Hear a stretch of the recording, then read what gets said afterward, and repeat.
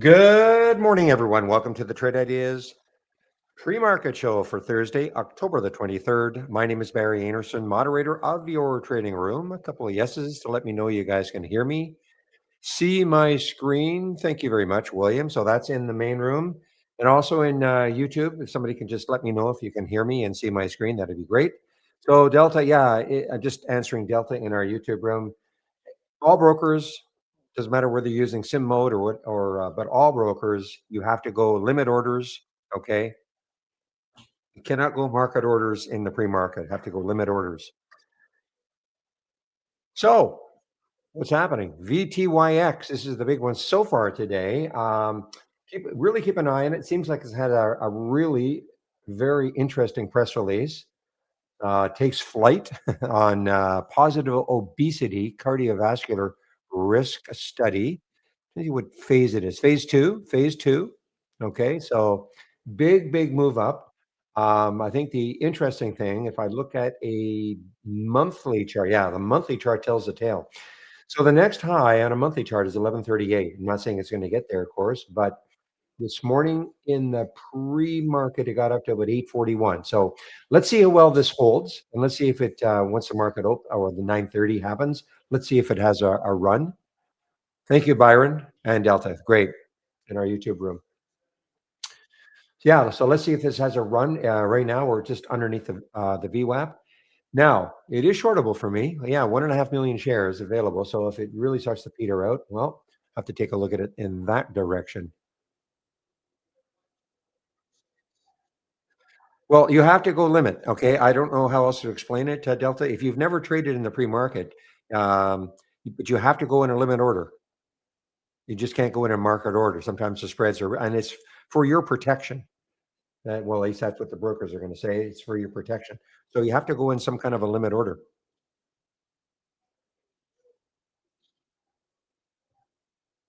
And that doesn't matter whether you're using our simulator, IB simulator, trading live, MOH, yeah, MOH. So this is dragging down the healthcare, a lot of the healthcare stocks. MOH, earnings play, expensive one. But the other one I saw that is being dragged down is CNC. Well, I don't know what else. I don't know what to say, Delta. I'm not sure how I can help. So if I wanted to take this trade right now, CNC, I could not go in at the. I'd have to have some kind of a paper, a limit order. Limit order. Pick limit. Pick the limit I want and take the trade. So I'm not sure. Hard for me to tell you or explain. If you've never done it before, I would just be careful. Okay. Well, if he's talking auto strategies, if you're talking about auto strategies, then there's no auto. I'm sorry. I thought you. If Pepe is saying if you're talking about auto strategies, you can only your own strategies. You can only do that in the when the market opens. So the money machine and all that does not work in the pre-market at all. If you're talking about that, I thought you were just talking about manually trying to take a trade in the pre-market.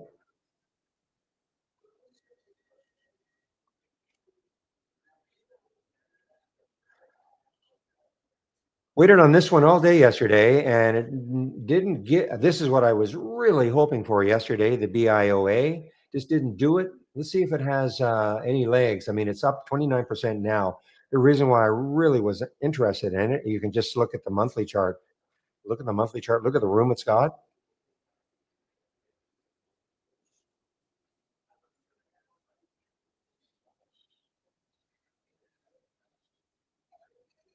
So is that what was that the issue, Delta, that you're trying to automate or use the money machine in the pre-market? Because just manually taking a trade is well, it should be simple enough using a limit order, using our simulator.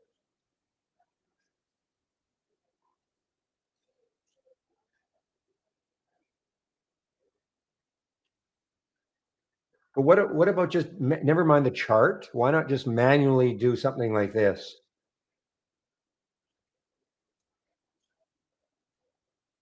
Here you are. So you're in Brokerage Plus. If I click on VTYX,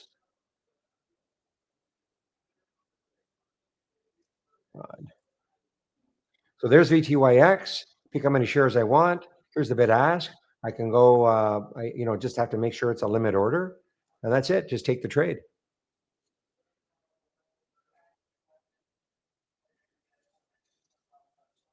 On the chart, I don't know on the chart.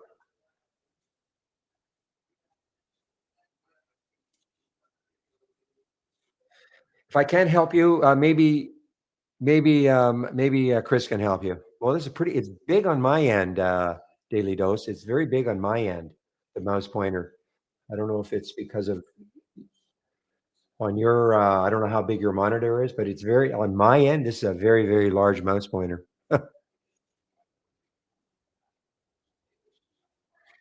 SLMT. This is so this started trading a few weeks ago.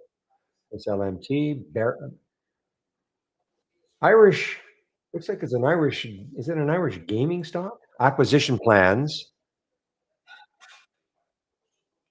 Well, completely wrong. It's out of Ireland, but it's not. So it's a Abu Dhabi based cryptocurrency firm. Okay.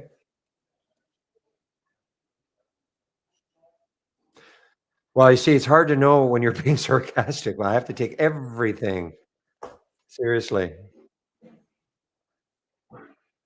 Like it's a serious question. Um, is this new, Obi? Is this a new one? QPUX. I'm not sure I would have chosen this symbol, but QPUX. This is the quantum ETF. Two times. So the quants are obviously alive today.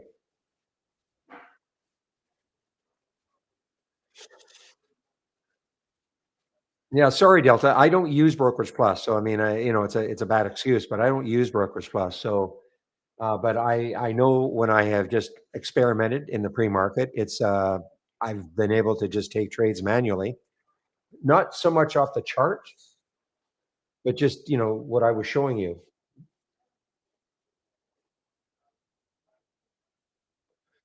So this QPUX, is this new? It's got enough. Well, it's not. See, it's not new. I should answer my own question. Started in August of this year. Not very much volume, but this is the pure quantum ETF. So I guess a lot of the quants they've got to be moving. I'm assuming.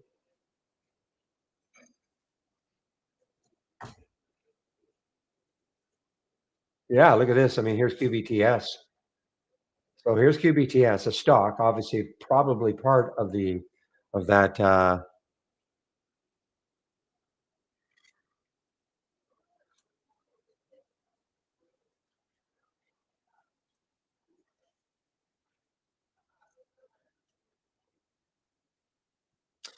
Ali Wong, yeah, I'm not sure. I read your question. I'm not sure I understand what you mean about not being able to see open positions.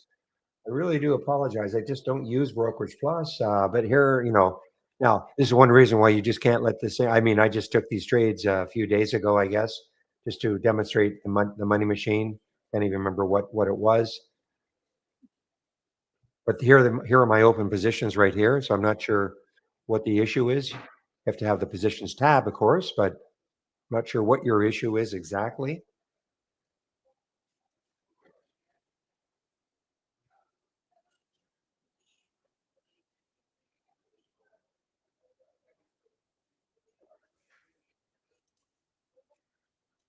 You mean right here? Now, do you have a positions tab? If you don't have the positions tab, that might be the issue because and then all you have to do is click on new up here, not in our toolbar, but up here, new, and then positions tab. Okay, and then you'll have your positions tab. So I'm not sure if that's the issue.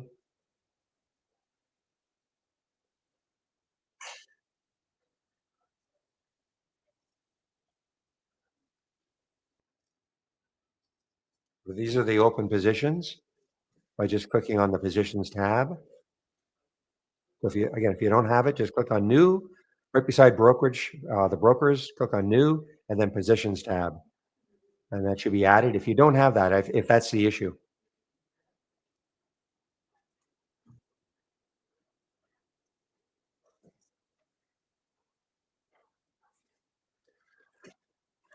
Okay, now this is a crazy one. This HVIIR, hardly any volume. Somebody pointed, well, the volume is picked up though.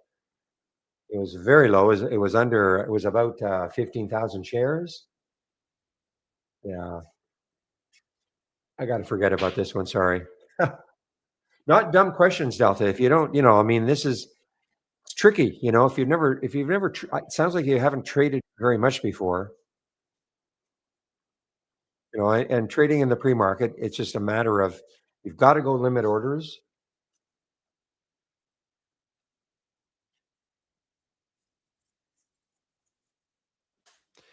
Speaking of which, I mean, I almost took this one. I thought this one was. I liked the press release. Looked pretty powerful.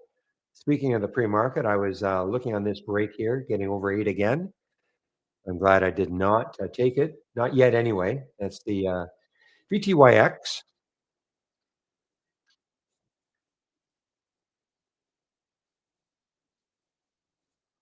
Well, remember, TI is not a broker, Delta. TI is not a broker. So the way the brokers handle orders pre-market or even market hours could all be different, slightly different. So, okay, let's move on here. And so there's the iBio. iBio had a couple of great days. Back to my daily chart. Yeah, a couple of really good days. And now another little pop here. And look what's lurking above it is the 200-day moving average. It's not shortable for me in case it stalls there. Looks like it, so far it has. It did get above it, a little bit above it. The 200-day moving average is 180. So it's sitting right there now, that green line on my daily chart.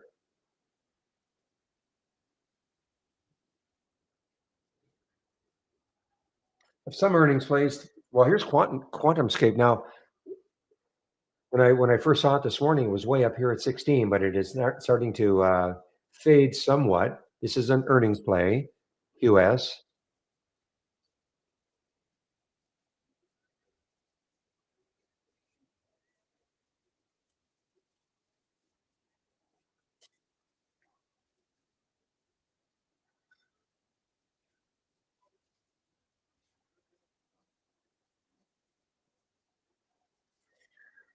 I know your guys were talking about the SCNX. This is just slightly under $1 now. SCNX is slightly under $1. Starts commercial sales, fulfillment of first orders of whatever this is, ARBLI, whatever that is. It is it's a pharma.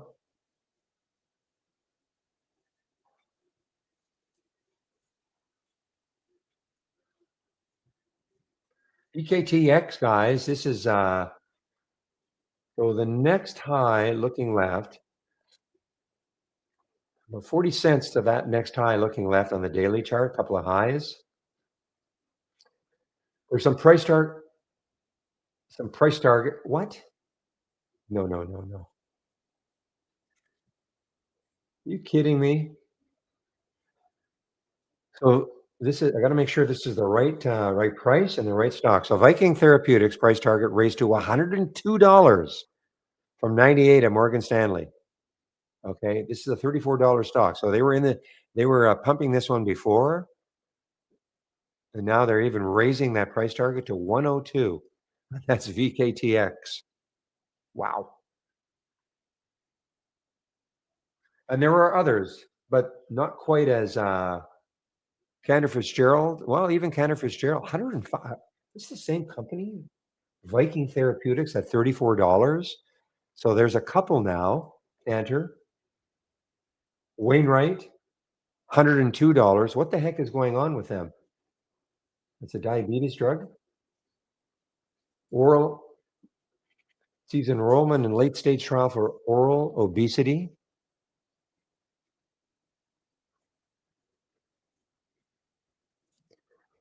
It's pretty astonishing. I mean, seriously. I mean, especially with Morgan Stanley.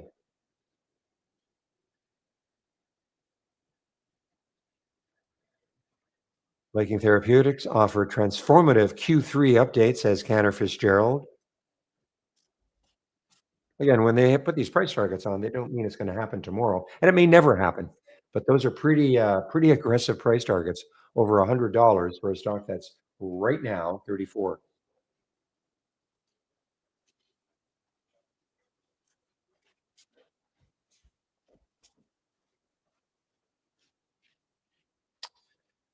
Okay, what else?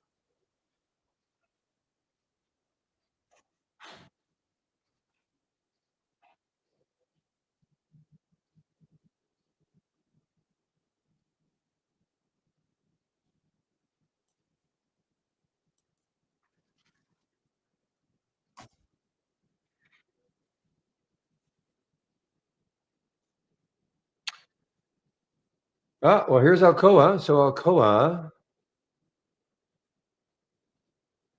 So actually, a nice lift. Remember when we're watching Alcoa yesterday, especially I think on a weekly, well, maybe not. Um, so Alcoa had earnings after hours yesterday, and so far so good, a 4%.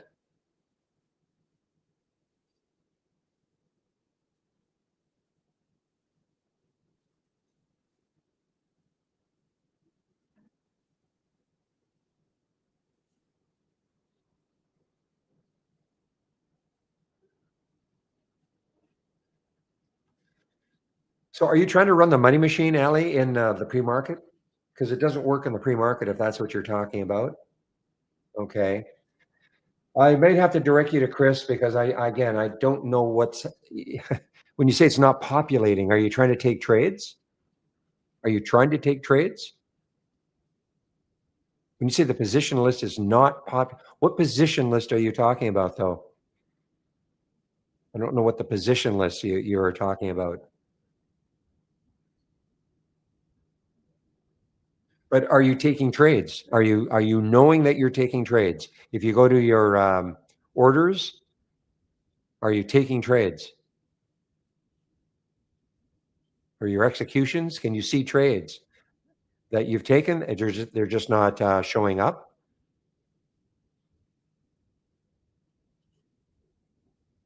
I don't now. How about when the market at 9:30? So are you trying to take trades going in at the like market orders? You have to go limit orders in the pre-market.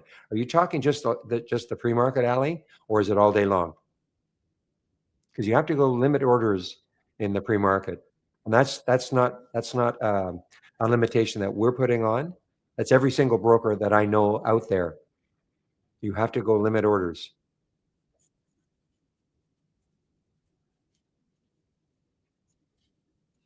So did you have a stop or something on it that it took it out of the it took it out?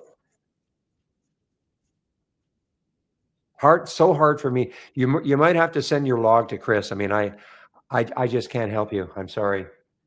If you say if you took, but if you're saying it's not in the let's see what's the price of this one, the dollar. So if you're saying though you don't even see it in the orders or the execution, then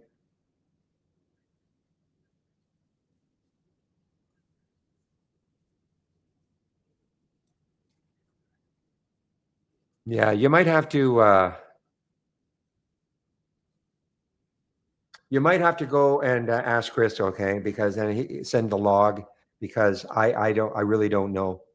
I'm very sorry about that, but I just don't know. Chris is the one who looks. He asks when people have problems like this. If this is an he asks you to send the log, and then he can examine the log. I just don't do that, or I can't. Well, I'm not trained to do that. So he looks at the log to see what has actually happened. Okay.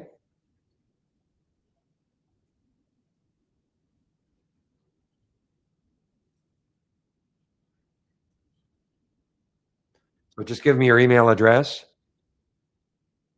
and then he's going to ask you to send a log. I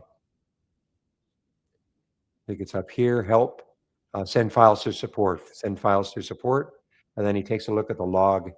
and what we're seeing on our end. Is this the first time this is happening? Or again, I just want to make sure this has nothing to do with the pre-market. And you're not trying to auto trade. Well, you say it took the trade. So yeah, it's baffling to me. I really don't know.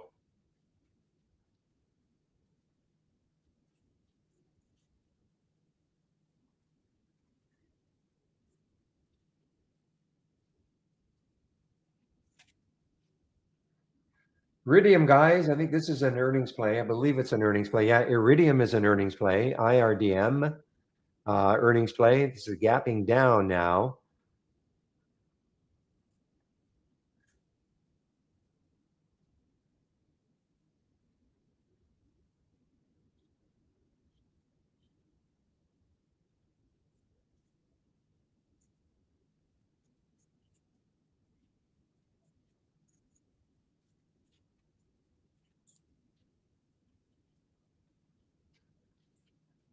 Cannabis, guys. I don't know what's happening with the cannabis plays, but okay. Are you kidding me? Okay, well, this is a bit of a change. Here's why. So I am a cannabis to acquire a 60% stake in quantum computing company. Why not? Well, it's a little bit of a change. Sometimes you see these farmers getting into crypto. So this cannabis company is acquiring a 60% stake in some quantum. I don't know if they identify who it is, probably not. So that's the reason.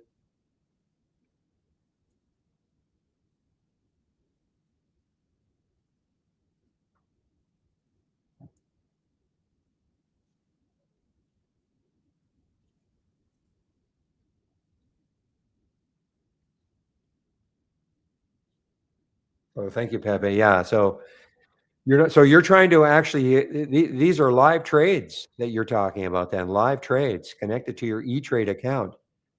So this is not a simulation or this is live trades.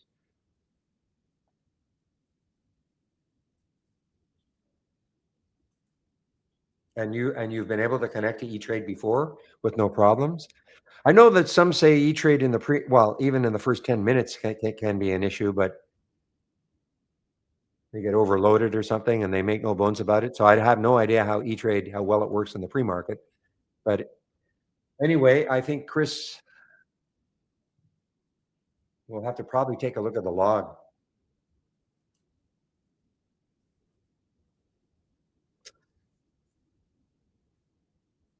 So William is saying his E-Trade is usually fine before 9:30. Okay.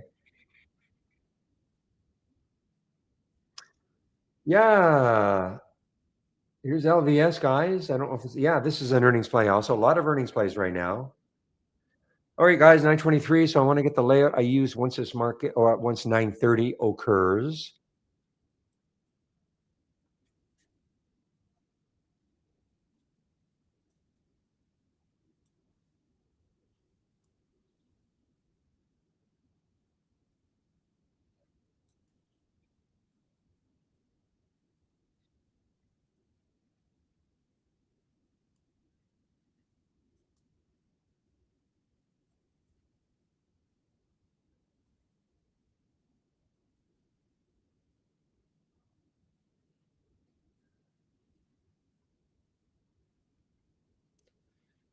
Oh, Angeli, in our YouTube room. No, it's not giving a future spike. I wish we were that good. It's probably it's looking back 5 hours. Okay, I'm talking to Anjali in our YouTube room.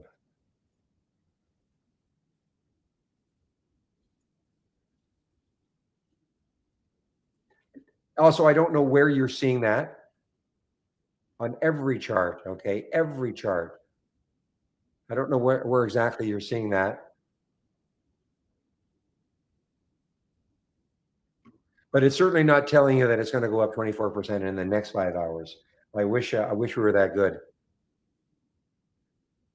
Probably means that it was up 24% Give me a chart. And where are you seeing? What time is it now? 9:25. I have some time. You're saying every single chart.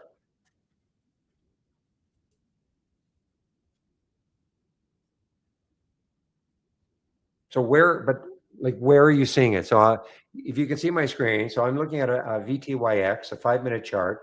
Where are you seeing that? You're talking about this down here, where, for instance, it says unusual number of prints. No, this is just one of these. This is where display alerts on charts. Okay, I'll AGCC. Okay,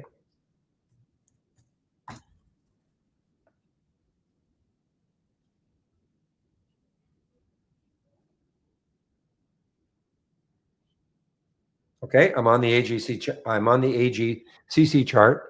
So this looks like it started. So this was a started probably a SPAC that turned into this today, or maybe not. Maybe it was yesterday.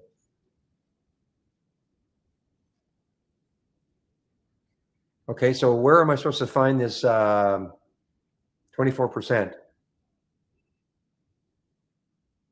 I'm just looking at my chart. I just don't see it. So you're going to have to help me here.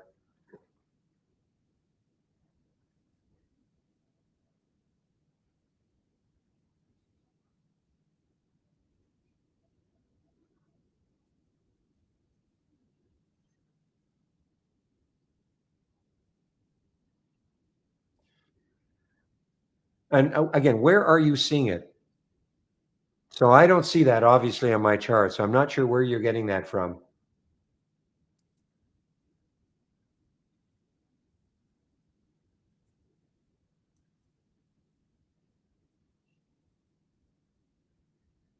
Okay, I'm seeing like minus 5.22% in 2 hours. Is that what you're talking about? Is that what you're talking about? So that's what that means. It dropped minus 5 point. If like I'm seeing this up here. So if I go to another chart, it's going to tell me what's happened in 2 hours. Well, can you see? But it doesn't say 24%. So you were just using. Okay, so that means it dropped within a two.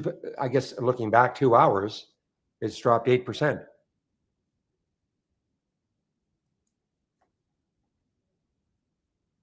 I had not had that activated. So I mean that has to be what it means. So down 5% in 2 hours. So you can see, it makes sense because I guess if I go back 2 hours, this stock was up here at 1740. It's down to 1230. But if I go back 2 hours, I have to, it's not future. No, it's the past. I mean, if imagine if it were the future.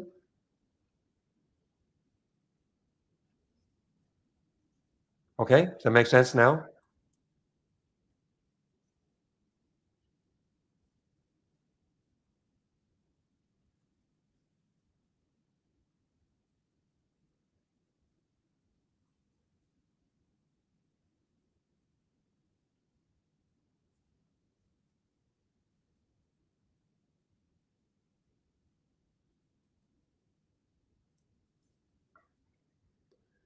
I just did not have that activated. Okay, guys. So what you're seeing here, these are the top six. I had the other screen that I had, the pre-market actives up were the top 15. These are the top six. I think we've talked about them all. Maybe not Arab. AREB, 29%. Okay. Had a pretty good day yesterday. Coming into maybe some resistance though, or just over the $3 mark.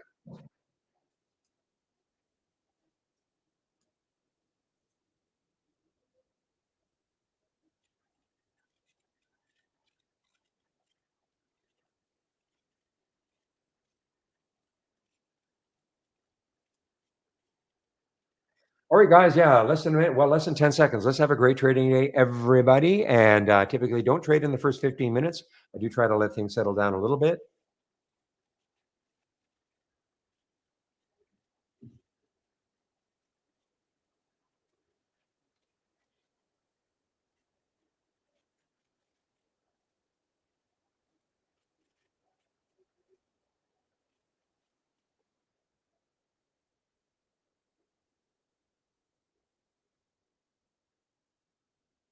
All right, guys.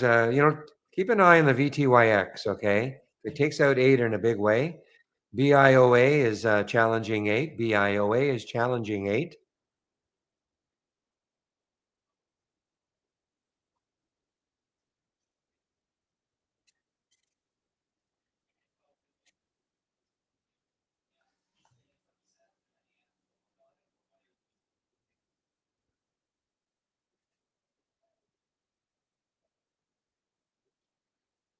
Okay, market is okay. Putting in a little bit of a positive note.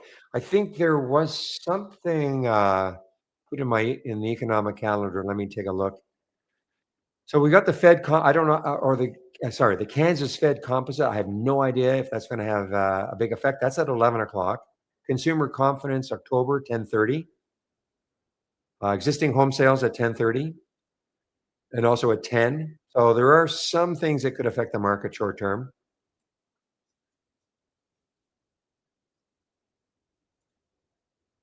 Kansas Fed is not happening. Or was I was wrong, or did I copy and paste the wrong day? William, is that what I did? Unfortunately. Oh, yeah, okay. I see what you mean. So it was supposed to delayed due to the government shutdown. Okay. How about the consumer confidence numbers and things like that? Everything's delayed? I guess so, right?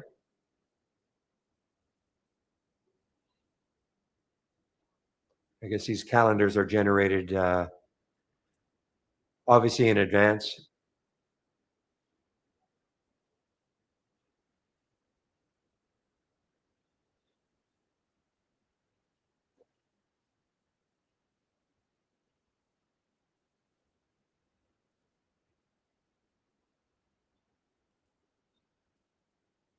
Yeah, I forgot to mention IBM. IBM was an earnings play, wasn't it? IBM and also Tesla. Take a look at what's happening with them. So yeah, so IBM is an earnings play, still down 13, down 4%. It the low down here was 263. So you're right, nice $10 move for IBM. Still down 5%. And then there's Tesla. Tesla and IBM had earnings after hours yesterday. And Tesla is yeah, still so it's there's a low now, taking out the low of the pre-market. Now the next low is 411, okay, on a daily chart. Will that hold it?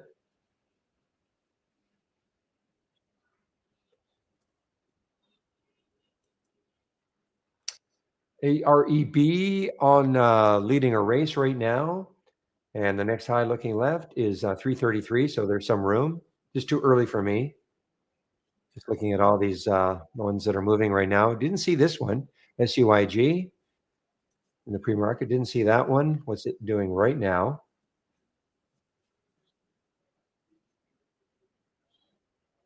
Hmm. Not enough room for me. Two highs right around 350. So not enough room for me.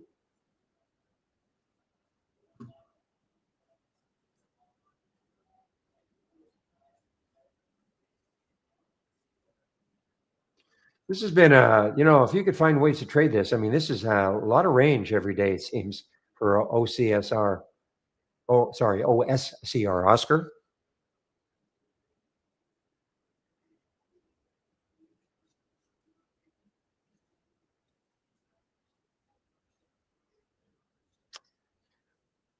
A little chart lag here. WRD guys, some room.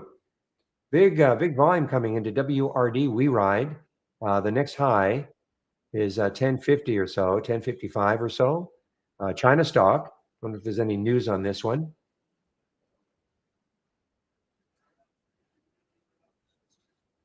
Yesterday they were saying they were going to be filing primary dual primary listing on the Hong Kong exchange. So obviously they trade on US, but I guess they're looking for a listing on the Hong Kong exchange also.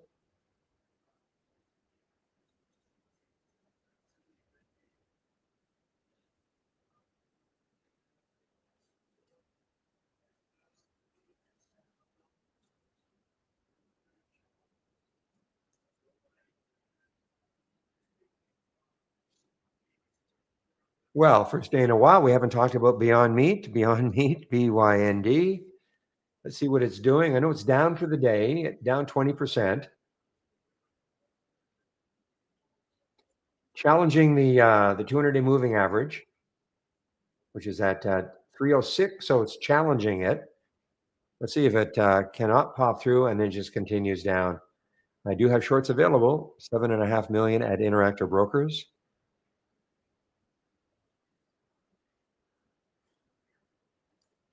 Now, speaking of the AGCC, well, halted on the way down. So an IPO yesterday. Yeah, thanks. Obi.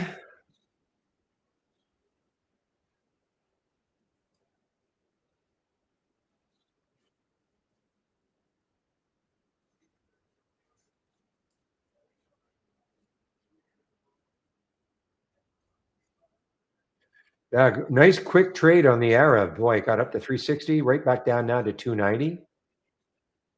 The AREB. Well, I'm looking, yeah, TGNX or TNGX.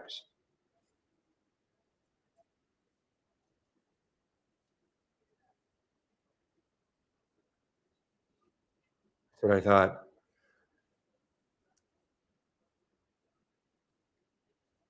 Hello, Major. Okay, Mamba. Not sure what you mean by that. Look at the BI. It ran without me. It ran without me. BIOA. Ton of room, guys. Just a ton of room on that monthly chart. Well, but again, I don't like trading in the first 15, so I'm going to miss these quick poppers. Doesn't mean it, but it could come back to a level which I like. But look at that monthly chart. I mean, look at the $20 next high in the monthly. I'm not saying it's going to get there, but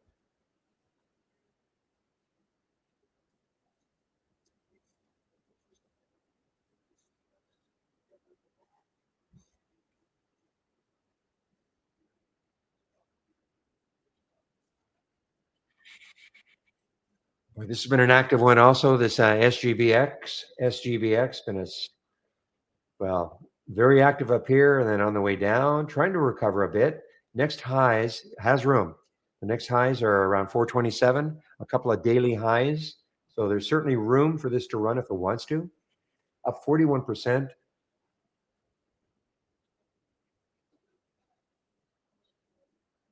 So after hours, so this actually had an after hours pop. Had some news, trading higher after hours after it announced its subsidiary Olenex reaffirmed the significance of its collaboration with one QOD, whatever that means. So that was the news after hours. Let's take a look what it did after hours. Yeah, a little. You can see the action after hours at Move area. That's yesterday after hours. There's a high here. Wow. I saw this one but it's just too early for me to take these. But this TNGX, I think I even flashed it on the screen. Now it's just halted on the way down. Nice market, guys. Look at this nice little market pop.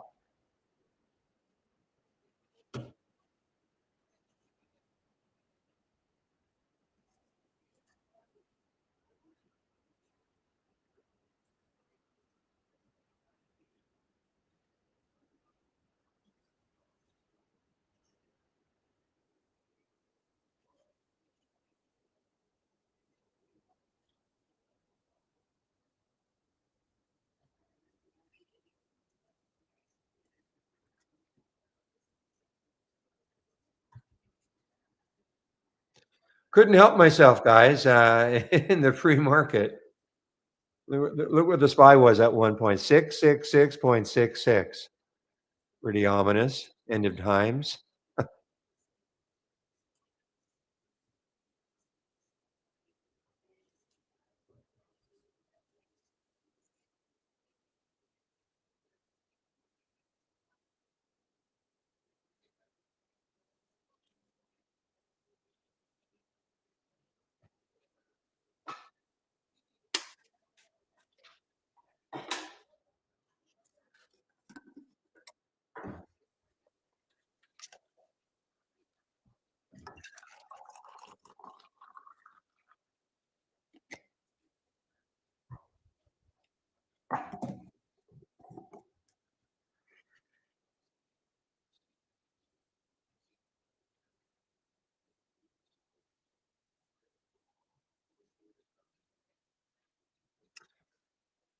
Okay, so this one is a little bit active, but obviously this is a buyout of some sort. I don't know what's happening. Well, it's just up 4 cents. Okay, a buyout of some sort, flatlining across.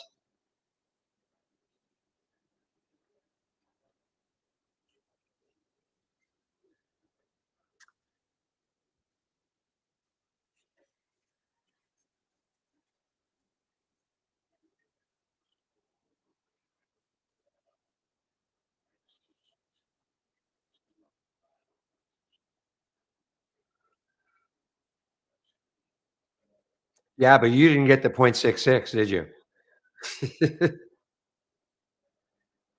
Anybody can get 666, but you didn't get the 0.66, did you?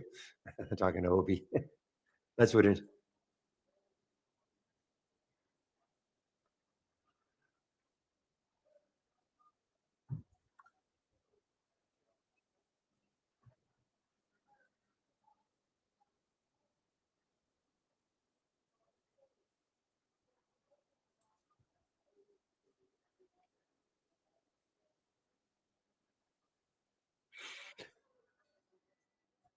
All right. I'm going to take a look at this one right now here, guys. Underneath the whole number, four U's, U.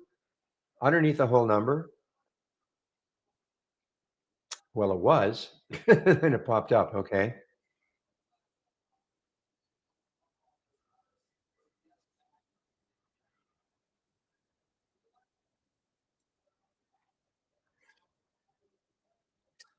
Nothing specifically, Obi. I mean, the AREB actually is now is in RAI. So,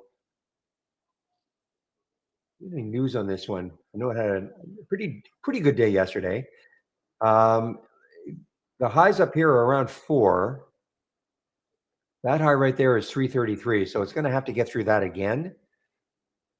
That could be the stumbling block. It did get up to 360, and then it came right back down though. So right now, 333 would be something that it might stall at. That's the Arab, AREB.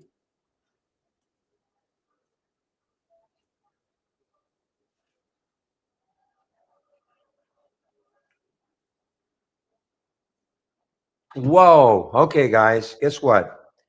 Guess who's back?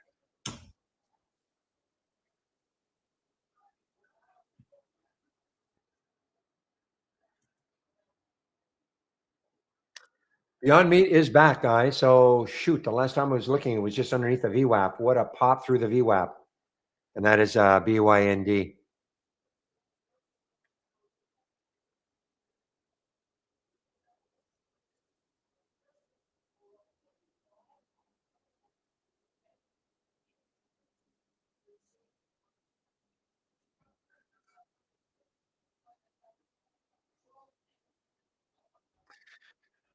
Well, there's yesterday's close. Okay, 359. Let's see if it can get there and maybe just burst through that again. The memers are not ready to give up yet, I guess, on this one.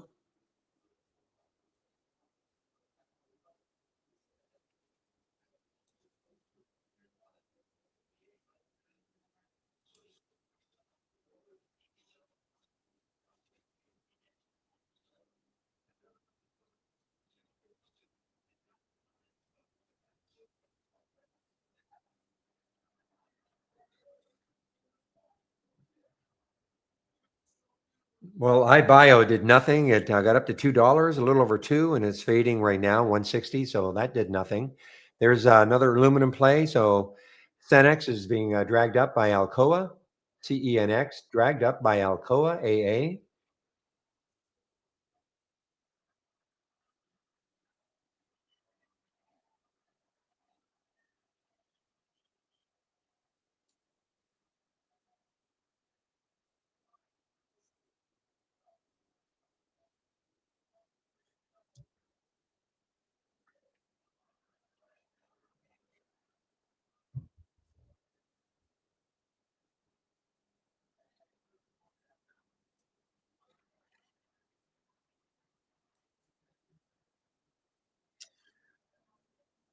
Oh, I'm going to call you Ebenezer. Well, I guess it's not Ebenezer. EBZZ in our YouTube. in our YouTube room. Good morning.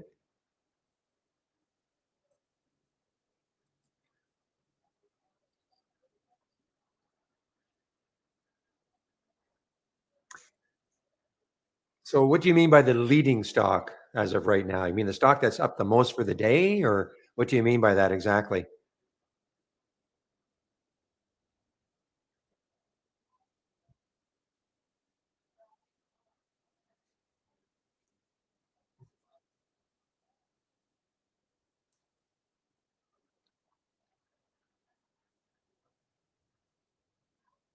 And can you hear me, by the way? Talking to EBZZ in our YouTube room. But when you ask what is the leading stock as of right now, what do you mean by that exactly? You're talking about the stock that is up the most for the day, or what does that mean?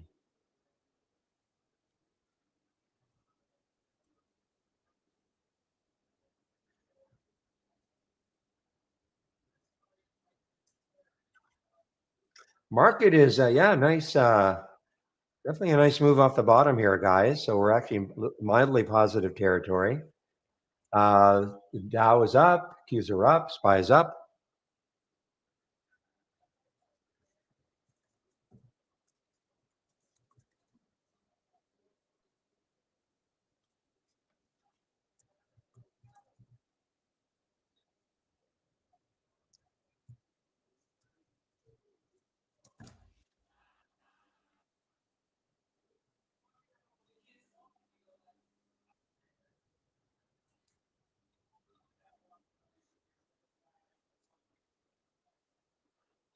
Okay, guys. I mean, 333, this 333 mark right over here on that daily chart. It's just slightly under it now.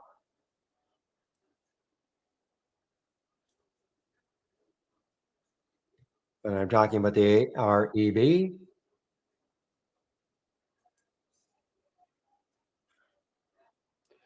So if you've heard me say this many, many times. If you have our AI, please, please, please have the reentry column,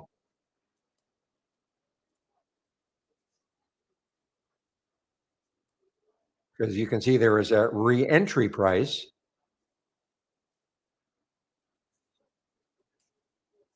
for the AREB.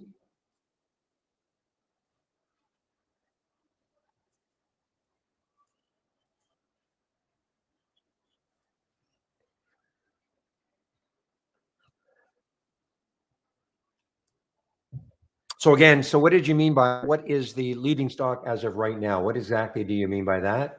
I mean, what stock is up the most today? I mean, that's easy enough to show you, but if that's what you mean.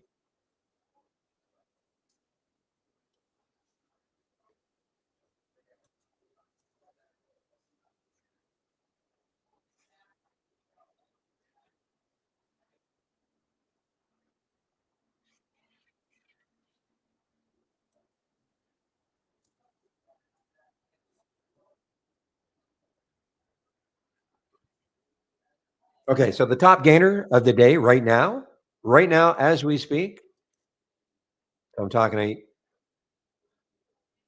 based on these are my filters, of course. Okay, so AREB is the top gainer right now, 49%, based on the filters that I've got. Now, you may have different filters, but this is the price range I'm looking at. Price range I'm looking at between 1 and 50, 200,000 shares minimum, and it has to be up at least 2% from yesterday's close. So you may have a different idea in terms of filter settings, but right now, this is the top gainer today from yesterday's close, AREB, and then there's SGBX, etc. There's a list right there. But just because something is a top gainer doesn't mean you just pile into the trade, of course. But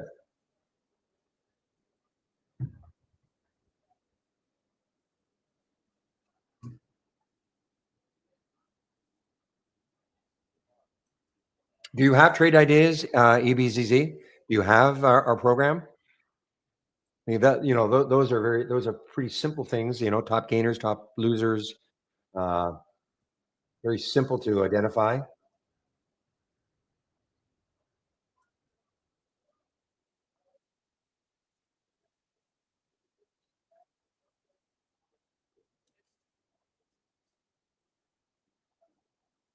Too late.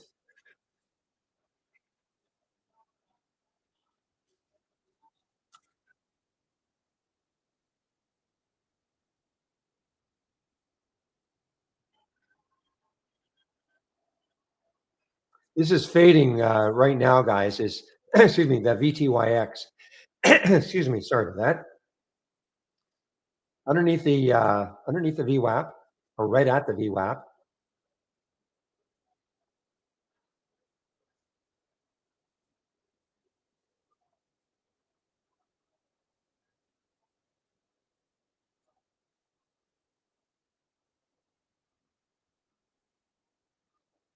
Okay, so I don't mind showing now. So again, re-entry price, AREB from our AI. Okay, now remember, sure, this was moving right off the bat, okay, but this AI does not start triggering anything until at least 9:40. So you see at 9:41, got stopped out. The entry price was 309. It hit the exit, okay, got stopped out. If you took it immediately, it almost got, stopped out within 2 minutes. But then you had a re-entry price of 304. Look at it now. Have the re-entry column. If you don't have it,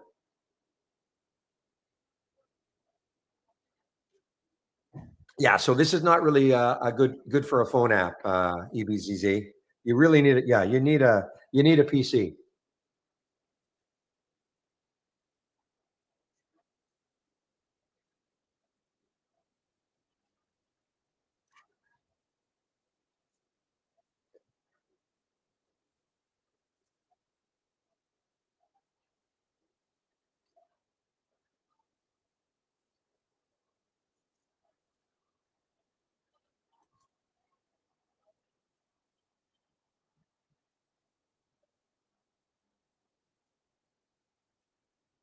Okay, look at this one, guys. NMRA. Next high looking left. Yeah, it's about 80 cents away on the monthly chart. What about on a weekly chart? 240 next high looking left. Well, there's room, a little bit of room percentage wise. If it wants to keep moving. Wainwright maintaining target of 18. Why not? $3 stock.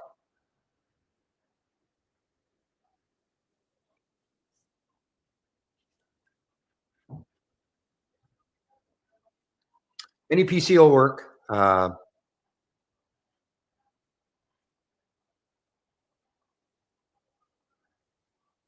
talking to EB in our EBZZ in our YouTube room. Any PC will work.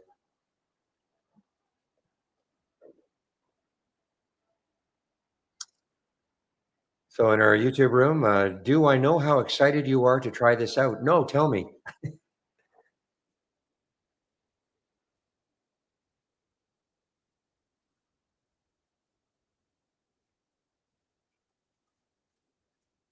All right, guys. B O BIOA.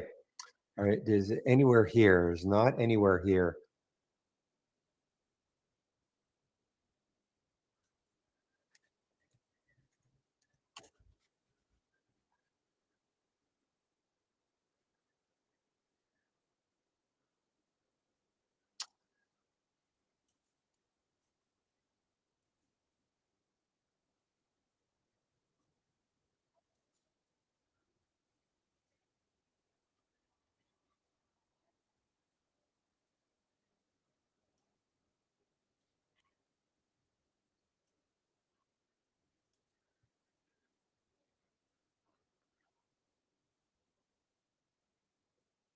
Okay, P. All right, guys. Well, Beyond Meat now. Now it's starting to drift down again. Probably now through the.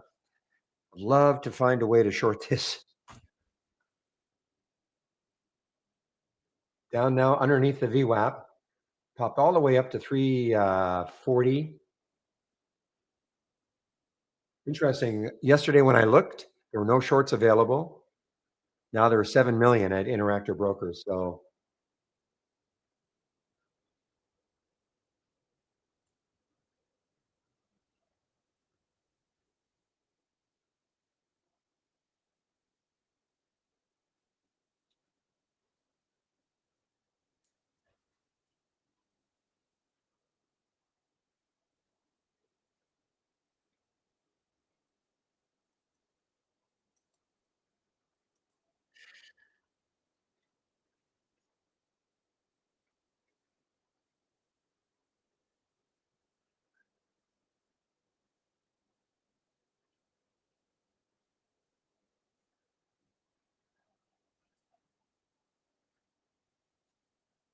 Give me a moment, guys. I'm just clicking on.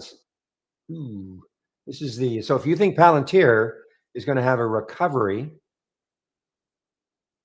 so Palantir must be up about 1.15%. This is a double. This is a two-time ETF. So if you think Palantir is going to keep recovering today, you can buy this. You'll get double the move. Remember, if Palantir starts moving down, you'll get double the move down. So and that's PTIR.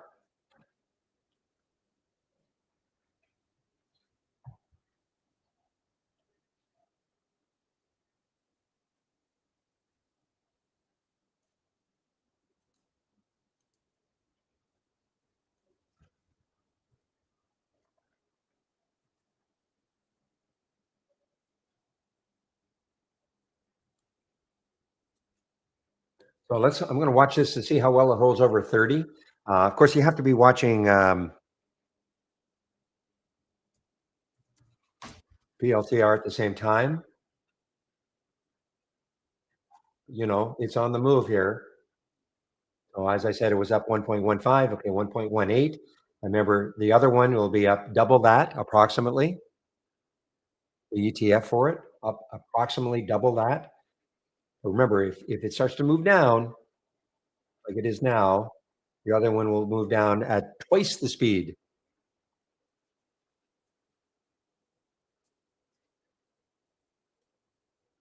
And the other one meaning PTIR.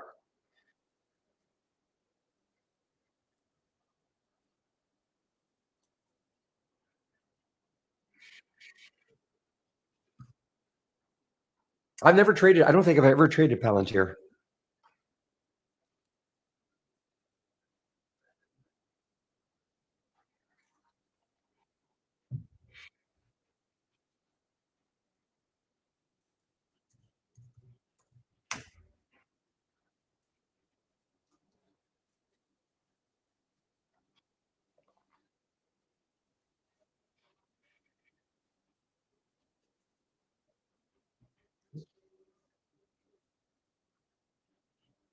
Just give me a moment, guys. See what it looks like on a daily chart. Not that I mean, again, it's tied in. Obviously, there's room.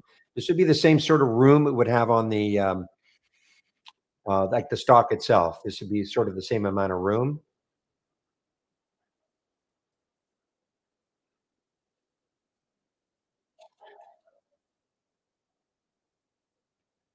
And I'd be watching the market though. I would be watching the market because stock like Palantir is probably following the market a little bit. So unless it has, I don't know if it has any specific news on it.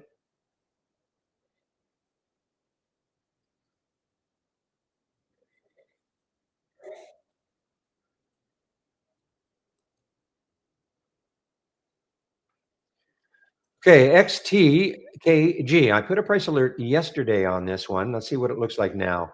Okay, now why did I put a price alert? Because yeah, I mean the next high is 243, so there is room. There's no volume though. There's no volume. Okay, 41,000 shares, so there's just no volume yet. Palantir. Okay, I you know I'm taking a stab at this thing on the double. I'm just two things I have to watch is the SPY, and I have Palantir thumbnailed on my other chart. Well, I have them both. I think it's the first time I've bought a double.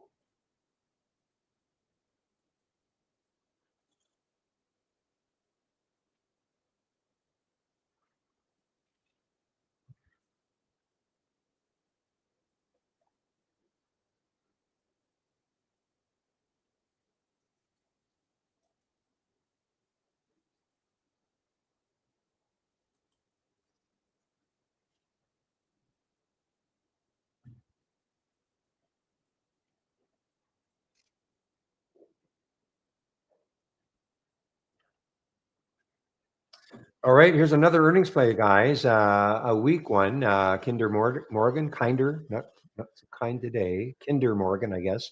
KMI. The low today was 26.46. So The next low looking left is 26.21, so 26.27. So not a ton of room to that next low. Boy, look at BIOA. I've got to find a way to get this.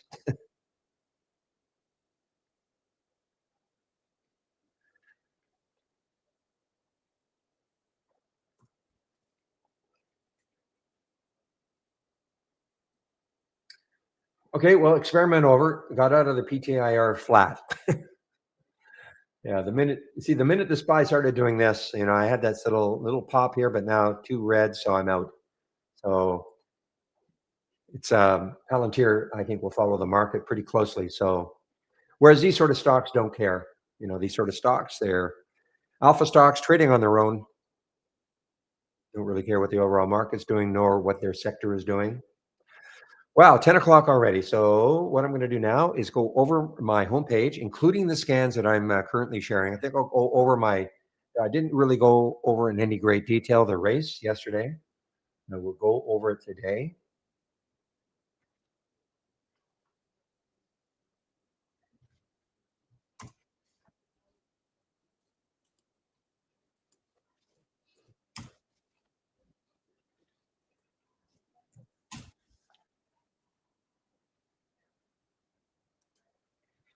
All right. So if you click on my homepage link, this is what you're going to see at the very top, a way in which you can take out a subscription to Trade Ideas using my code, Barry15. That'll get you 15% off the first month only or the entire year and it doesn't of whatever subscription you decide to take, either the standard or premium. Okay. So 15% off the first month only of standard or premium and 15% off the entire year of a standard or premium subscription.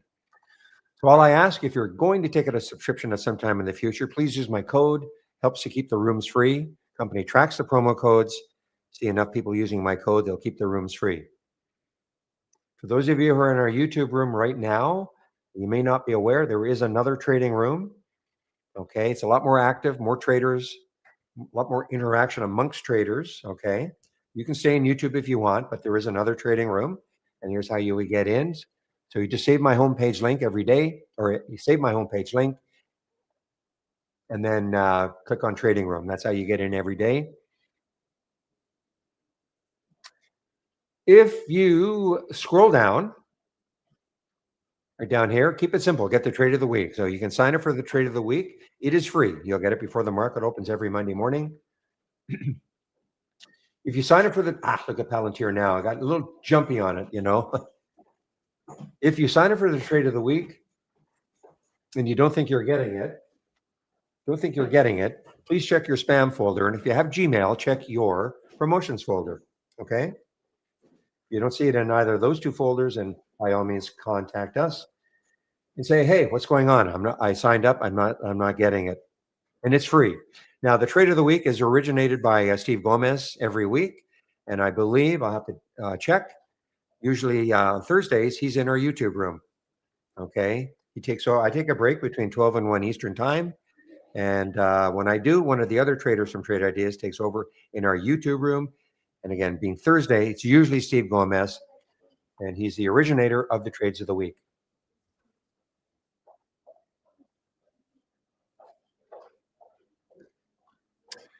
Now, before I keep going, I should welcome anybody who's new today, either in our YouTube room or the main room, or newish. Welcome. If you don't know, this is the format. So in the main room, the room is open around 6:45 a.m. Eastern time. Okay, obviously in the morning. I try to open YouTube between 8:30 and 8:40. I get on the mic at about 9 for both rooms. So why so late? I live in Vancouver, Canada, so a little too early for me to open the room at 6:45 Eastern time. So Obi in our main room, that's what he does. And I usually take off. Now it all depends on the questions. If I get a lot of questions, I'll keep going. But sometime between 2 and 2:30, I usually start thinking about taking off. But even when I leave, the main room is usually open, maybe even till 4 o'clock. Okay, so that's up to William, and I'll find out what time today. A lot of it depends on what sort of earnings plays there are. at 4 o'clock. So on a big day, the main room is open from say 6:45 to 4 o'clock Eastern time. And it's a trading room, but it's also a support room. If you have questions, you can ask me questions all day long. I'll do my best to answer them. If it's an accounting type question, I will not be able to answer, but I can direct you to the people who can. And if I can't answer like a trade ideas, maybe something about the program, you're having problems, something, and I can't answer, again, I'll direct you to the people who hopefully can help you. So don't be shy. You can ask me questions all day long. So getting back to my homepage, if you do take out a subscription to Trade Ideas, first thing you must do is click on this education section, the more info.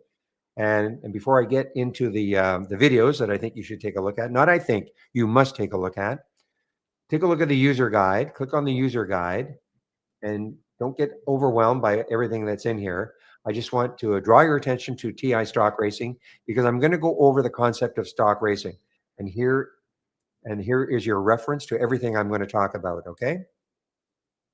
How you can set up your own race with your own set of parameters, and why I think racing is a really, really good idea, especially for people who are new. But even if you're not like new to trading, but even if you're not new, how it automatically creates a watch list for you that you can focus on all day long. But before I do that, if you've clicked on my homepage link and you're deciding to take out a subscription to Trade Ideas, this is the first thing you must do. The Getting Started with Trade Ideas, 12 short videos to get you started. If you don't have Trade Ideas, I would start off with the second video. Again, these are very short videos. So that'll be 11 videos. That should give you an idea about whether or not you want to even try us. You can try us for a month. If you don't like it, you just have to unsubscribe. But I think this will give you a good enough idea about whether or not it's the type of program that you might want to try. It's not for everybody, but it may be for you. Just give me a moment.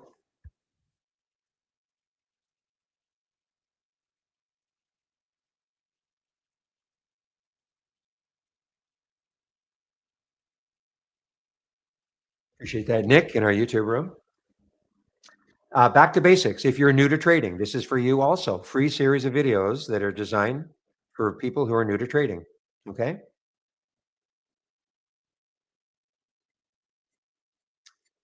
Now, if you're looking for my, they're not okay. Technically, they're not scans. It's semantics, I suppose, but information that I'm currently sharing. All these links that I'm currently sharing. So this link right here are the biggest gainers from the start of the race is here. Okay. The halts resumes, which is not very active today, is right here. This is what I use in the pre-market. Pre-market act is up and down. Somebody asked earlier, how can what are the ones that are up the most? What are the ones, well, you didn't ask for down the most. This is what I use in the pre-market. These are showing me the stocks that are up the most or down the most based on yesterday's close. What happened at 4 o'clock, yesterday's close, okay? But as you can see, I do have other scans that I am currently sharing. I don't have them all up and running. I have a momentum scan, I have a gap scan, and I have this Pepe combo scan, as we call it, that you can take a look at them. I'm not sharing these on my homepage. These two, the biggest gainers and biggest losers, and large cap. I'm not, but I can give them to. I can give them to you if you're interested. What I like to do though is go over this race right over here, the biggest gainers from the start of the race, because I think it's a very interesting way of how our program can handle data.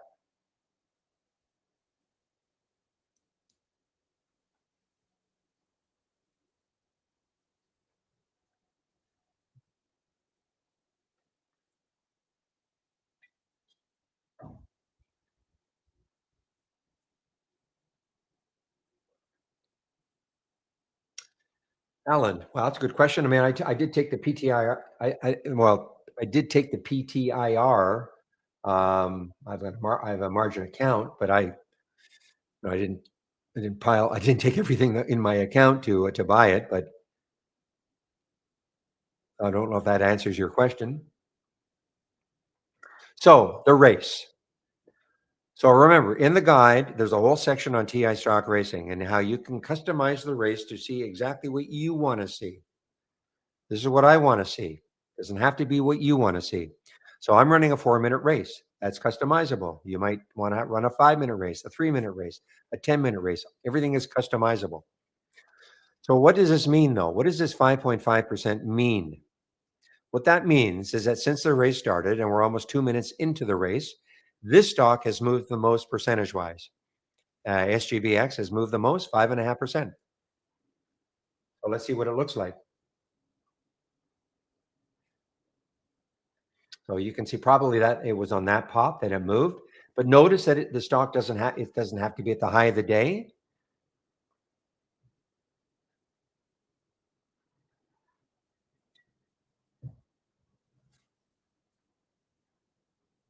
Yeah, then I can't help you, Alan. I'm not sure.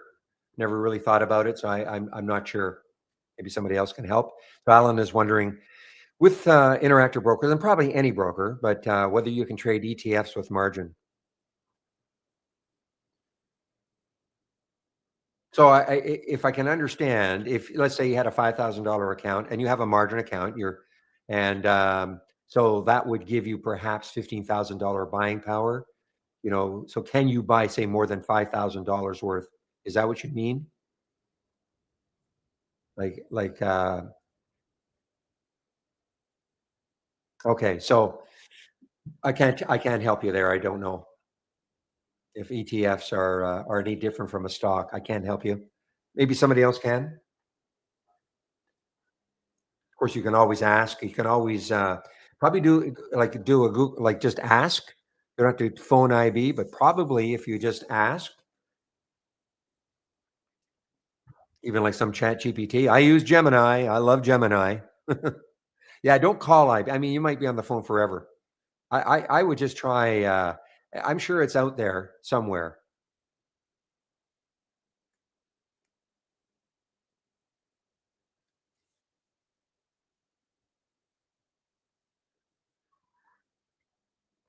So let me get back to the race here. Okay, so yeah, so these percentages right here, this refer to how much a stock has moved since the race started. So you can see this race is almost done, 4 seconds left, and you can see this is what's going to happen. So SCNX won the last race. So you can see right there, see it says last winner was SCNX, and the two beside it. What that means is it won a race before. And that's what happens. You can see right here, all these stocks in the top six well, the top five have won 2 races before. HOND has won 1 race.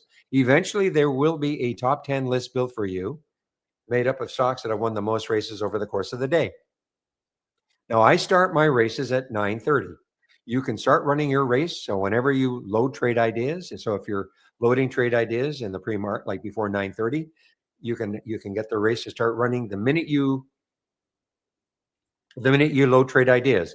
I load trade ideas before the market opens, but I've decided I want to see this race. I want to start this race at 9:30, and it's a setting within the race, but it's up to you. So, because we do get the question, can I run a race in the pre-market? Yes, without getting too complicated, as long as you're not using the relative volume filter. But yes, you can run races in the pre-market and have them carry through at 9:30.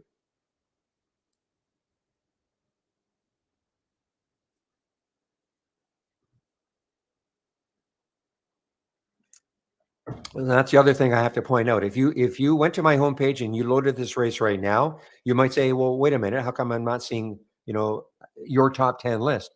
The reason being is that when you load this race, if you take it from my homepage, it starts at 10, well, it's 10:15 Eastern time, right? That's when your race starts. That's when you'll start to build your top 10. Okay?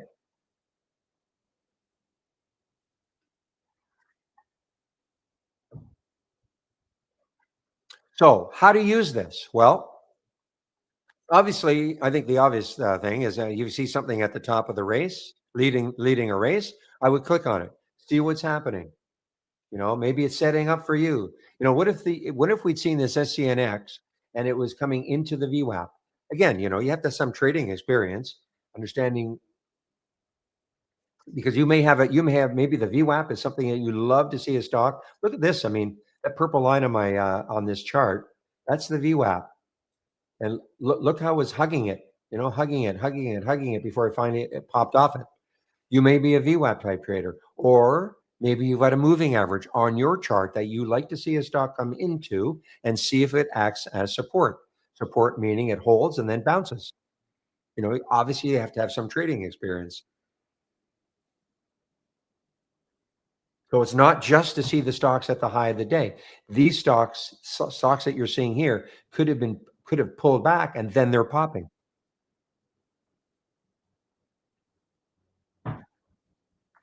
So if I see a stock at the top of this list, I'll certainly click on it. You don't have to wait for the race to be over for you to click on it. I would also, if I see anything here, I will click on it. Anything in this list, I will click on it. Doesn't have to be at the top. DVLT, Data Vault, this has been a super active one over the last little while.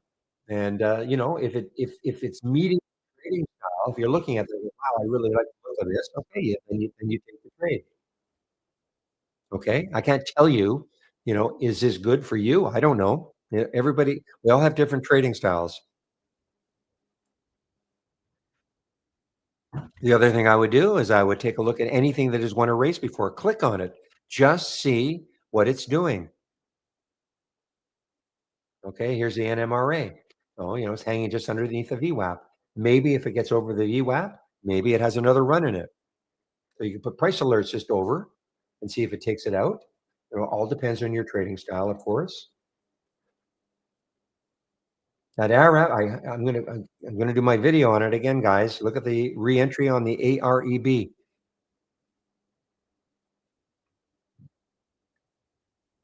Now, this one obviously has not worked. 749 was the re-entry. I will look at it later, though. You never know if it comes back to 749, or maybe it's setting up down here for you. Remember, the AI for me is more just like a watch list. Doesn't mean when you get an alert, you have to take the trade immediately. And some trades just don't set up for me. I don't care if it's coming from our AI or not. They just don't set up the way I like to trade.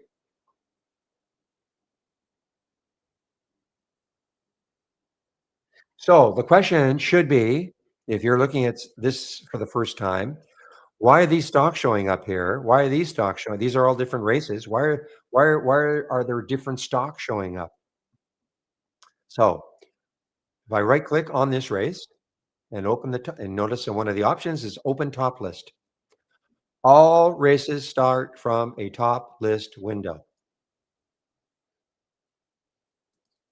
So what is a top list window? Well, if I right click on it, I'm going to show you what I'm looking for in this top list window. Click on the summary. So as long as the price is between $1 and $50 and the volume is at least 200,000 shares and it's up at least 2% from yesterday's close, a stock will appear in this big list of stocks. Okay. That's why these stocks are showing up. They're meeting my filter requirements. Now I've limited it to the top 50. Okay. I don't know if there's 50 in here, but I've limited it to the top 50 stocks that meet these filter requirements. You don't have to, but this is what I'm doing. Now, before we had races, this is how a person would use a top list window. As long as you had the column header up here, I'm pointing at these different column headers, C percent, that means the change in percent from yesterday's close. Change from the close of yesterday. So if I double left click rapidly on that column header, I can then sort on the stocks that are up the most from yesterday's close. Somebody asked me in their YouTube room, what is the top stock today? And for that person, that meant what's up the most. Well, this is now SCNX is up 140%. AREB is up 53%, etc., all the way down this list of stocks. If I wanted to find the stocks that were down the most today, as long as I constructed my top list, so maybe stocks were down like minus 2% and or at least 2% down from yesterday's close, I could do things like that. So you can use a top list window. Again, show me the stocks that are up the most, show me the stocks that are down the most, show me the stocks that are up the most in the last 5 minutes, down the most in the last 5 minutes. Lots of different ways you can sort. So, what does the race do? Notice if I right click on this top list window, there's an option that says launch real-time stock race. That's what I mean. All races start from a top list window. So now I would never discount the fact that a stock is already up 51% AREB doesn't mean that that's it. I mean, it could keep moving higher and higher and higher. But a lot of you would rather, maybe, yeah, but I don't want to necessarily see stocks that are up already a lot. How about stocks that are maybe starting to move? Well, that's what the race can do for you.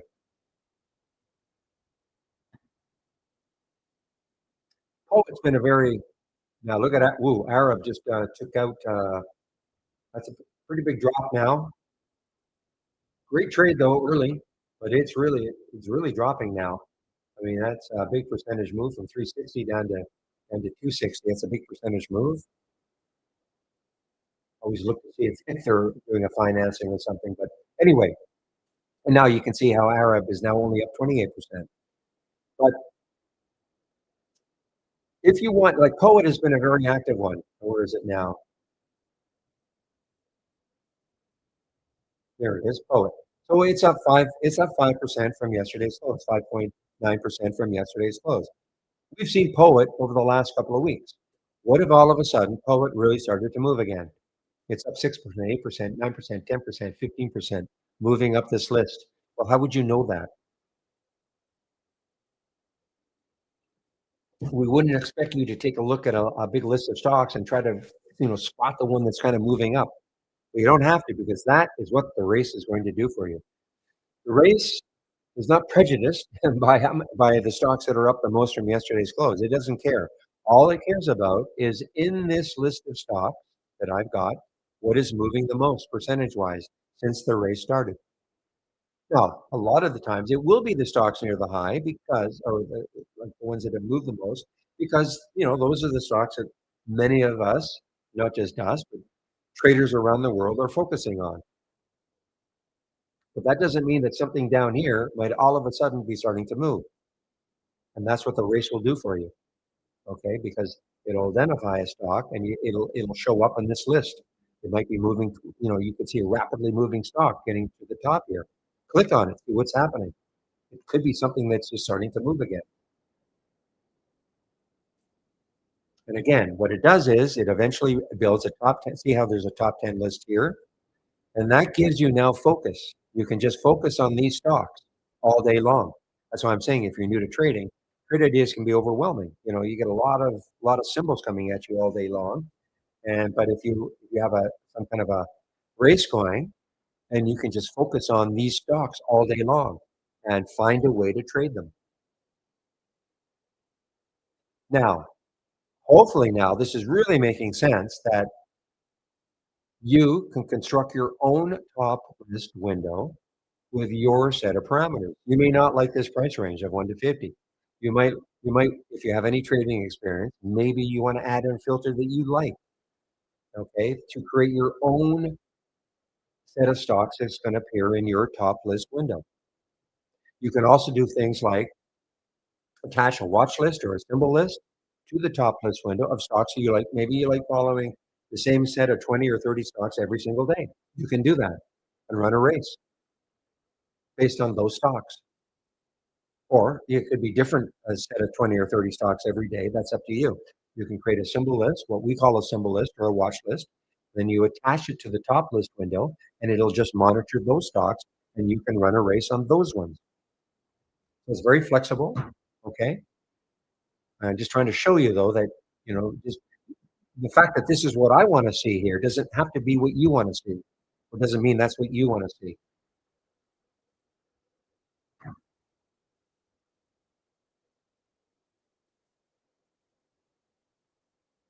Now, if I was starting out, I would probably maybe focus on this sort of a race right here, large cap gainers. Biggest gainers from the start of the race, large cap stocks. mean, this is a lot of this is great when you get on the right side of one of these, okay, but they can be very volatile, okay, very volatile. And so you've got to have what I would call some good trading experience in order to trade some of these volatile stocks. Doesn't mean that these ones you don't have to have trading experience, but notice the difference in a moment as this race will start. So you see you've got this SONN is up 2%, okay, from the start of the race. Generally speaking, you will not see stocks that are even up more than 1% in this race. That's because they are larger cap stocks, and I'll explain what the major difference is. See, like this QS, it doesn't mean it's bad to trade. It just means they're not going to be as volatile. So this is like a 0.1% leading. Is that so? I mean, again, these can be very exciting if you get on the right side, but you've got to be very nimble. So this is why I'm saying if I were starting out trading, I would probably look at a race more like this. Now, why are these ones showing up here? Well, if I right click again, open the top list. This is going to show you what this race is looking for. Notice how small this list is right now. Now, this doesn't mean that these are going to be the only stocks all day long. Stocks will come in and out of this list all day long. It'll shrink, it'll get bigger because I right click. Now I'll click on configure. I'm going to show you what this race is looking for. Well, there are some similarities. I mean, I have a different price range between 10 and 70. The volume is 200,000. Still got to be up at least 2% from yesterday's close. Now, I've added a market cap minimum of 500 million, and also a float minimum of 50 million.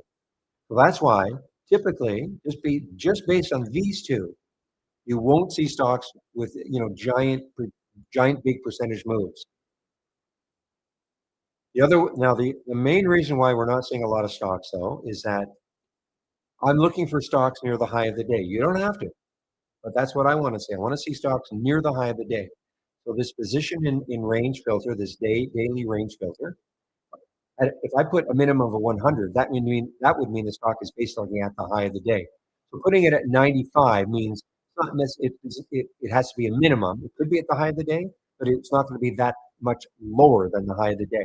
And that's what I want to see. It doesn't have to be what you want to see. If I took this out, this list of stocks would grow a lot more. But I just want to see stocks near the high of the day.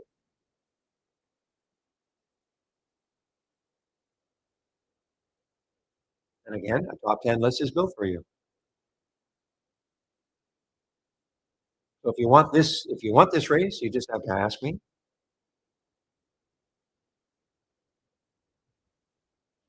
There's no swing trading room. But we do have a swing trading channel if you want to take a look at it. So for instance, Steve today will take over for me in our YouTube room, and he's way more of a swing trader than I am.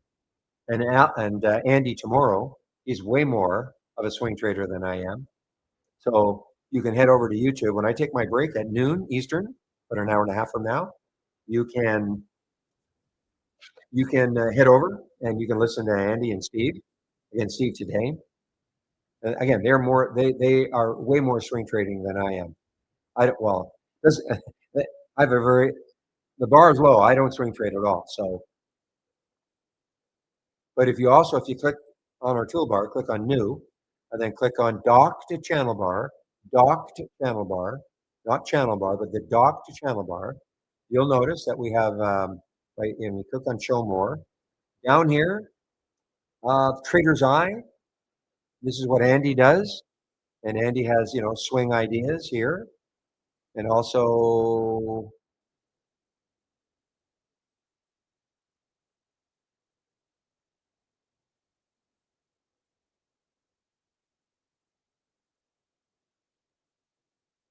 where the heck is,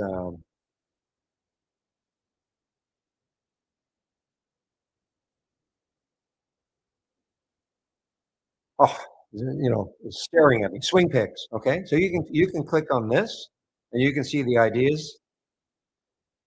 Okay, you'll get 5 different ones every week. I don't know if you've seen that before, but if you click now, it's Thursday now, but if you click on it, there's a blurb.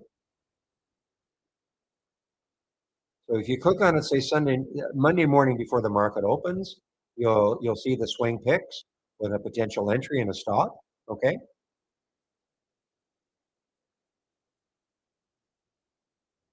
all laid out. Okay, and there'll be five different ones every week. Well, not necessarily different, but five ideas. I mean, it's possible that you might get the same idea the following week. Okay, so that's what I would do if you're a swing trader.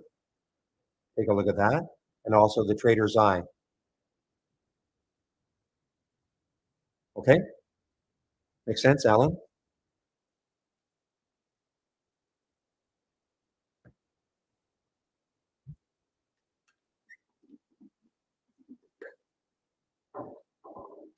But in this room also, in the general market, well, you can also put in a symbol in and just say, I'm thinking of swing trading this. And there are swing traders in the room, and they may give an opinion.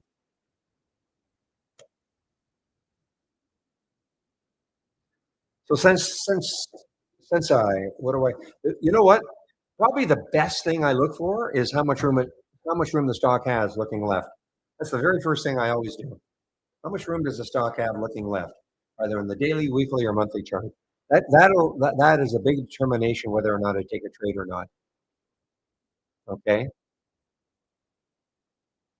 Okay. So if you click on new from the toolbar,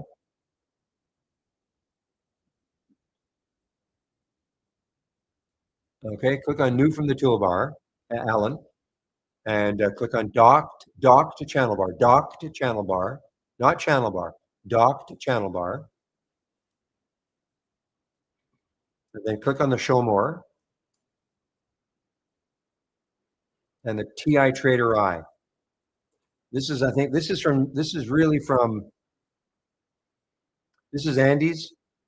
I believe Andy is so a swing trader watcher. You can take a look. Okay. Again, I don't, because I don't trade. I don't swing trade, so I don't look at this at all. But for those of you who are swing traders, you can take a look. But I would also look at those five every week. Just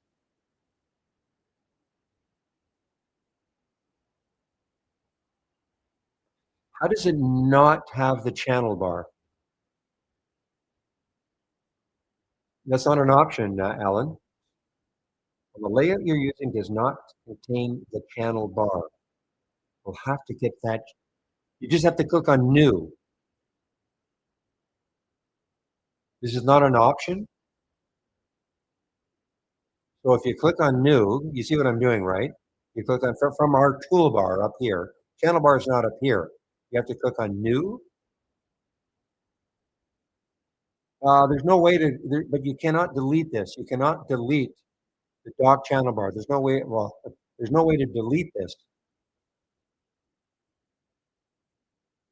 See what I'm pointing at?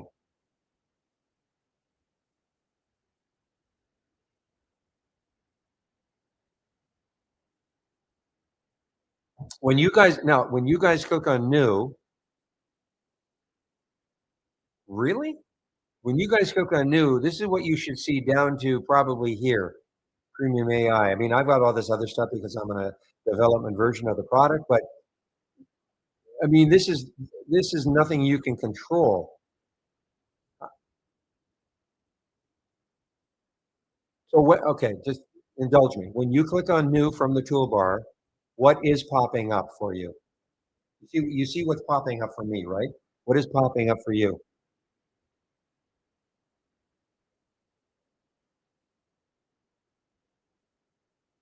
Okay, as far as that's it. Nothing more. You don't see money machine alert window top list and all this. You don't see that.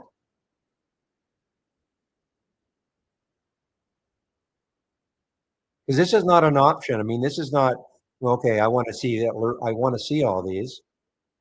Nah, but this has been around. I mean, this has been around. Okay, Money Machine is something new. But if you've got Brokers Plus, I mean, all of this has been around for years.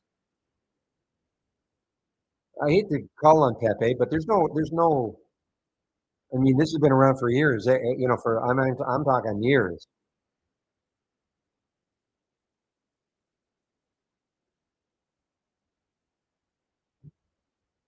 'Cause I mean, so there's no way that you can create an alert window or a top list window, like a new one.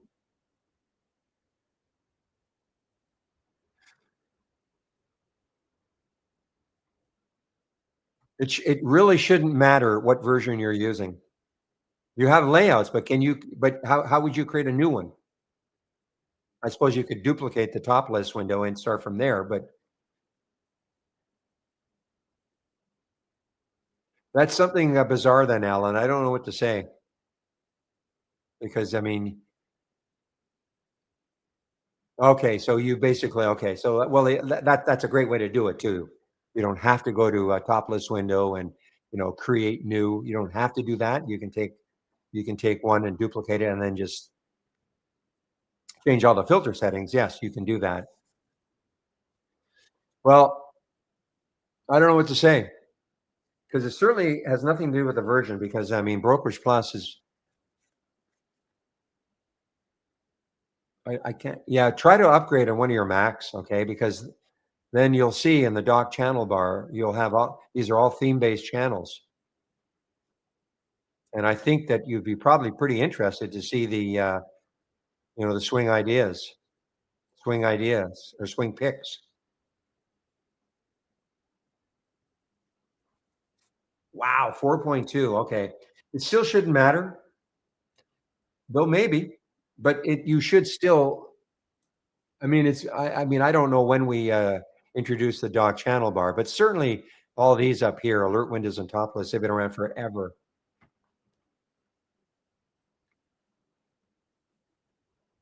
Yeah, so 4.2, I don't know, that could be a couple of years ago.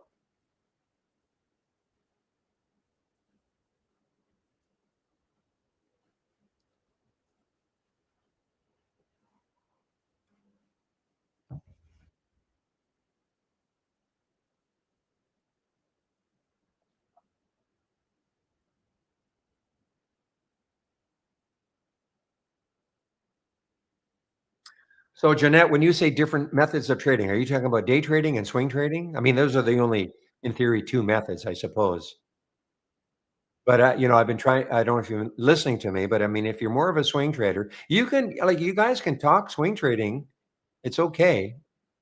In the specific stocks, you might say, you know what, I'm thinking of maybe swinging a Tesla. Okay, there are people in the room who there's a combination. I'm not. That's all. I don't. But some might say, well, okay, I'm looking to swing Tesla. What do you guys think? You might get some ideas, some opinions. That's all they are. Yeah, JTB talks swing trading all the time. So I mean, it doesn't mean like specific stocks only can be for if you want to get an idea about swinging.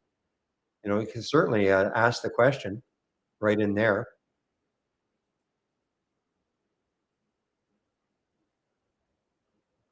2021. That's even 5 years then, or 4 years ago.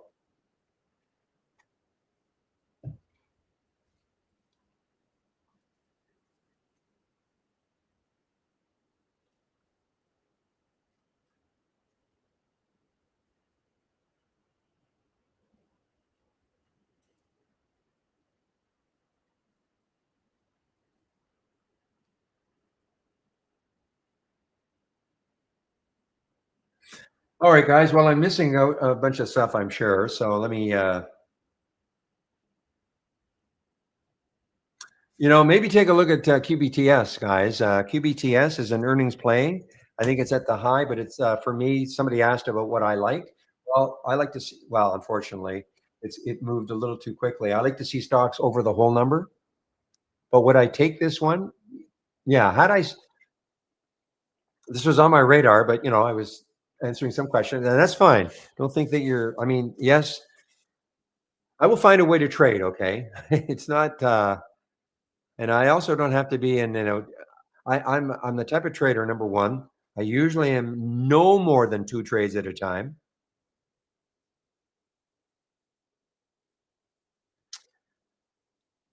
And what you don't see, I've got some, if I'm in a trade, I have on my other monitor, one of my other monitors, I have, the trade thumbnailed on a chart so I can, just because you might not see it here, I'm monitoring it on my other monitor.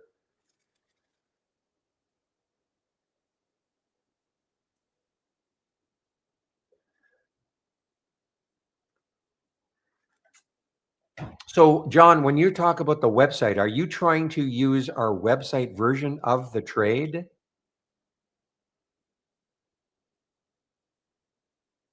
When John Sterling, is that what you're talking about? Trying to use the website or the web version of Trade Ideas as opposed to, this is the down, what you're seeing here is the downloadable?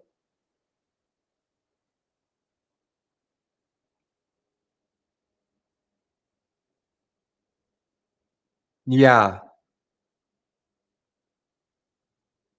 So as with Pep, we're not supporting the web-based version at all anymore.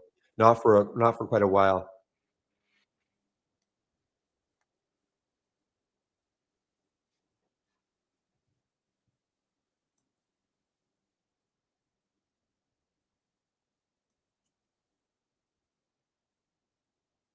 I mean, the best use of Trade Ideas absolutely is using, have a PC, use a downloadable version of Trade Ideas. If you don't have a PC, if you've got a Mac, you'd have to be prepared then to maybe use a program like Parallels or some kind of an emulation program. Or not earlier this week, but AWS, Amazon Web, a cloud, AWS or Microsoft has a version of it too. What is it called? 360 or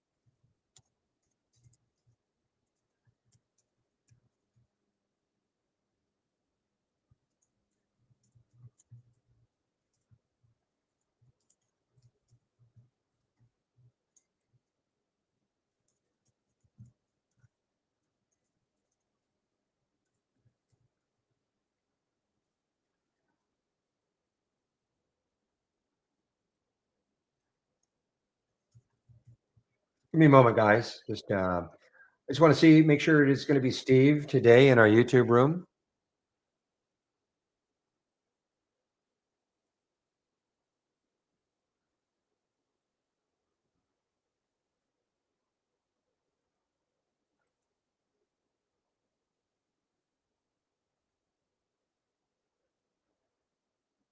So, if I were just trading completely on my own, not moderating a room, honestly, I would just be looking at this race and maybe some other one other top list, or maybe I'm not really using alert windows right now.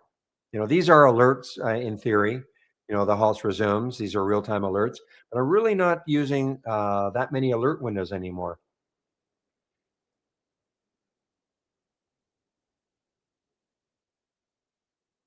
And I would just figure out a way to trade these. They're just they're just a little easier on the psyche. I Now, granted, if I weren't moderating the room, I probably would be able to pay a lot more attention to this race here. But you've got to really pay attention. Let's take a look at the HKPD as an example. It's up 11%. And this has been in the past, has been an extremely active one, the Hong Kong Pharma, extremely active.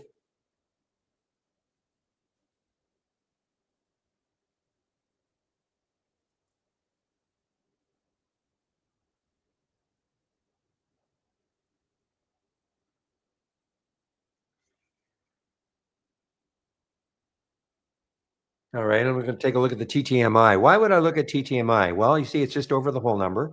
So I like that. Why I like stocks just over the whole number is because a lot of times what I can do is if I take the trade, I can put the stop just a little bit underneath the whole number. I know a lot of people may not agree with that, and that's fine. But I just look at the whole number as being a little psychological barrier to get through. And if it gets through it, I don't mind taking the trade as long as it's got room. Now, does it have room? Yeah, it's got a little bit of room, 59.30, so about a dollar to that next high.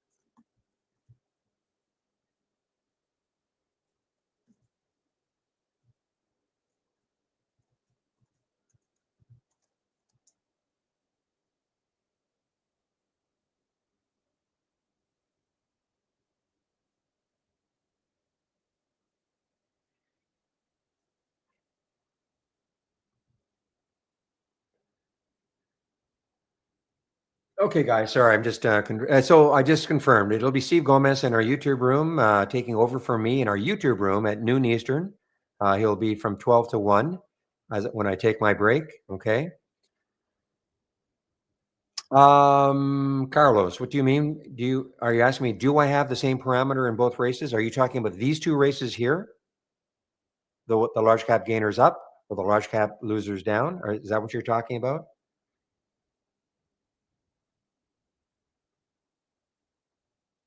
I don't I don't quite understand the question. If that's what you mean, very similar.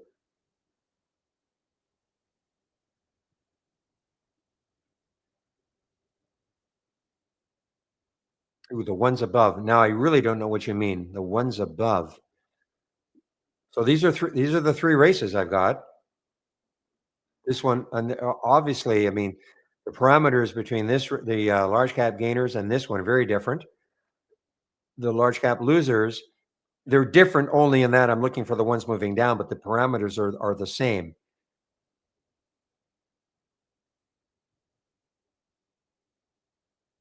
So no, so am I answering your question? I mean, the parameters are not the same.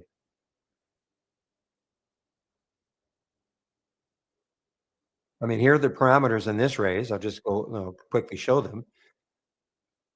I mean, I'm looking here. I'm looking for stocks in this race. This is it. 1 in 50, 200,000 shares up 2%. Okay, that's in this race here. In this race,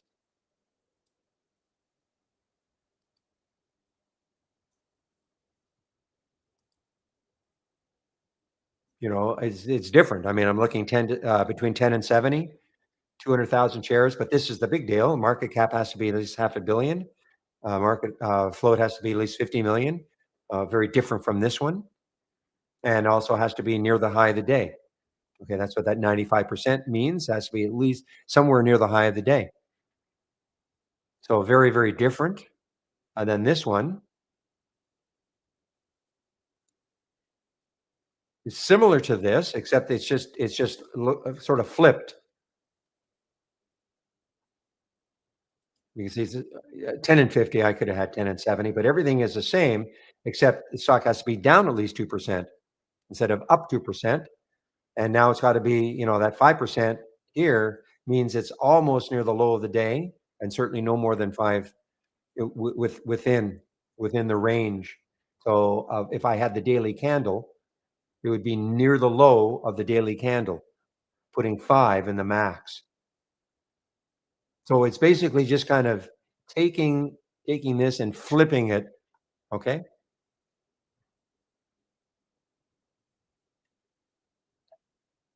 We've got a very cool feature. Let me just show you what I'm talking about in general. Okay.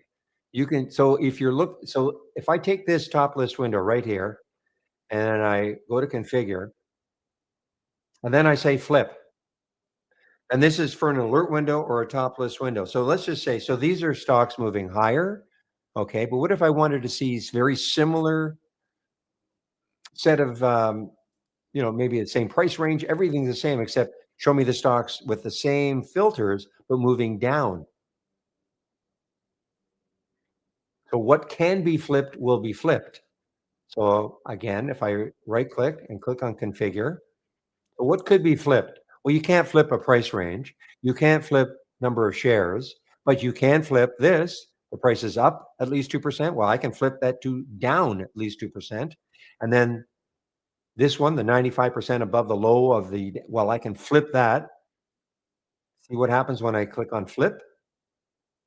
See how now this is down 2% and now it's flipped from 95 to 5? So what can be flipped will flip. You can't flip a price range. Obviously you could just start from scratch and create this, but if you just want to see, stocks moving one way and then moving the other way with very similar filters, it's a convenient way of doing it by flipping it. Now, the other thing is before you flip it, you would duplicate it because assuming you still want to see, the ones that are maybe moving up, but you want to see the ones moving down. Well, you would duplicate the window first because you don't want to overwrite this, is what I'm saying. And then you would just flip this, and now you've got the two versions. So if I do this, well, this would be this one here. Okay. That's kind of what our compare count window does, or compare count. It takes two column competing scans and runs them off against each other.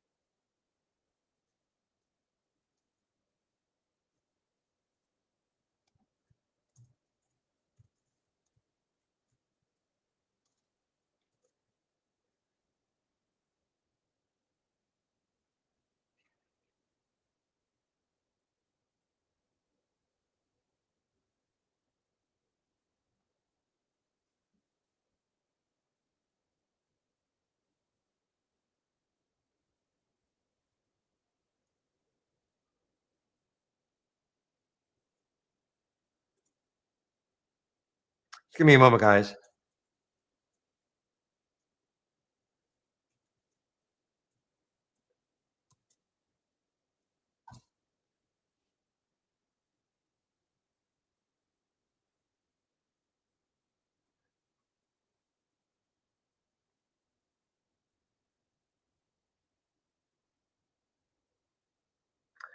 Okay, I am now looking at some of my thumbnail charts. I can see if I'd held on to my PTIR. I guess Palantir is just making another nice move. I would have done okay in it, but I didn't.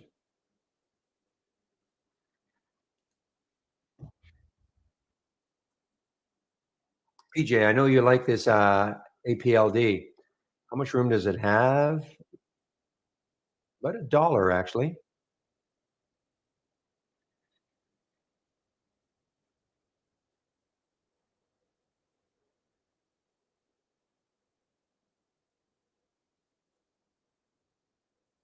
What we need is another one like happened yesterday. That one that got halted for news. It was a drug of some sort. I can't remember it anymore. Somebody's going to know.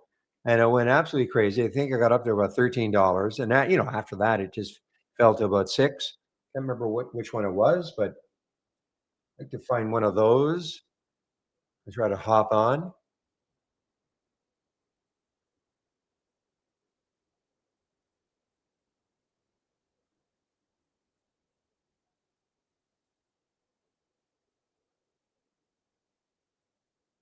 Probably only a 1 day wonder.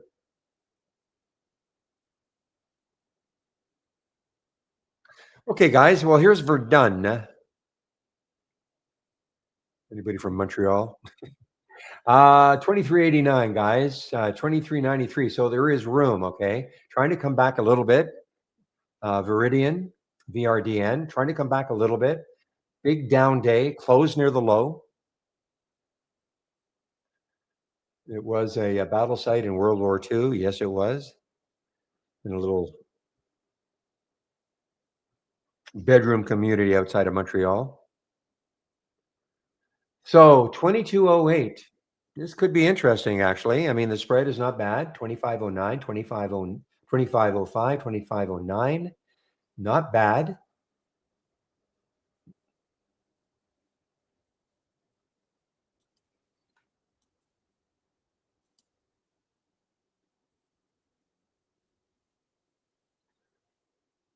You know what I'm looking for? I'm just looking to see if it clears this 22 a little bit more. It's got a ton of room. That's not the issue. Just over the whole number.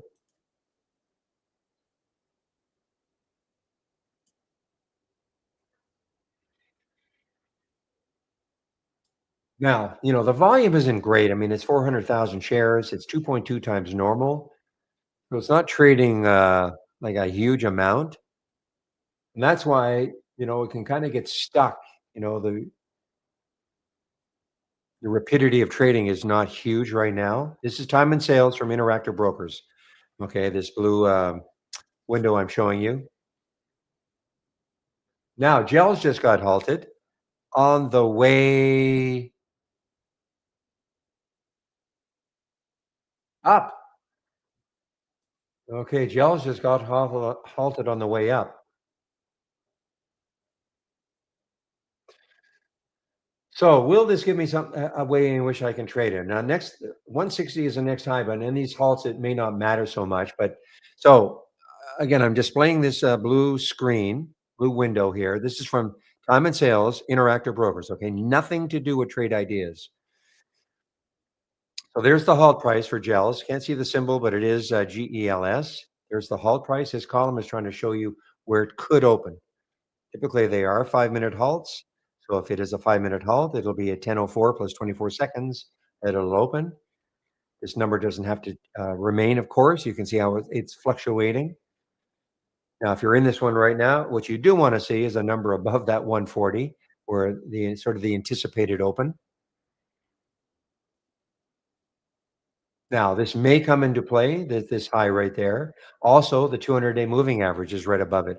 So there may be other reasons why it could stall moving higher when it comes. But look at that.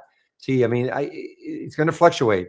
Now it says 163, and right there is 164 is the 200-day moving average.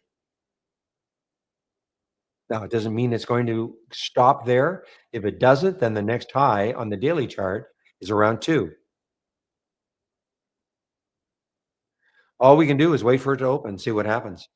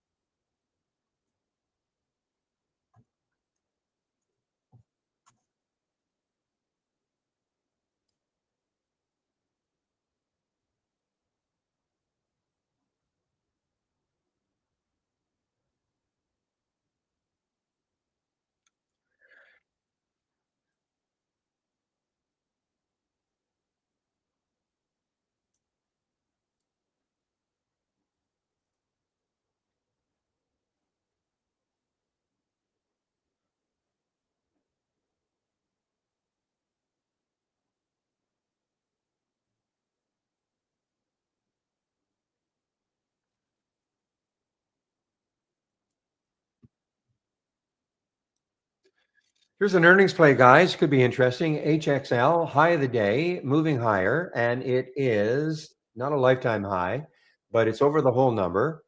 As always, check the weekly chart. Where could it go? Can't see anything on the weekly chart. Check the monthly chart. Where could it go before it hits? Boy, what a choppy looking monthly chart. So you can see right now it's at 73,812. The high right there is 73,58. So for me, it's too close, okay, on a percentage basis. If I took it right now and it ran right here, I mean, it wouldn't be terrible, but it's too close. If the next high had been, up here at 77, that would, for me, it would be more attractive. Doesn't mean this is gonna stall it, but, that is preventing me from taking the trade.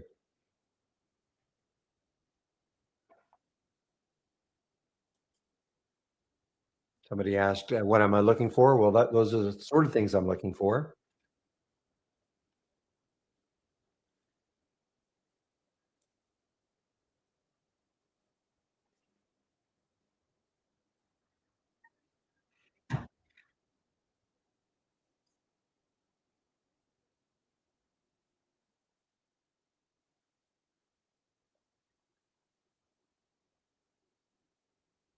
Other one, not an earnings play, but PAR is on the move, so let's take a look again on the weekly chart. Can't see anything on the weekly chart. Take a look at the monthly chart. Same kind of thing. Look at that. 40.27 is the next high looking left. Then after that, 40.65. All those highs are just, for me, too close. They could stall there. So even if we're kind of setting up over the whole number and not, being too parabolic, um, I'm not going to take this trade. Now, I could look back at the end of the day and it could have bursted all through this, but I just won't do it.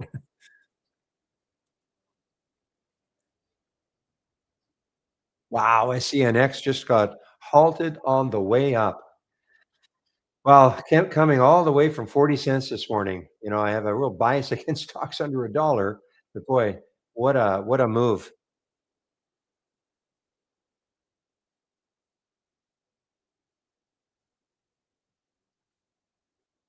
Somebody said, if they had shorts available, they would short it.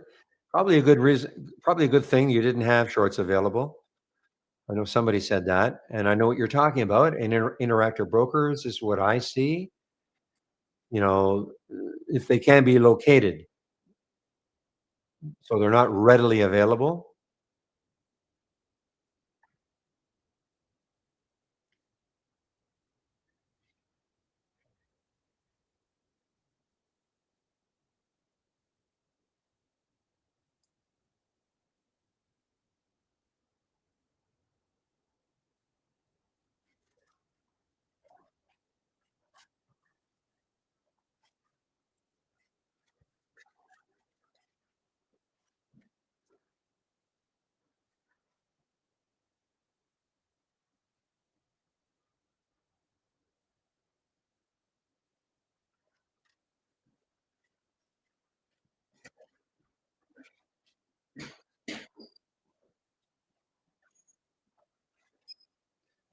Give me a moment, guys. I'll be right back.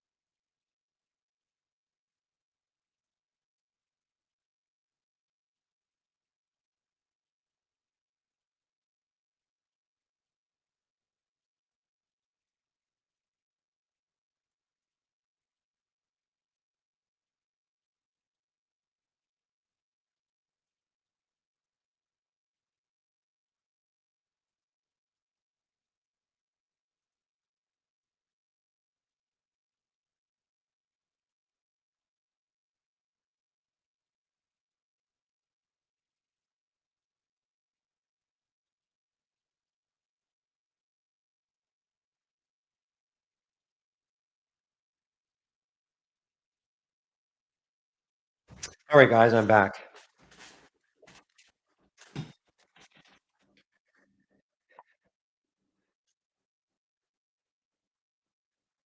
All right, how about Verizon here? VZ, just underneath the whole number, 38.96.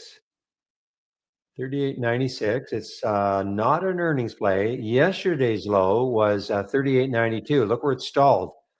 So maybe this will bounce from here. Okay, maybe so it's showing up here on large cap losers, but maybe that is going to act as support. So I want to watch this one right around that 39 mark. Maybe put a price alert around 39.07, and maybe that is going to turn into a bit of a bounce play. That yesterday's low is holding it. Now, of course, that yesterday's low is so close, maybe it goes below it. And if it does, let's take a look at the weekly chart. The next low looking left is 38.61. So again, it's too close. For me, it's just too close. I want to see a lot more room. It depends on obviously it depends on the price of the stock. If this were a $1 stock and the next low, or say it was a $1 stock and I wanted to short it and the next low was 50 cents away, that'd be fine. But if it's a $39 stock and the next low is 50 cents away, for me, that's just too close.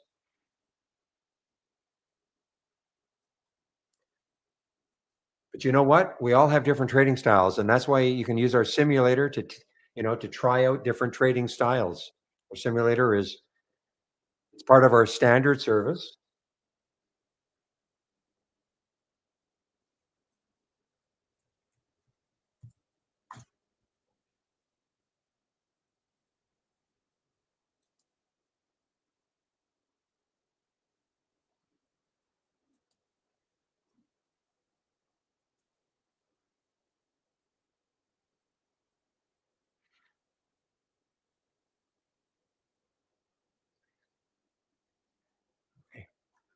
All right, so the SCNX are resumed, and what did it do?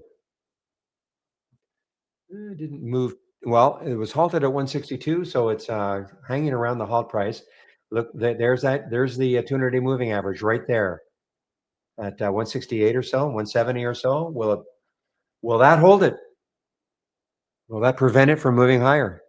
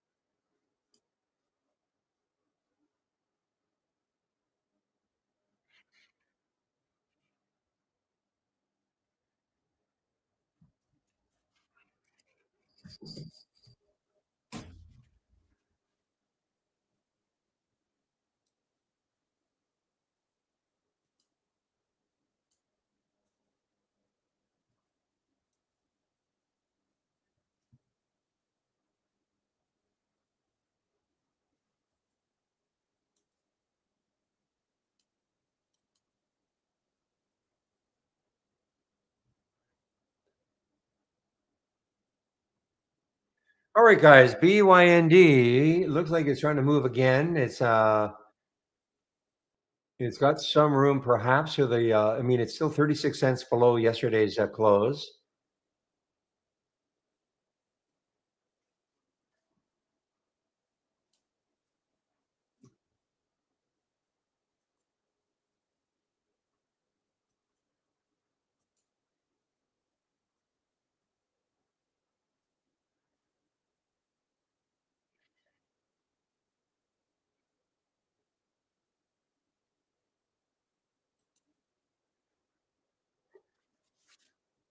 Okay, guys. So yeah, so it's turned blue. The trend is turned blue. So that means the trend is picking up here, guys. On the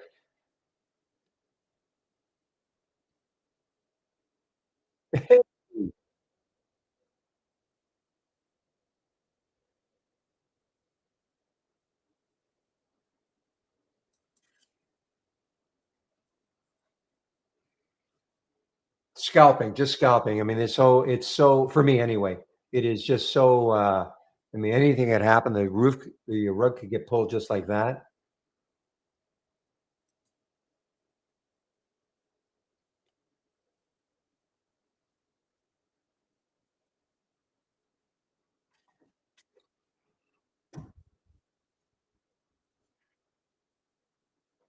Man, I was almost gonna take the QBT.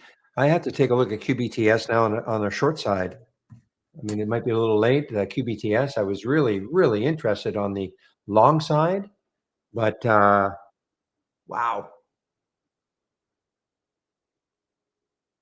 33.17.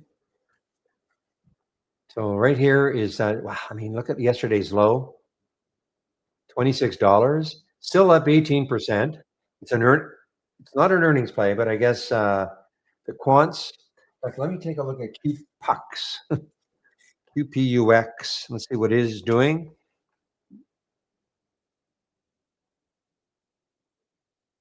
So, of course, it's following. I wonder if there's one on the short side. Volume is not tremendous. So this is an ETF, as it's called, a pure quantum ETF. So if you're into the quant stocks, this is an ETF designed for them, but this is on the long side at 2 times. So you get,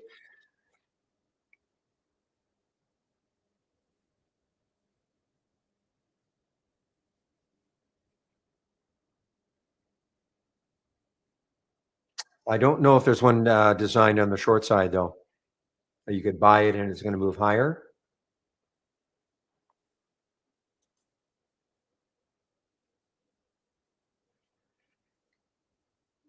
Yeah, White House talking about investing in the industry again. That's been out there for a while, but maybe so that is what happened. Talking about the quantum stocks. So I think it's going to turn around, but look at the quantum stocks though from here. The last few days have been just selling off, off, off, off, off.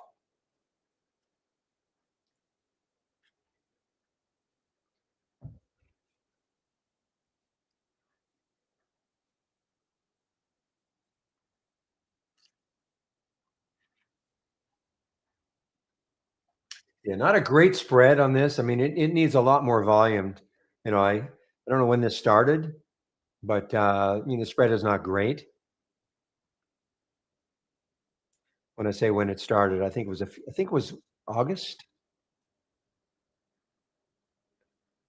Yeah, started in August.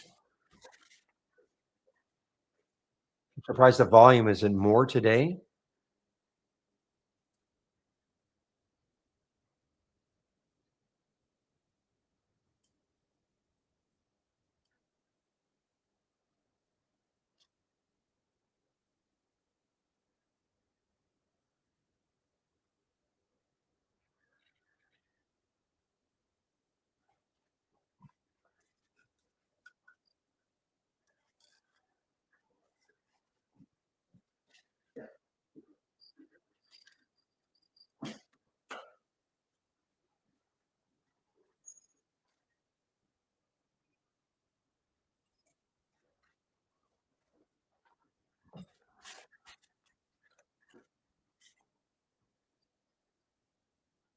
All right. Well, look at that 200-day moving average, guys. Remember we were just talking about that 200-day moving average for SCNX, and that's what stalled it.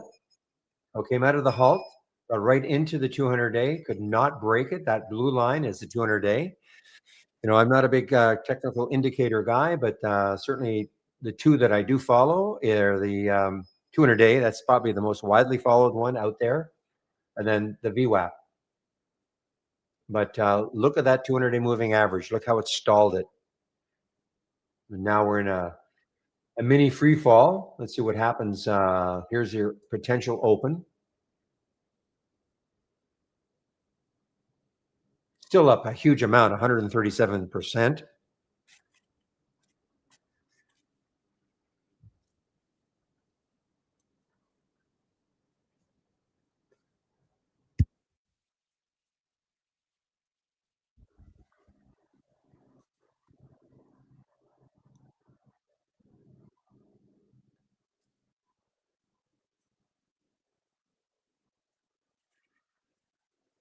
It's an earnings play, guys. Dow was an earnings play. Not really doing too much. It's kind of chopping around on the 2 minute. Underneath the VWAP, though, could be a interesting short. Underneath the VWAP, market slides it all. Look at the SPY sitting right on the VWAP, that purple line.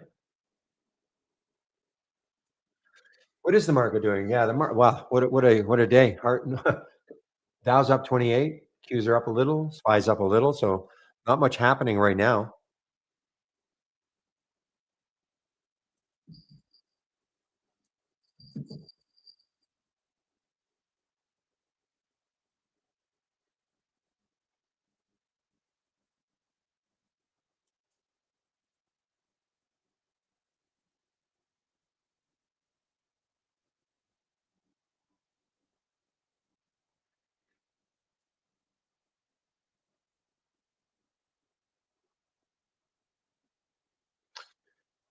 So gold. Okay, I'm looking at this gold play here. This KGC. So is gold and silver, have they finally stopped their descent? A couple of big down days. Yeah. So yesterday basically closed flat. I'm just looking at this is the day before yesterday. There's where it closed. There's where it closed yesterday. So basically closed flat. So the all the I guess profit taking got it all the way down here, and now we're maybe poised for another move. That's gold. Let's take a look at silver, SLV.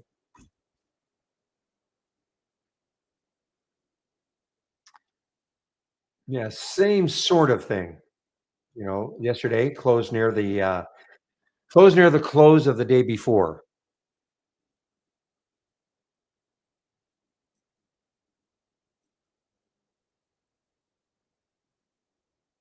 Come on, beyond.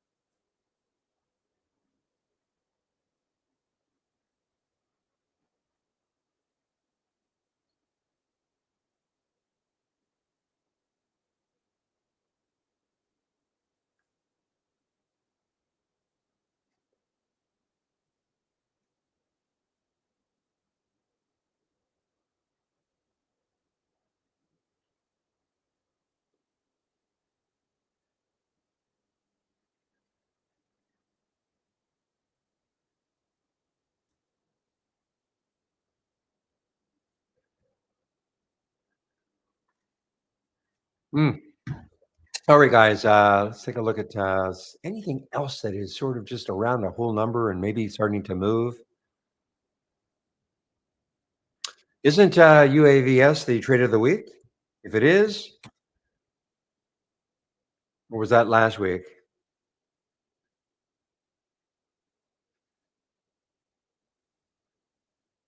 If it is the trade of the week, it's not doing well because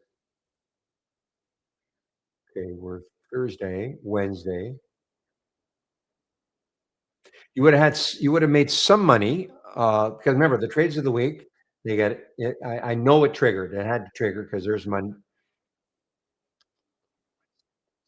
So it would have triggered on Monday.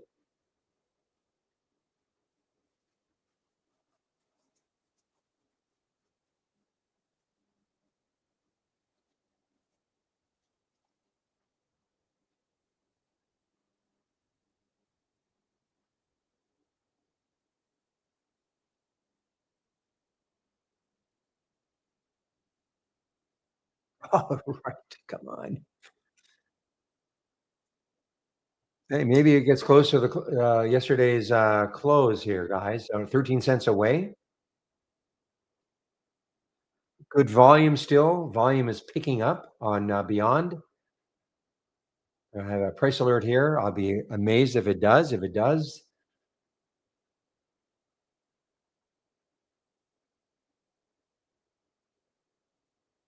it became a bit of kind of a VWAP play for me, guys. Look at the VWAP right there. that purple line. I saw the little buy flag there, just out of coincidentally seeing the buy flag there. I've traded some out though. I mean, I've traded some out. I have no illusions that it's going to do something like this. It could easily stall right at the yesterday's close, which is only 15 cents away.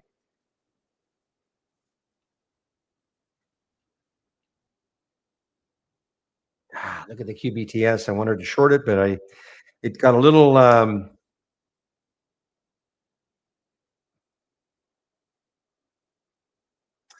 it got a little spready on me, and so I didn't do it.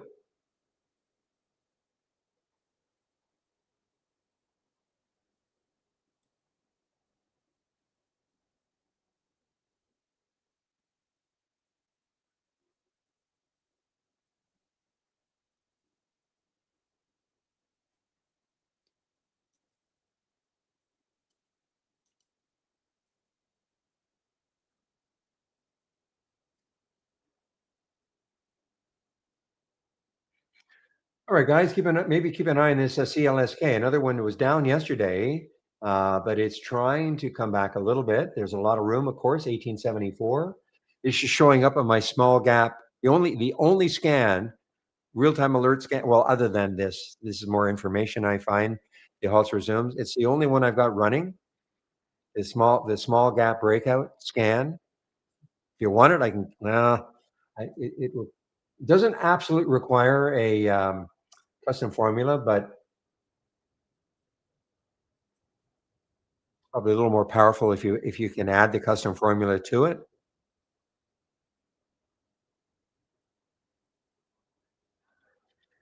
Yeah, I mean, Quest AI, okay, in about a little over half an hour, come into the YouTube room, okay? Steve will be there, and Andy is in tomorrow. They are more swing traders than I am. Now, Steve has already said he's virtually all cash right now. Okay, I saw a post he made yesterday. He's virtually all cash right now, so he's not really looking at swinging anything. But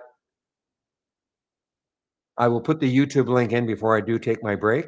But again, they are way more swing traders than I am. But again, it wouldn't it wouldn't take much because I don't swing trade at all.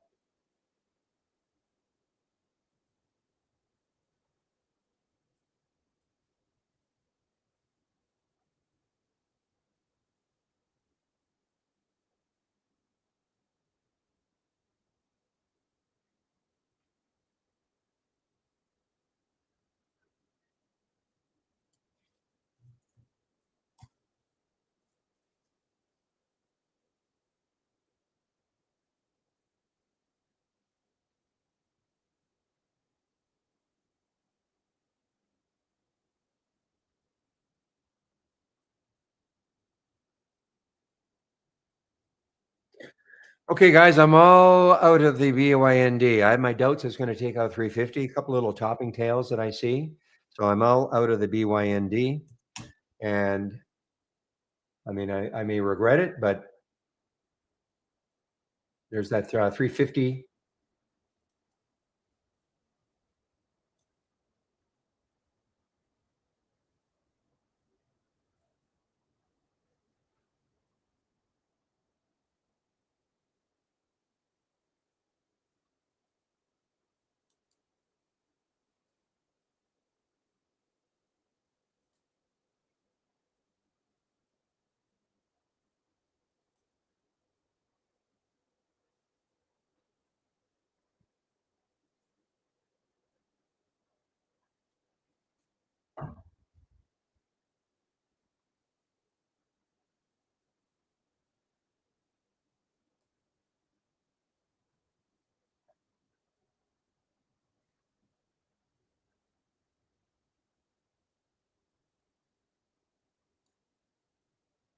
Is this a SPAC? HVII? I think it might be. Yeah, it's a SPAC. Blank check.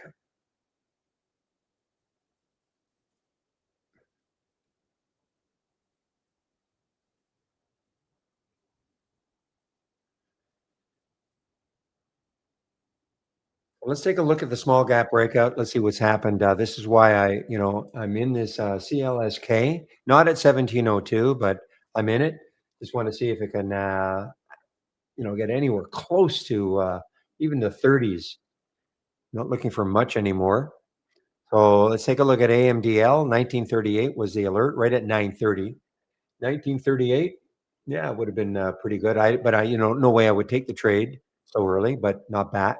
Very good, in fact. CIFR 1615. Another good one. This is the CLSK. Didn't like look. You get the alert at 1702, and it didn't move for what time is it now? 11:28. 2 hours didn't really move. Now, hey, now it's starting to move a little bit.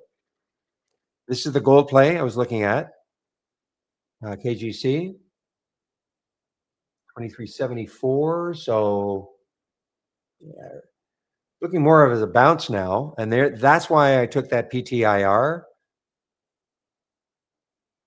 early.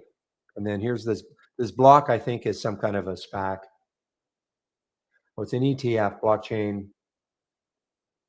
So this again, the small gap breakout. It's the only scan that I've got going.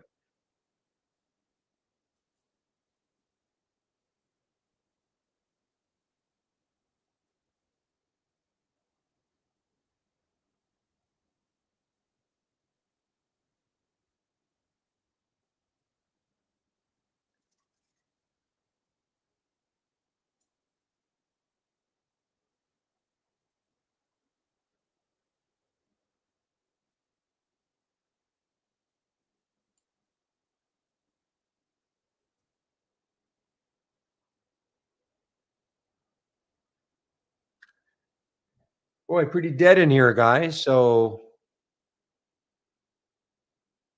there's the Beyond Meat starting to drift down again. I'm going to watch it to see if it holds three. Maybe, this could be one of those ones where you can carve out 20, 25 cents.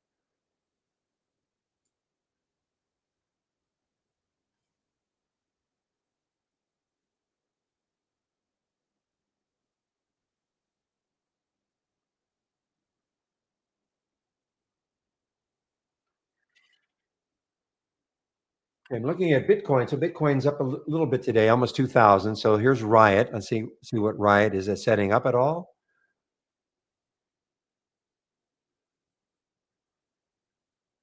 Same thing. Well, 2062 is the next high. So a little bit close. 2057, actually. 2024 right now. So it's too close for me.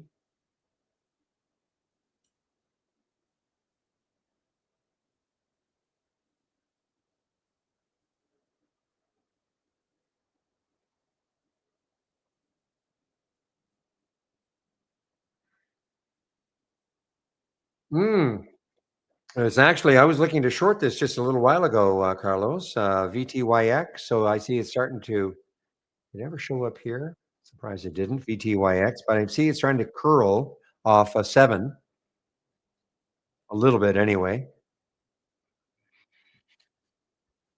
All right. Well, CLSK, come on. VTYX. Let me get it up and running. VTYX. Hey, click on it because there's nowhere to be found for me. It's actually an AI alert. Okay, so let me just like to click on the symbols rather than type them in. Makes it a little easier. Yeah, so there's the VWAP 742. So sometimes, some who play the VWAP may look at that as a bit of a magnet, or maybe it gets close to it, and then that's where it stalls. But if it did that from 7 to 742, obviously pretty good.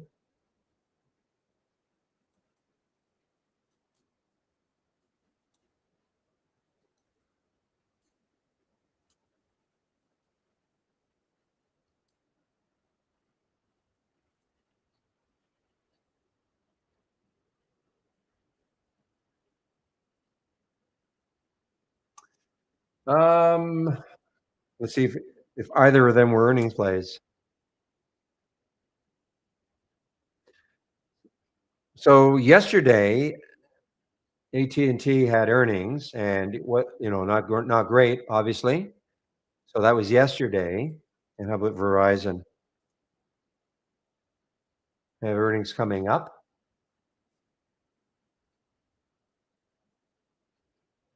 I don't know, maybe because AT&T with earnings yesterday is dragging down the telcos because it wasn't great. I don't see any specific reason. This one has Verizon has earnings on the 29th. That's next week, though.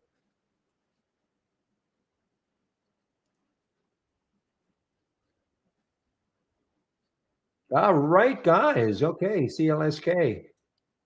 Yeah, a little more than I was anticipating, actually.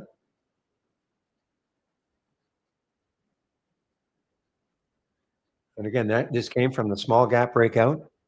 But look, I got the alert at 9:30. I didn't act on it at 9:30, and that took a long time before it really started to run. Now it's running.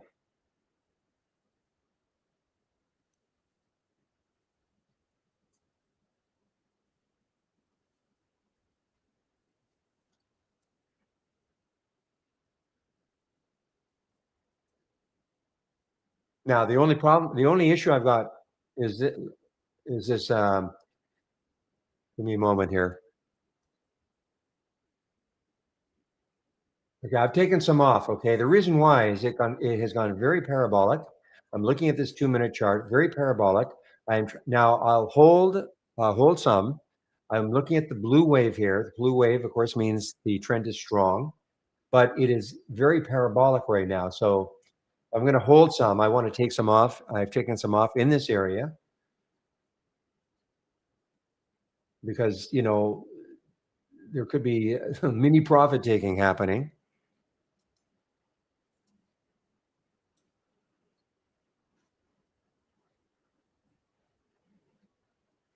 Ideally, what you want to see for me anyway is narrow, like a narrow wave up, which would mean that the bars are not way above. So, William, I'll bet that I know you look at the Bollinger Bands. I'll bet that this is quite a bit above the Bollinger Bands right now. Now, I don't know what time frame you're looking at, but I'm talking about the CLSK. Maybe you're looking at a 5 minute time frame.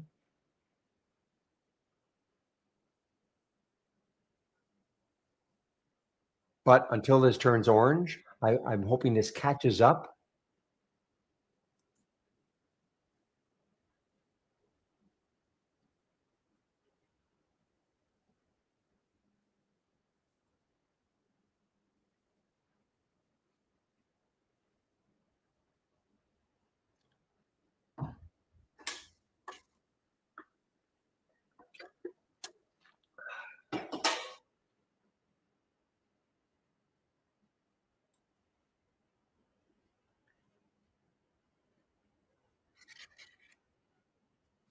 So remember what that scan does. When I get the alert, there has to be at least a dollar fifty, at least a dollar fifty to the next high if I'm going long.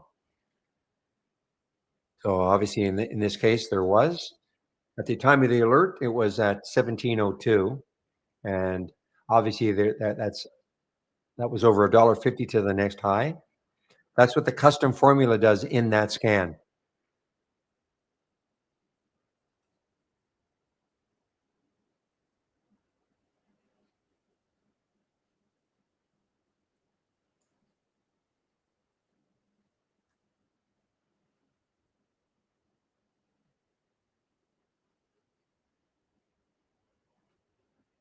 Don't get too many over the course of the day either.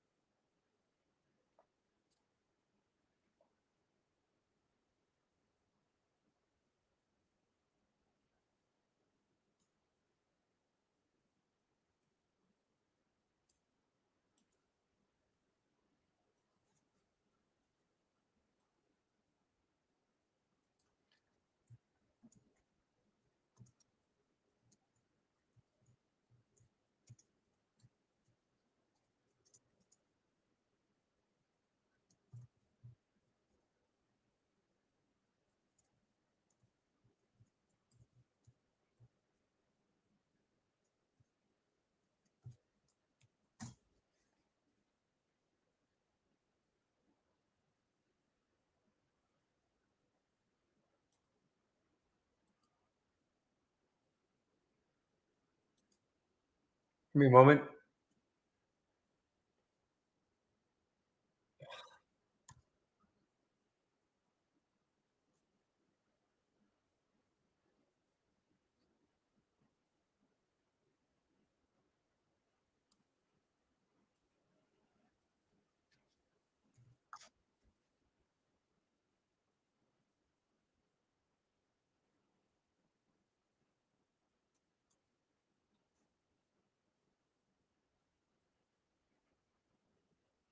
Wow. Go, go, go. CLSK. Now, this is when I do have to have this up and running on this chart because I want to see the wave. Look how the wave is. So I will tell you this: I would have been out of this trade probably in its entirety right around here at 1730 from my entry around 1710. Okay, because of that. So yes, did I take some off at the 1740 area, 1738-40 area? But I kept, but I, until that turns orange, within reason. I mean, this is getting really parabolic. Any news on this one? I don't really see any other than after hours yesterday, Macquarie has been an outperform. No price target though. I don't see any news on it though today. Raised to $30 a share. Okay, so from 20 to 30. That was yesterday after hours. So I guess that's the reason.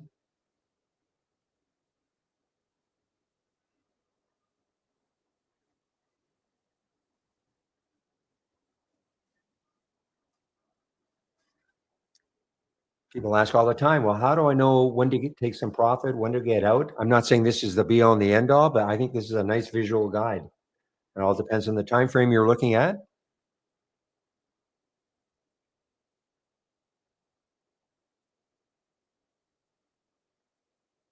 Yeah, so I think you're talking about MB. I'll just call you MB, okay? Your question is, you're talking about this channel bar here has other channels in here, and this channel here doesn't have the same ones. Is that what you mean? The dog channel bar is different from the channel bar.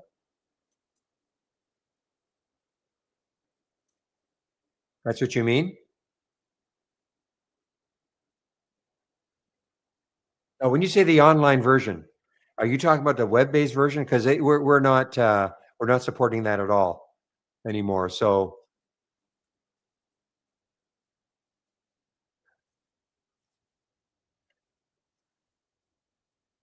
I think this is still what the online version has. I'm not sure. We're not supporting it at all, though. When you say online, you're talking about the web-based version.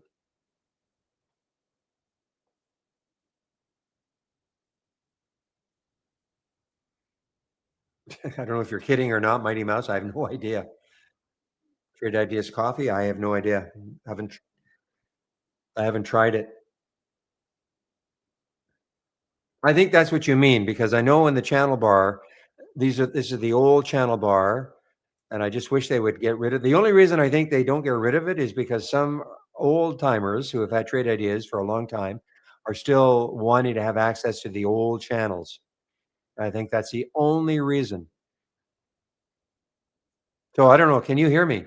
Am Bassioun? So that wasn't a serious question, Mighty Mouse. Okay.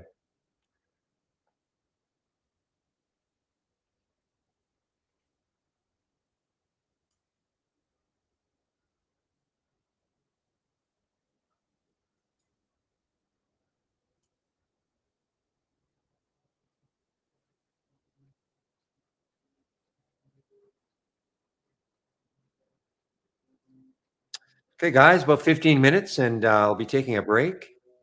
So I guess Bassioun cannot hear me. Really helps to know if you ask me a question, okay, that you don't have me on mute or that you can hear me. Really difficult for me to figure out when I make or attempt to answer and I don't get any response.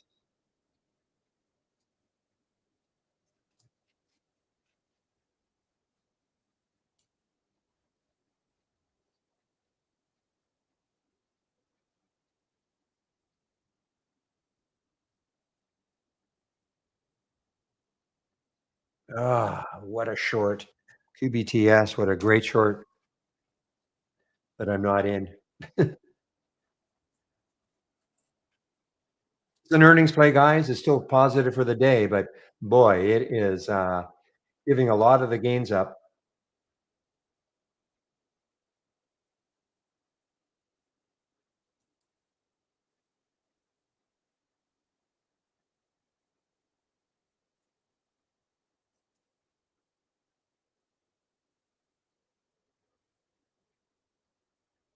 Oh, just absolutely catapulting down now.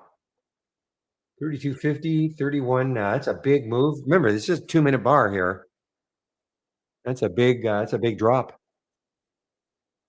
Okay, so I'm assuming what you're talking about, right? When you talk about the online version, are you talking about our web-based version, MB? Okay, so we're not supporting the web-based version at all. Okay, so that's number one. But I have a feeling that this is what you're also talking about. If I click on new and then channel bar, are these the channels that you're seeing? These are the old channels, okay? And Alpha Predator, I think, is still here. Well, it's not here anymore. Oh, wait a minute, show more.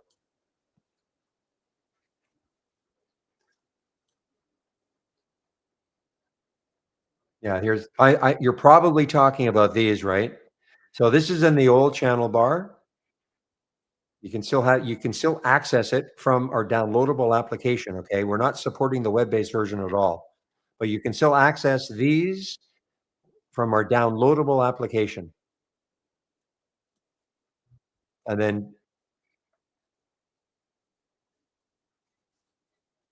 so when you say on the computer one, now we do have 2 channel bars. Okay, so just remember, you can click on channel bar, and this is what you're going to see. I think the issue was maybe you didn't click on, show more. So if you click on new from our toolbar, then click on channel bar, you see where and then you have to scroll down, and then where it says show more, click on show more. Now you see them all, okay? Including the alpha, where's alpha predators down here, okay? Number 1. Now but before you click on a channel, do you the reason why we got rid of this and we have the dock channel bar is if you click on a channel right now, don't do it. If you click on a channel, your layout will disappear. And that was the reason why we created the dock channel bar.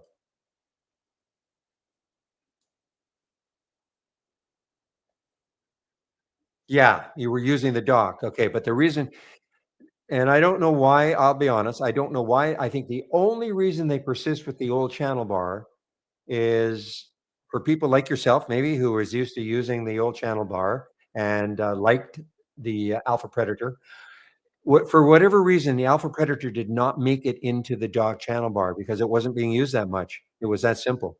They made a decision and said, "Okay, we're gonna migrate the ones that are being used the most into the dock channel bar." Now, the reason why the dock channel bar, and you're probably aware, is that you can have a layout up and running. Like I got a layout up and running, but I can click on nuclear energy as an example. Okay, and here it is. Here's the nuclear energy channel. But notice that my layout does not disappear. If you click on anything, you probably know this. If you click on anything from the old channel bar right now, which I'm not going to do, if I click, okay, just give me a moment.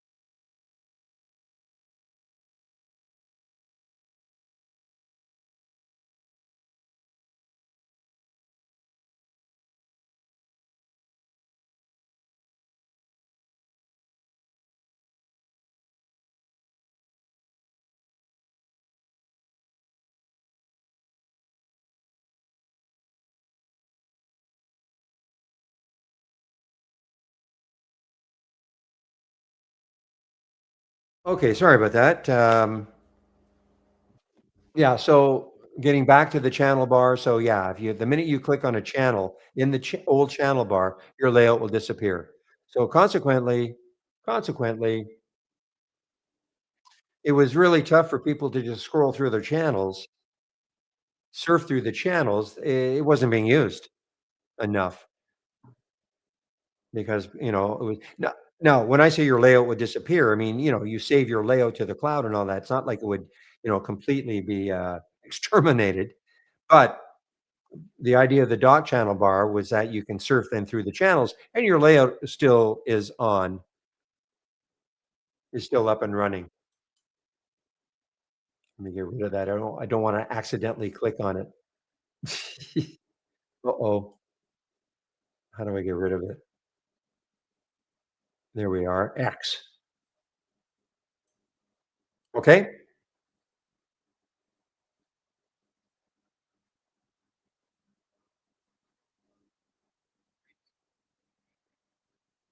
Now, if you're wild about, is it like, do you really like the Alpha Predator as an example?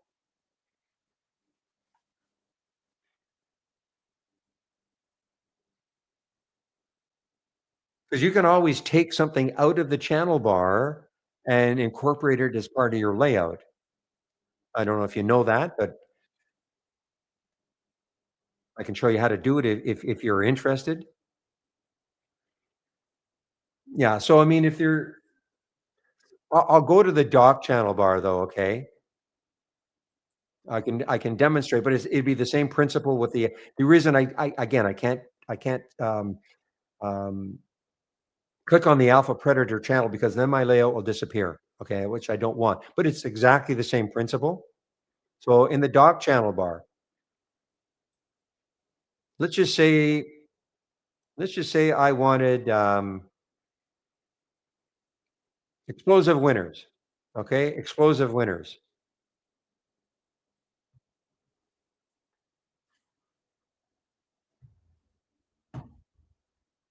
So let's just say the relative strength leaders from the close, okay? And I wanted this one, or I want the trade ideas winners watcher, which is a huge. But I'm just sort of explaining the concept, okay? So let's just say you wanted this one, the relative strength leaders from the close or from the open, okay? So all you do is you right click in the body of this, and that but this is the same for anything that you might wanna have. In other words, what we're trying to do is taking it out of the channel and then incorporate it as part of your layout. So if I right click and you see where it says duplicate into free floating window. So when I do that, now this showed up on my other monitor. You see now it's a free floating window. Now you could, in theory, go to different channels and extract different windows. Don't go crazy because you don't want to have so many things to look at, but you might have, a couple of favorite things that you might want to extract from a channel. So all you have to do, again, if it were the winner's watcher, right click, duplicate into free floating window. Okay. And it's just showing up on my other monitor. So it's a matter of getting into the body of what you're looking for, into the body of it, and then right clicking on it in it and then duplicate into free floating window. And then it becomes a free floating window. Then you can save this as part of your layout. So you don't have to go into the channel every day, extract it every single time. Kind of making sense? So with the Alpha Predator channel, as an example, you could go into it and extract what you wanted. I just don't want to do that because my layout will disappear.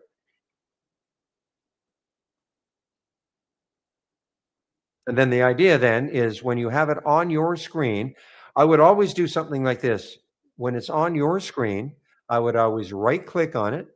Imagine this were something you just extracted, right click on it and save or share to cloud and save it in your cloud. Because if you accidentally delete it, on your screen, as long as you've saved it into the cloud, it'll be there for you.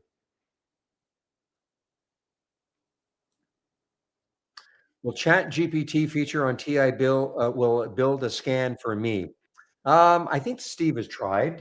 You can ask Steve. He'll be there in about 5 minutes. I've not tried.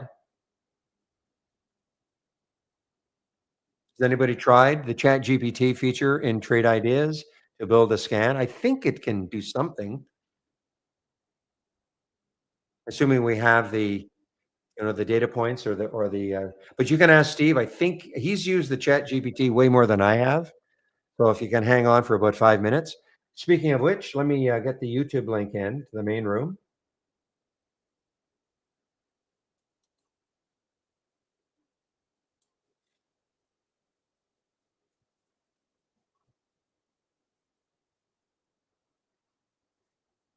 Just a personal preference, okay? I used to use candlestick charts for years and years and years, but it's just a personal preference for me now to use a bar chart.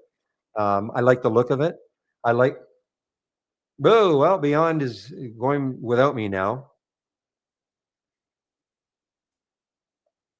For me, it's nice. It's visual on my daily chart, so I can see the little jut out there. I can see that. Well, that's where it closed yesterday. That's where it closed yesterday. I know in the candlestick you can do kind of the same thing, but I just like visually the way it looks.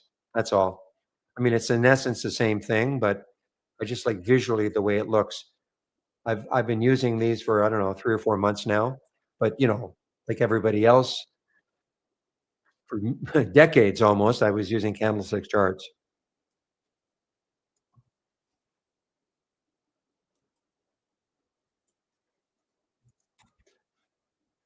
There's a YouTube link, guys. So Steve's not there yet, but he'll be there soon. Just give me a moment. I just want to get my announcement in. So, I mean, with the charts, I can go to the select chart style, and here are the chart styles. So that's what I'm using, the bar chart, OH, open, high, low, close. Here's candlestick, of course, but you can have different styles.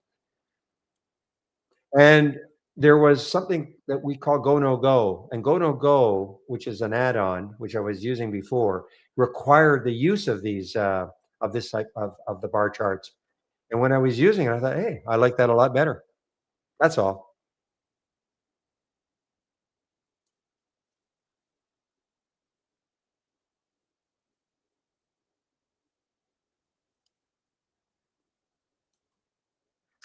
All right, I'm not gone yet. I'm just waiting for Steve to show up.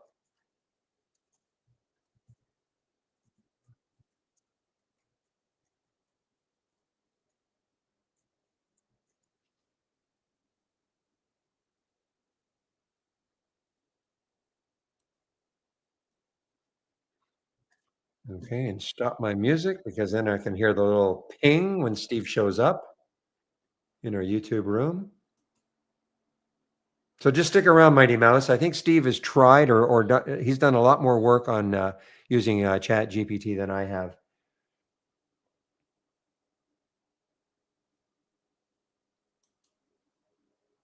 Boy, this CLSK.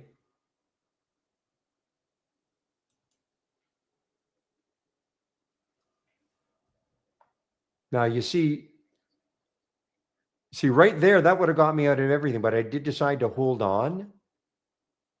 Okay, but you see how the wave remained blue. So I did take some out earlier, right a little bit above this price, but because I did, even though this was making me gag a little bit, thinking she'd be out of everything, held on because it did not turn orange.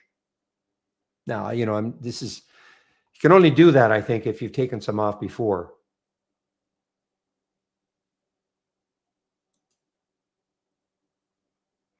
So this is TradeWave, okay? And it's part of the standard service.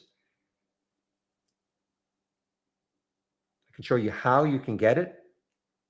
Just waiting for Steve to show up. I'll show you how. When he shows up, I put myself on mute in the YouTube room, but I'll keep myself going in the main room. Okay, I'll just show you how to do it. The one thing you have to if you right click on the chart, you have to have use browser interface checked. Number one. Okay, there's Steve, I think. Okay, guys. So I won't put myself on mute in the main room yet, but I'll put myself on mute in YouTube. But I can welcome Steve Gomez, okay, into our YouTube room. Hi, Steve. Hello. Good morning. Good How are morning. you? I'm good. You can hear me, I assume? I can hear you, yes. Okay, good. Mighty Mouse asked a question regarding the Chat GPT feature. Sure. Can TI build a scan for me? Or can it build a scan? It can help. Let me just get to the chat so I can see them. Cool. And I'll let you go, okay? Because I want to answer somebody in the main room. Sure. Sounds good. Okay. I'll put myself on mute here. All right. Hello, Mighty Mouse. Will the Chat GPT feature on TI build? So there's two ways to access the Chat GPT feature. Hello, good day. One is under new and GPT help. However, I noticed one thing I don't like about this one is, if I recall correctly, maybe unless they fixed it. Let's see, maybe they have. No, I can't copy. Maybe I can Control C. Not that it matters, but it doesn't have a right-click copy feature. And then, of course, we have the other version. There we go. Come on. Inside of Trade Ideas, right here. This one is, can you help? Now you have to be logged in too, by the way, up here. Otherwise, you don't get the full feature of the GPT. Me configure a scan. So what should we ask the GPT? Now, interestingly enough, there's also been some pretty good headway on Grok,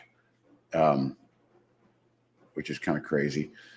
And also GPT-4 or 5, I'm sorry.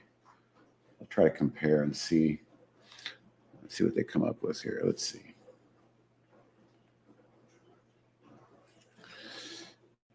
Okay, so how would I set the filters or event to find low float stocks with earnings coming up and above the 20-day SMA? Let's see what we get back.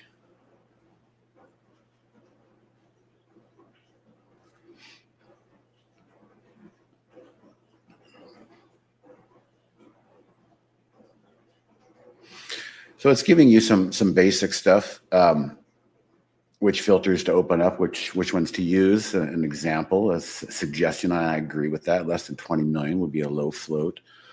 And then you'll have, of course, here's the Trade Ideas Live, where we are right now, support help, and a user guide, of course.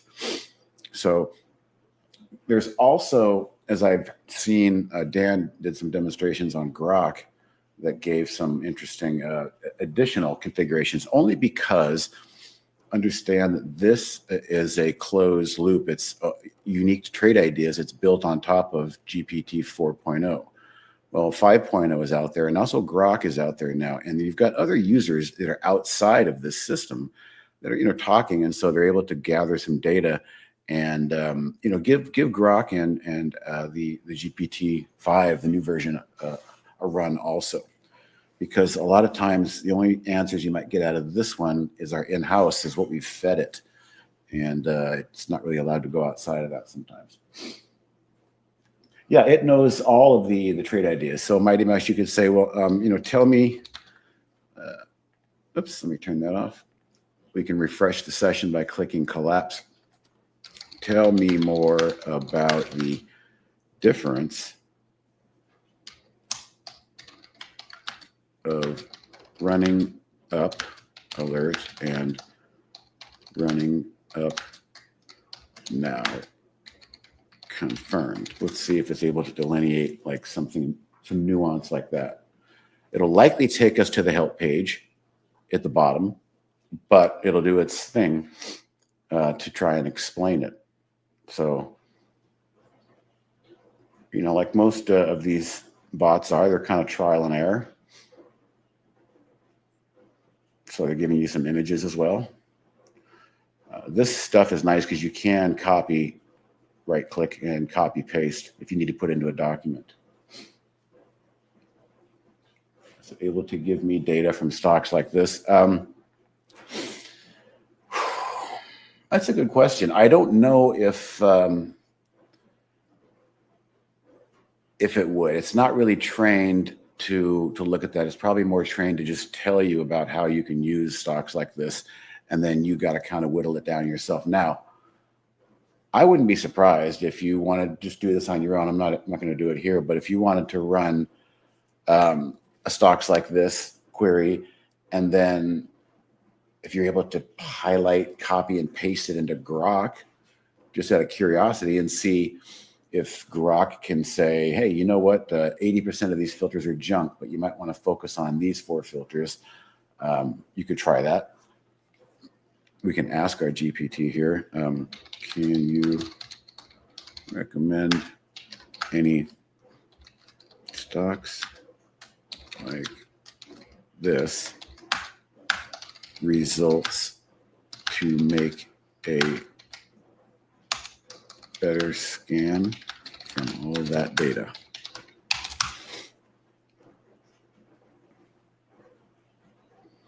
Let's see what we get. So yeah, they're going to send us to the page, just tell us what the tool does, review and analyze, tell you how to review and analyze it yourself, and then build your scan based on that. Let's just ask, and this is where Grok might actually just run circles around us here with taking basic data that's just necessarily outside of trade ideas, but you know, they can make sense of it. Can you analyze these results for me if I copy paste them to you?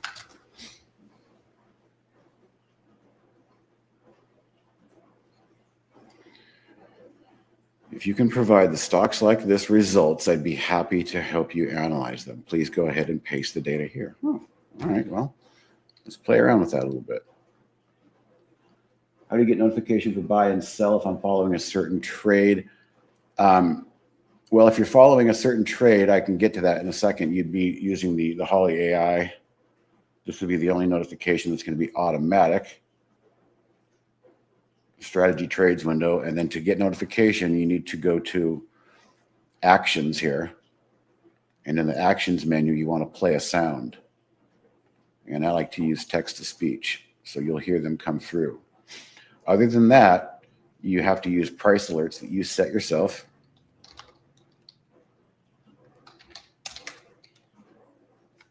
And let them work. So the price alerts would do the same thing. You take the right click and you look for actions. And then you can turn on your manual triggers, but the only automatic trigger is going to be the Holly AI. All right, I'll get to the question, Aussie. I want to follow through and see if we can do what our GPT is asking us to. So I believe it's in the education section. No, it's not that one.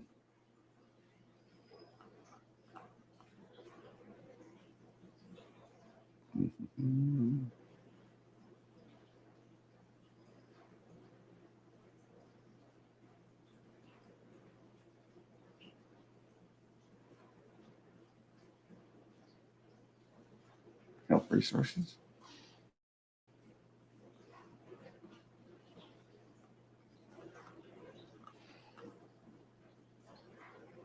Well, let's ask the GPT if it can provide us the link,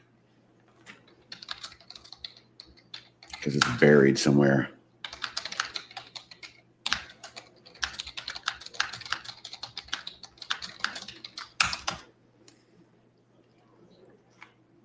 I'm sure it had it before. Okay, stocks like this. All right. Let's just do Let's do like NNE, a stock that's trying to reverse today. Okay, today. All right, starting at, we'll do 8 o'clock, 8:30. Duration 15 minutes.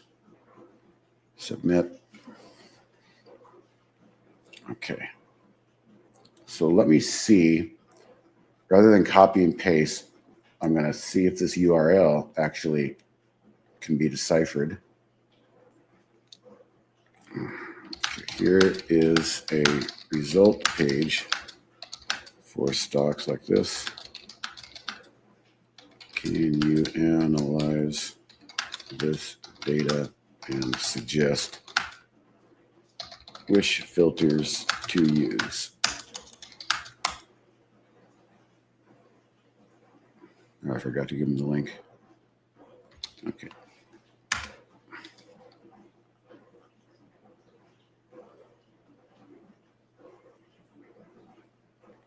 Okay, I confused it. Please analyze this.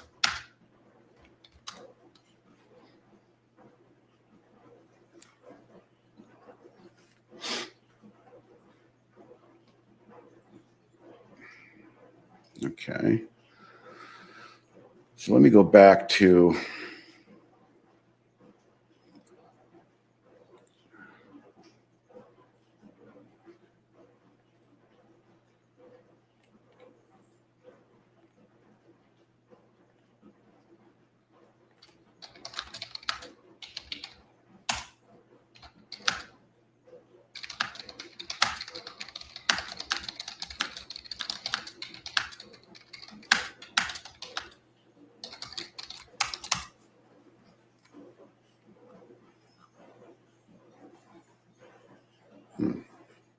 keeps giving me the same answer. All right, so let me try this.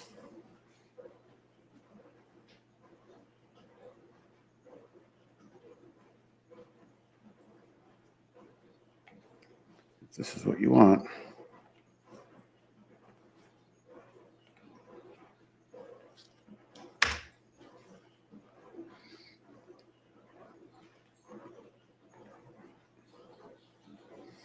All right, it looks like it doesn't want to do that. So this is something that you might be able to try in Grok. Even though it said it could do it, it lied to me. I saw a funny meme this morning. It said, can I eat this mushroom? And it's a big red mushroom. And the AI says, yes. And then the guy's laying in bed and it said, would you like more information on poison mushrooms? All right. Let me back up because I've missed some stuff here. So Mighty Mouse, that was for you. Hopefully that helped a little bit. How do we get notification for buy and sell? Hopefully, Mukesh, I showed you that, the actions, properties or actions. You got to turn on the sound. Hello, Ozzy. Sometimes when the money machine enters a position, it immediately grows a loss. Okay, so that's exactly a good reminder. We're going to turn the money machine on here. My settings are going to be the long side pullbacks that have hit the 130. We'll go ahead and set that, save it, and launch it. The reason you're going to see red immediately is because we're simulating, see red, red, red, red. It depends on what the spread is. And for one, I think we're going to incorporate more ease of making sure that stocks have wide spreads do not get included, because if there is a wide spread, then you're going to see like a bigger loss. The way I have mine set with these, the first initial trade, $3, $4, $5 negative. And the reason for that is we are simulating the bar being low. We're losing the spread. What I'm going to suggest is I use market orders all the time in my live account that are routed through the smart system. And there's always price improvement. It's usually a midpoint in that spread. And in reality, so live trading will probably actually be better than the low bar we're setting here for simulated trading, where you lose the spread every single time when you hit market buy. So hopefully that answers that question, Ozzy. What's the green light on the 15-minute chart? The green line, yeah, it's my 10 SMA. And as you can see, the 10 SMA is now kind of guiding. Let me look at a better example, like the SMH as I was looking at earlier. Perfect example of both of my indicators right here in one simple chart. So this is the 130, which is a 5-day moving average, but visualized on the 15-minute time frame. This is my bread and butter time frame. And the 10 SMA, which you just asked about, is the momentum indicator. So this tells me under selling pressure, reversed selling pressure, came back to test. There's the open, and we're still holding. And so now the price got pinched underneath the 5-day. You can see sellers showed up here, just like the sellers showed up here. And then the momentum line has pinched the price, and now I pushed it through. That's as simple as I want to make my 15-minute chart, and that's all I really need. I don't have any positions today. I decided NASDAQ. I've been kind of going backwards the last 4 or 5 days, and so whatever I'm doing is not working. So it's like a batter not seeing the pitch. I'm just kind of stepping out of the box there. Okay, I'll be right to you, General. What I'm going to quickly do here for the people who are curious about the money machine is, again, I've got a strategy. I just explained that 5-day moving average. So let's go through and look at the pullbacks to that blue line. Pull back to that blue line. Now what I'm going to do is I'm not concerned about my settings. I don't care about these settings. They're just a placeholder for me because there's no perfect mix. You're never going to find the perfect mixture of ratcheting your initials and increases, and that's there for those who want it, but that's just too much for me. I'm visual. So once the trade is open, I'm going to tighten up the stop a little bit, bring that into play, click this one time, the target. Now I can make my risk reward. I can look at the uniqueness of this chart and say, all right, well, if we get back to highs, I'll risk, $24 to make 66 on that one. This one, click the target, bring up the rear. Oops. To put it just under my blue line and put this back at highs. Gosh darn it. Risk reward 1 to 2. So I'm constantly running kind of tight stops and then trying to give myself a little upside visually. This one could be $100 winner if we risk 42. So for those that are new, this is how I use the money machine. It doesn't work every day. It's a slow grinding kind of a strategy. It's not trading momentum. I don't think momentum is really designed, or it could be, but I haven't found a way to make it work on this thing yet. So what I'm doing is I'm just setting these, and we'll just continue with the questions, and I'll come back and we'll see if these are marinating properly. Could get a good move out of this one. So I'm going to push this up to like 160, and we'll risk 50 to make 160.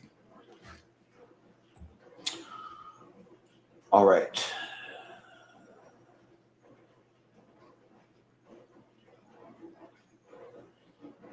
All right, so general appliance.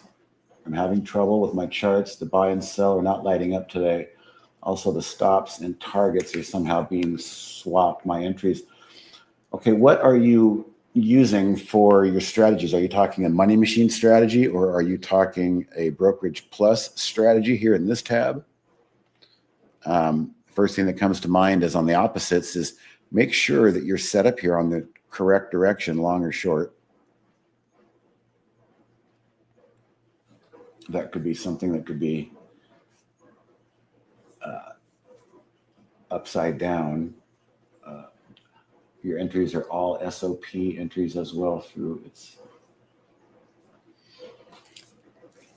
All right, so I don't know what your buy and sell looked like before, and I assume that you downloaded like a new version, and the new version might be a little different. Is there a reason you can't use the trade ticket up here? Like for right now, I'm using the money machine, and if I look at this $20 loser, I don't even have to have the brokerage plus up. So now I can control the whole panel from here, and I can say, well, if it's not working, I could just see I've got it selected. I could click, let's see here. TI paper trading. I don't want to buy. I'd want to sell. And I have 50 shares. So I can just quickly sell at market right there. So I guess my question is there a reason you cannot use the trade ticket? Now, I think I saw Andy showed you earlier that if we turn off the browser interface, you do have these buy and sells up here. I assume this is what you're talking about. If you're talking about something different, then let me know. Let me turn the browser interface back on. But my first question is there a reason you can't use this module that we built? Buys and sells, and it's coded to whatever stock you bring up here.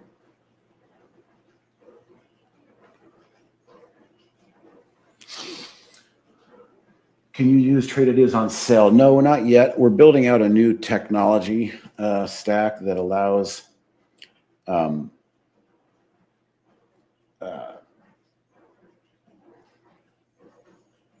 what we would call cross platforms, HTML5. So you don't need a certain version or a certain device. It'll just work cross platform, whether you're on a phone or a laptop or a pad or a PC. It'll be browser based. So we're not there yet.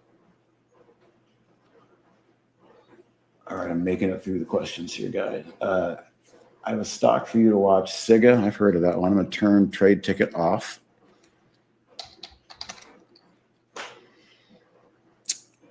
It's just been going sideways, huh?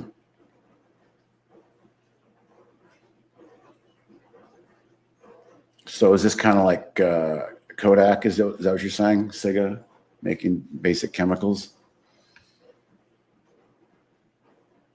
Oh, monkeypox. You know what? I got stopped out 3 sharp. Yeah, you got me. I do not have any UAVS because I tell you what, I'm having such trust issues. There's only so many times you can try and maybe buy the dip in some of these quants and there's a quant. So I basically for the last 3 days was just, getting paper cut, getting stopped out of things like this day or that beautiful bounce off of that 50-day, and then it just slammed back down. That one got me. If Patrick is here, I was stupidly playing PSLV with too much size the other day. I never make money in that. So I'm kind of giving myself a timeout. And that's a really strong tactic trading. Because if you can't recognize that things aren't working the way you expect them to, or the way, more importantly, the way they used to, then you've got to, you're going to learn the hard way. So I'll tell you a story. I've watched some people learn the hard way. When Andy and I first met, it was 1998, and we were trading on floor here in La Jolla, and the company was based out of Texas, and we heard about all these big gun traders. They were the big guys, and they had $1 million accounts, and they came to town to visit, and we watched them trade, and we were just in absolute awe of these guys and their impressive ability to just print money, $10,000, $20,000, $30,000 days. And fast forward 4 or 5 years, I was talking to the same broker who knew them, and he goes, "Oh yeah, those guys, Kirshner and Don and blah blah blah, they all blew up." I said, "What do you mean?" He said, "No, they couldn't adapt. All they knew how to do was buy Cisco, Dell, Yahoo into 1990. Once the 2000 crash happened, these guys were incapable of flipping upside down, and they just kept taking hit after hit after hit after hit, trying to do the same damn thing." And I kind of learned from that. That was a big lesson. I thought, wow, these guys I'd put on a big pedestal were fallible. Don't ever let that happen to you. So I've always remembered that. And that's what's happening to me right now. I'm just like, okay, you're getting a little, your account's had a great run. We're at all-time highs. You've had a great run, but you've given some back over the 3 or 4 days in a row. And that just starts to grind on you. Speaking of UAVS, it's bounced right up into the 5-day moving average. I wouldn't be buying resistance here. I was trying to buy some nice support and some nice reversals, but honestly, I was doing it too soon in the day. I was just getting too eager too soon in hindsight, and I wasn't waiting for setups that were reversing more midday later in the day. So I put myself in timeout. I think that's where they're going. The UAVS, they're probably just one good headline away from the Department of Defense announcing that something's happening with them. And you look and they open at $3 and you can't even touch it. And I'll be mad if that happens and I'm not in, but that's the risk I'm taking right now by being risk off. I'm going to miss out.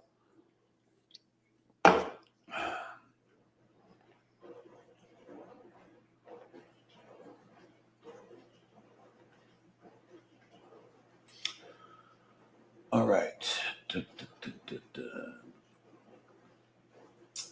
You know what I had to do, Patrick? I had to talk to myself into saying, I've never really seen a giant pullback like gold and silver had 2 days ago.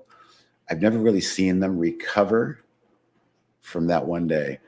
I was, again, just too darn early. I didn't take it home, thank God, but I got bounced out that day.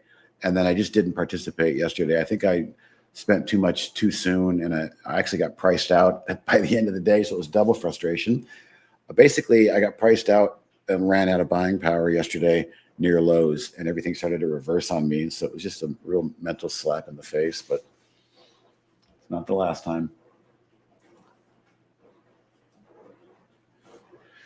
Trust me, Threes, I'm looking to enter back in as long as the market remains stable. I wanted to kind of wait for Tesla's earnings. I'll tell you, I didn't like this at all yesterday. So I was basically, as I was talking about earlier, here's that pinch play. Here's my 10 SMA. All of a sudden, the cascade of sales came in. And then it broke the 5-day, tested, and then retested lows. Like, oh, boy, this is ugly. But then had some juice for the end of the day, and I couldn't participate. And then I went back and I looked at the bigger picture. And in hindsight, it was almost expected. Here's a big stretch down, a recovery. Well, we had a little air pocket down here that just needed to be filled. And sometimes you just have to move backwards before you can move forward. The buyers are sitting down here with their arms folded saying, I'm not paying up for anything. And so the price just drifts down. Then the people panic into the patient, bigger players, and they hold the bid. So it's still looking like we're one headline away from maybe a new breakout. And if that's the case, then all of a sudden I'm participating again. But if I wake up to a bad headline and we start doing this, then on the daily, I'm going to stay sitting on my hands. Okay, so stop limit, Aussie B, we can show you that, but I would not recommend stop limit. It's a bad habit to get into because what is a stop order? You're wanting to, to add. Okay, you want to add. My bad. Let me stop. Market stop orders to get you out of a losing position are what you want to use. You never want to use a limit order to get you out of a losing stop. I can't take it anymore. You just want to get out because you've decided you want out. Just get out. Now you want to add. I do this all the time in my Thinkorswim account. Let's look through our portfolio here and see which one we might want to add to. Okay, let's see if that one's kind of weird. Okay, if VOD trades above 1167, I want to buy more. So first thing we do is we would change it to a stop limit. All right, we're going to adjust the price. 67. We want to add 100 shares and buy. What you can't see is a little blue tag just under that green tag. The current price is 1165. The blue tag is a live order that says, hey, once 1167 triggers, I want to buy 1167. But the way I do it in reality, again, is I don't use a stop limit. I use a stop. It would be just a stop, which defaults to a market. So if I wanted to cancel this order, we could say easiest way to do it is just orders. Where's the one I'm buying? Did I already buy it? Let me see.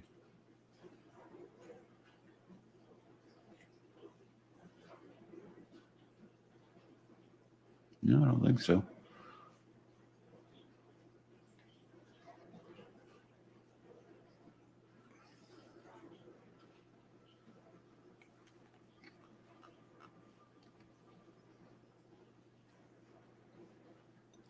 Why would I cancel that order?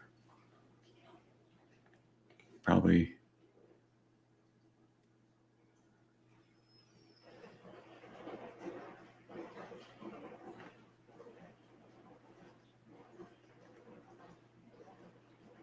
VOD. I wonder why it's not showing that. But what I would use is just oh, there we go. It's cleared itself out now. I would use a stop. And you set the price like $11.75.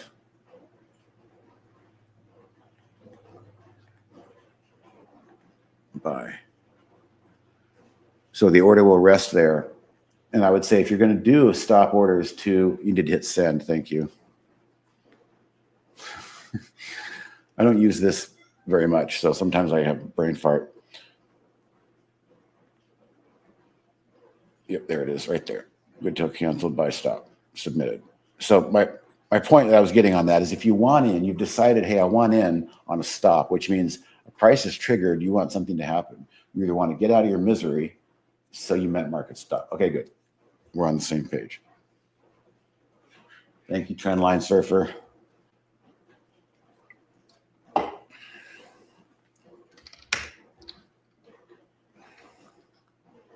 Speaking of Trendline Surfer, that's what the Qs have been doing since yesterday morning or midday. Excellent. That's why you're here. And thank you. Yeah, that's why I send people here. It's just too hard to kind of do emails or chat sometimes when you just need to see it visually and you have a follow-up question and then another follow-up question and then it all kind of makes sense. So that's why we do this once a day. Now, I will if you hit Dan with some of these questions on Wednesdays, you might stump him. And I've heard him punt and send it to us. So the real meat of support is Monday, Tuesday, Thursday, Friday. For more specific stuff on Wednesday, he might not be able to get the more stuff that we typically deal with in support because he's not in support.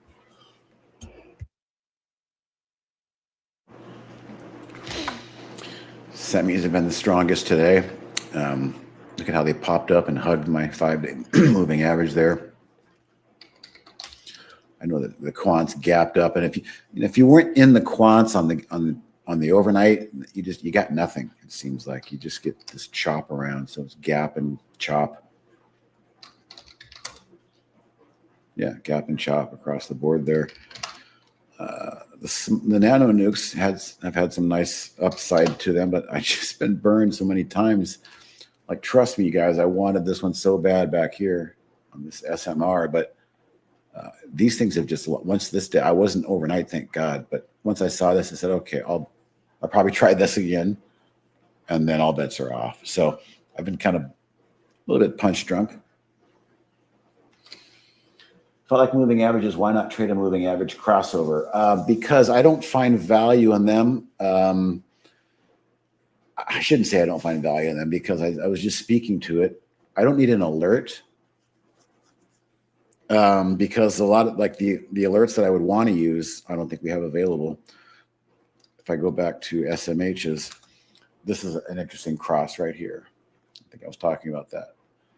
We don't have that option, but I use this visually. So I don't have a scan set up, but without a doubt, I give it clarity and credence, as you say, but I don't rely on any moving average crossover alerts.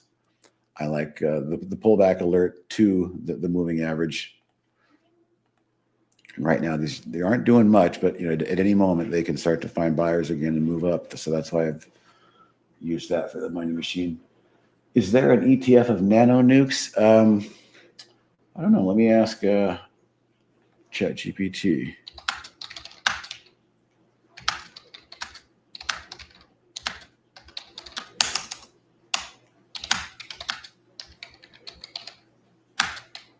It's probably going to give me a bigger one, like that includes CCJ and some of the other bigger ones.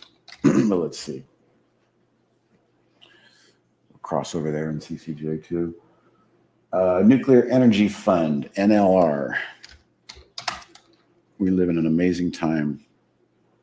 That looks pretty much like what we've been looking at. The Oklo, oops, looks similar to that. It looks similar to that. Looks similar to that. I'm going to add that ETF. Oh, why? Here's how I do this. Watch. It's very simple. I'm going to say NLR, nuclear, send to symbol list ETF. Bam. Now it's going to pop up on this scan over here. So just a bit more of a subsector that I slowly build into with help from you guys a lot of times. There's also URA, which is more focused, I think, on the stuff they pull out of the ground. It's more uranium. I think I'll add that too. I don't think I have that.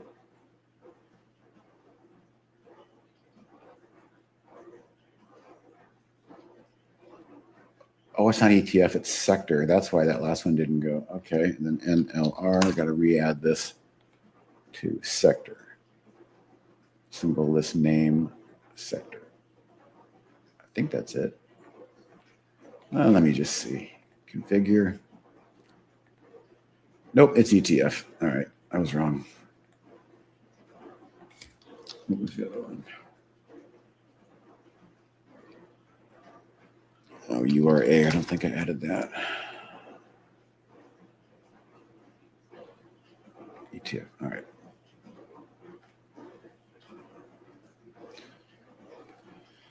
And I have this set to change from the open. That's more interesting to me than change from the close.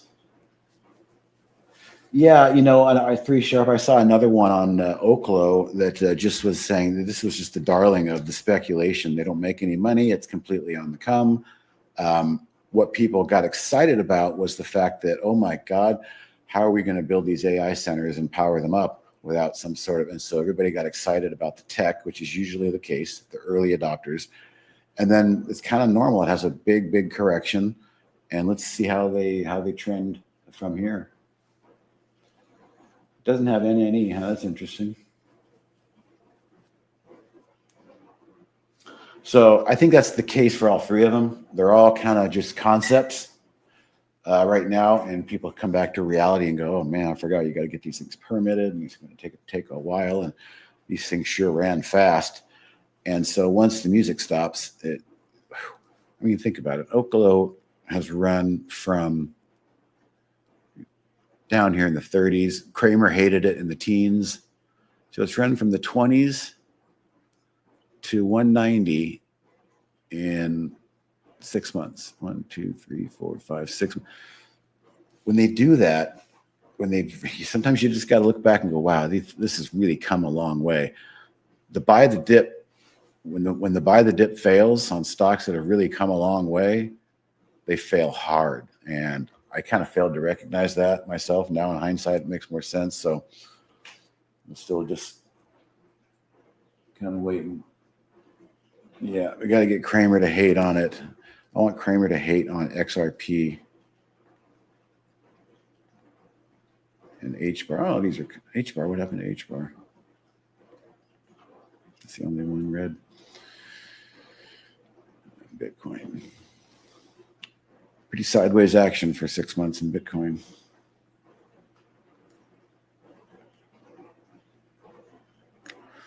What I think is happening to the XRP, XLM family is we don't have the laws in place yet. The Clarity Act needs to be passed. And what happened back here in all the cryptos, this is a massive short, actually it was what do I want to call it? An over-leveraged attack. And what happened on here was all the crypto bros who were sitting in 20 times leverage, they couldn't afford to drop much more than this. So they were all cleaned out. And it's my theory that BlackRock and JP and other institutions were waiting, for this event to swap shares. So the retail over leveraged thin paper hands get washed out, and the institutions are slowly accumulating these names on their books, because I totally believe in the XRP future of countries paying each other digitally in real time in seconds. And you need the XRP token to convert the grease in the wheel.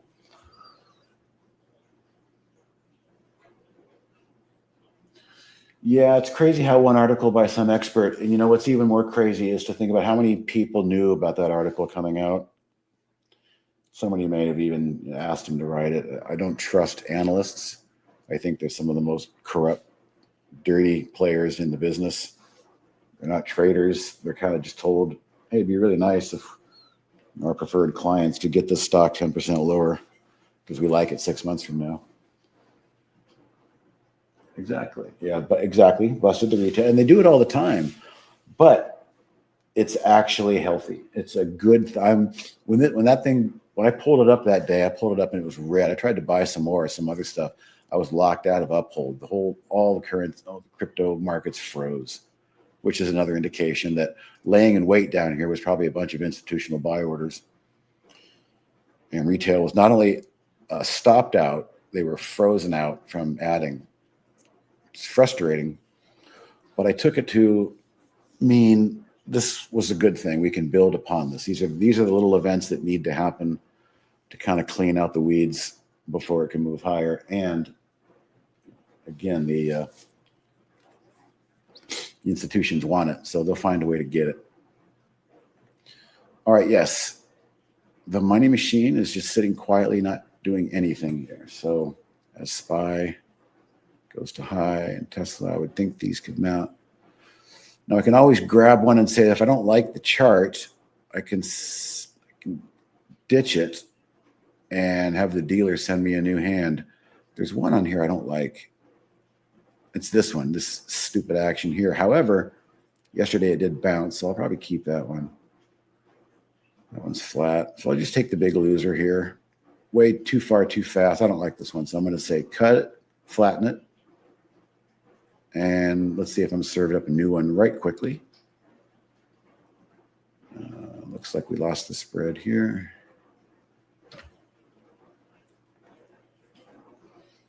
This is the new one. All right, so we'll tighten up the stop and set the target. There we go. Okay, so I saw somebody saying, can you cover how to add a strategy? So first and foremost, I would have to stop the money machine, which I'm not going to do yet, and that would give me access to this 3-dot panel. Now, when the money machine is stopped, that 3-dot panel, I think it says something like collaborate or add strategy, something. But the key is, let's see, oh, I don't have that scan up. Well, I can just grab any old random strategy.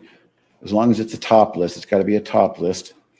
And it's sorted on the way in which you want it to be sorted. So if I'm looking to buy things on pullbacks, then I would want change from the close and smallest on top. So the top 3 are the biggest, the smallest change from the close, not the strongest.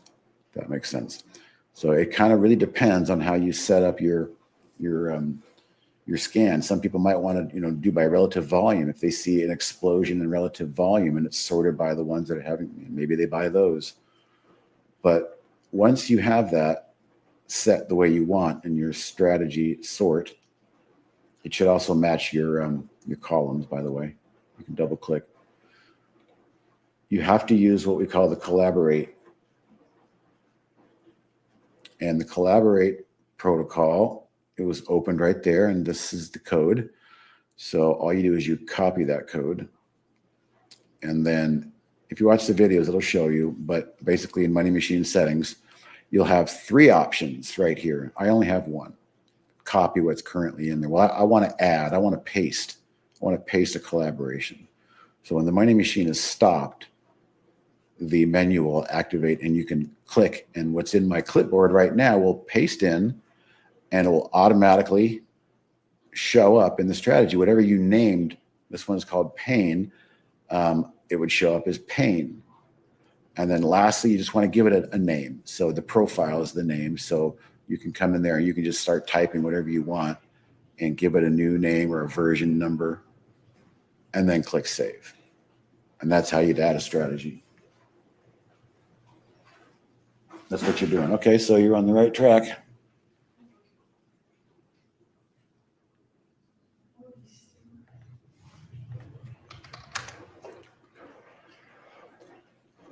Market looks like it just wants to grind higher. As far as the small caps, UAVS is kind of pinching here. If it makes it through, I might buy some. Let's put it that way. If it makes it through, and more importantly, closes green around 210, I might be interested again. But then, we're looking at all of these. But point being is I've been kind of eyeballing a nice stretched oversold buy. Ideally, it would have been yesterday at the close, but I didn't. I told myself on the open I'm not going to do much. But if it wants to not fake out, but just get above that blue line and start to have a bid, I'll probably jump back into that.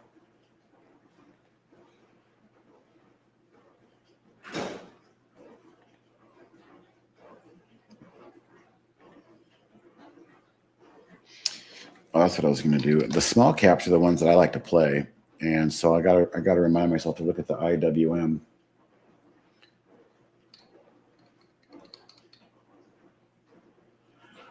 Okay, so something's not.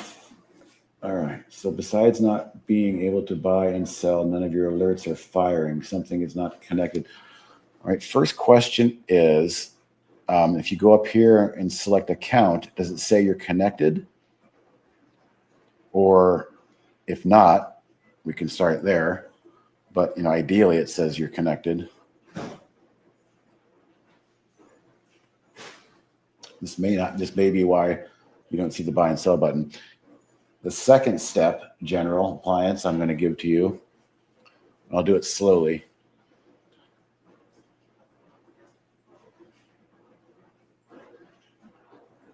Yeah, so the next step, you might be on a network that's controlled. So we're gonna go to tools and options. And then once you've opened up tools, options, you've got a lot of tabs here. There's one specifically for your connection because it might show that you're connected on the primary, but for whatever reason, the network you're on might be rejecting the primary. You'll have, I don't have it, but you'll have an option that says new HTTPS. So that's like a secure network.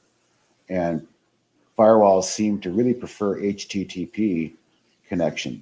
And this could be the issue.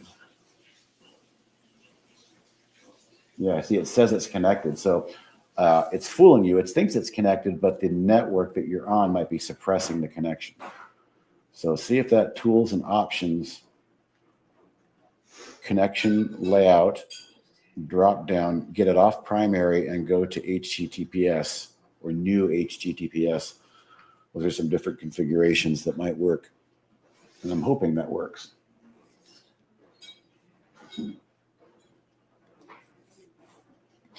And what Pepe said above is also valid.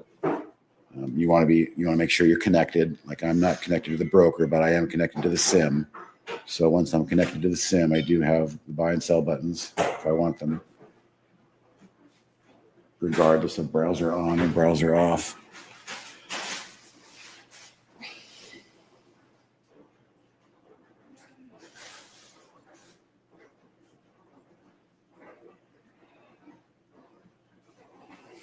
I can't get any green to pop in my money machine. Down $54. It's probably mostly just losing the spread here. They're just sitting there doing nothing.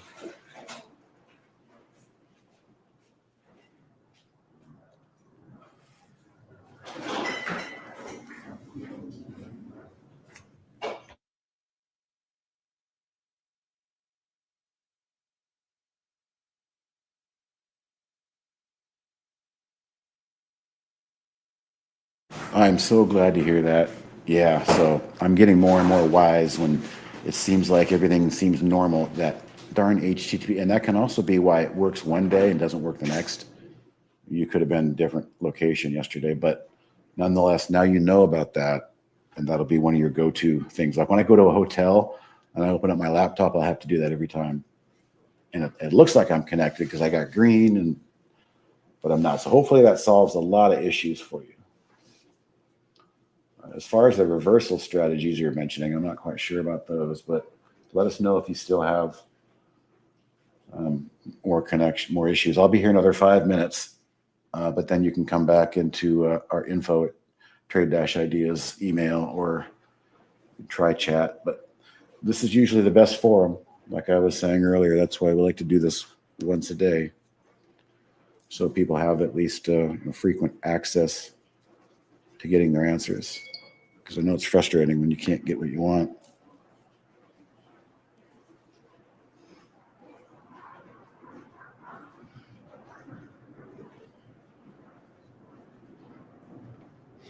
So a lot of these quants, like they said, they just opened up out of the gate. There were some more headlines, I think, from the White House that goosed them.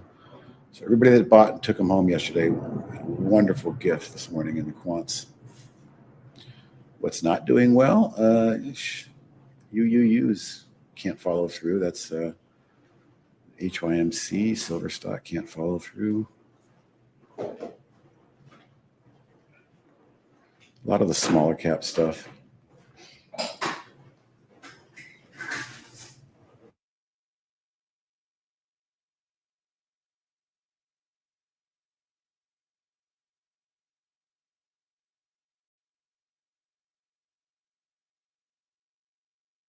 I was looking at this ONDS this morning. It's one of the drone software plays. Trying to trust it off of that 50-day, but I got just murdered trying to do this the last couple of days. Bids weren't holding, so I just got major trust issues today.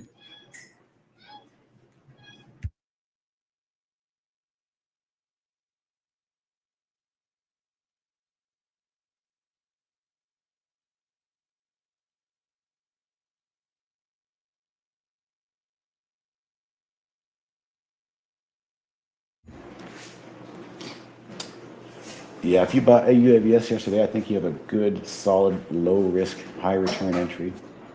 But the quants were hurting. I didn't want to carry you. Yeah, I hear you. It's just, we all have our reasons, and sometimes the market makes us zig when we should be zagging and kind of spins us around sideways. And that's kind of how I feel. So I just jump on the sidelines for a little bit. I also wanted to see what Tesla's earnings were going to offer.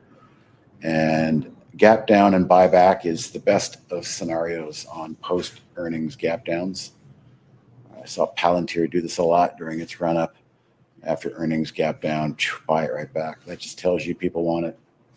I think the robo-taxi thing is probably going to be huge. So, I mean, I'll be watching Tesla, but we're getting ready to probably break out. This 450 level is going to be huge. A close above 450 is probably the next trigger for Tesla.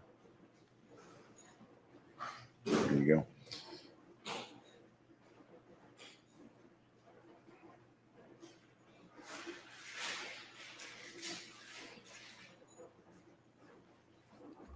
All right, well, spoke about the markets. We got the controlled network issue solved. That's always good. Anything else you guys want to ask before I have to run here?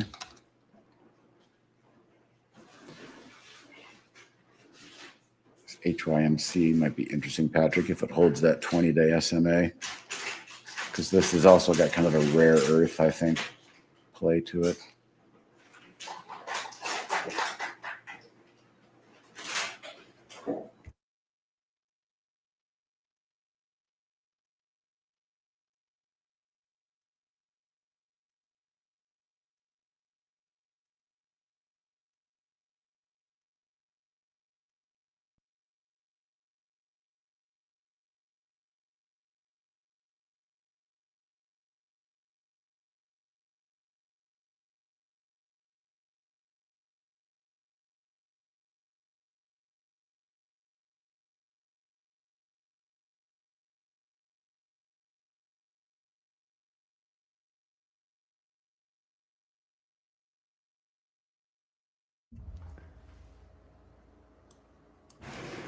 Barry. You disappeared. I thought, oh, did I do something or did you do something? I went on mute. There's too much background noise. Okay. All right, my friend. Well, listen, it's 7. I wish. All right. Yeah. 7:54 tonight. 12:54 now Eastern time. So I'm sure you want to get away to your whatever you do on Tuesdays and Thursdays. Yep. It's all right. Well, good luck tomorrow night in your baseball team. Yeah. Very, as far as I'm concerned, we won the World Series when Yeah, getting there. in that game. But so anything else now is just bonus, absolute bonus. Well, the Padres Yeah. were supposed to hate the Dodgers, but I just can't marvel at what that guy pulled off the other night. Shohei. Oh, I know. Pretty I impressive know. to witness. I can hate the team, but not the player. That's going to go down as the Shohei game. Yeah, exactly. All right. I'm looking forward to it. I'll watch it. So Okay. see you later. So see you next week. I guess Steve left. Okay. Yeah. Goodbye. I had others on mute. Okay. Sorry. Okay. I'm leaving now. Okay. I'm just going to grab the screen once you. There we go. Okay. I've connected now in our YouTube room. I'm now connected in our main room. And one other couple of things to do. Just give me a moment. I'll answer your question, Net Trade. Give me a moment. I can help you, I think.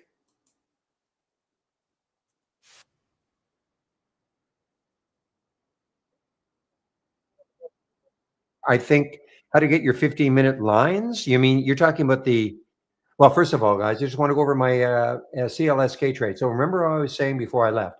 I would hold on to this trade until it turned orange. So that's exact. Now, do I wish I still had some? Yeah, but I'm not going to. I want to stick to my guns on this. And so the minute we started getting a little orange is when I got out of the trade. Okay, so it was a nice trade from the 1718 mark to get out, or some at the 1740, and then the balance around the 1760 mark. Maybe it's going to offer me something later on. I don't know. I mean, it still has room, but that's how I was using the trade wave. Okay, to keep me into a trade a lot longer than I wanted. Not wanted, a lot longer than I normally would have. I shouldn't say wanted.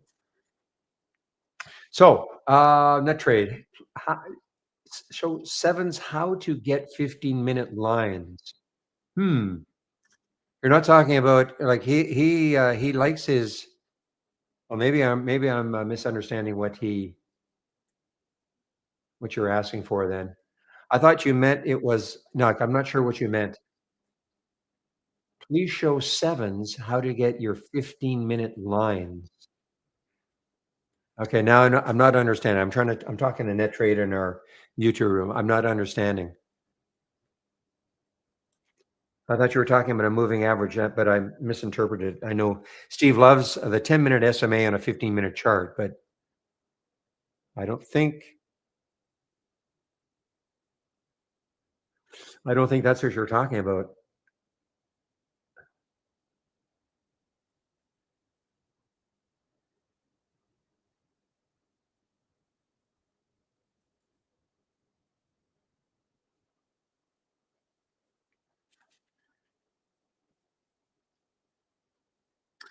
All right, market. Yeah, actually, the market's had a nice ever since what time? 8:30. So ever since 8:30, I had a jog down here. What time was that? That was 10:20. A little one here, but in essence, the trend has been up since 8:30.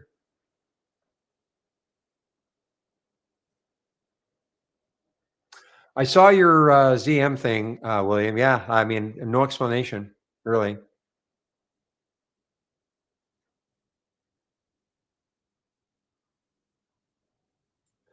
I'm going to.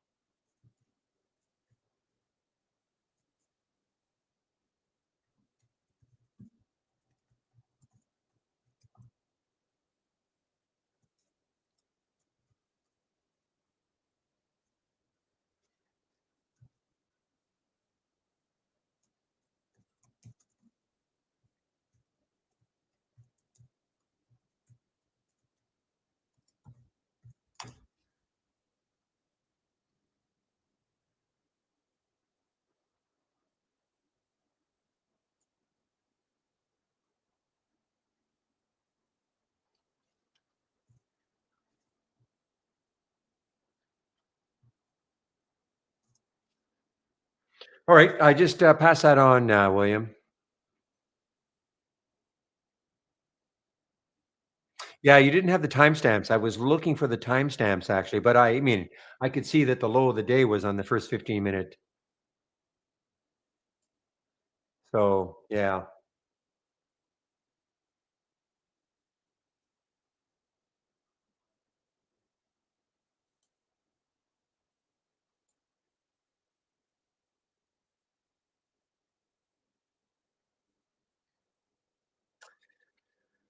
Okay, guys, let's see. I'm trying to see if there's anything else from my small gap breakout. Not too many alerts, which is the way I like it. I put some pretty tough filters in.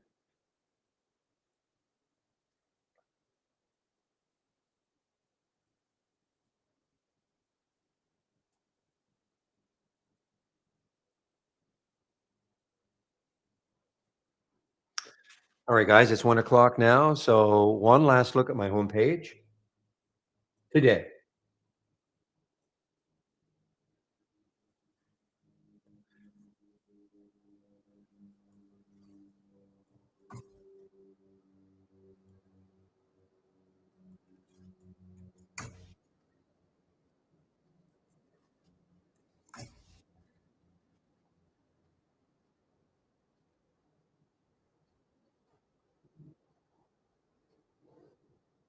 Still don't understand net trade. Are you talking about a seven, like a seven cross of a 15? Like I'm still not understanding. Moving average. Talking to talking about talking to net trader in our YouTube room. I still don't quite understand when you say please show sevens how to get your 15-minute lines. I wasn't. I only caught Steve at the very very end, so I didn't hear what he was talking about.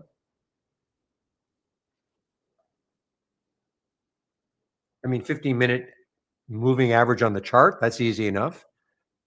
Or moving, excuse me, a moving average on a chart, that is easy enough to do.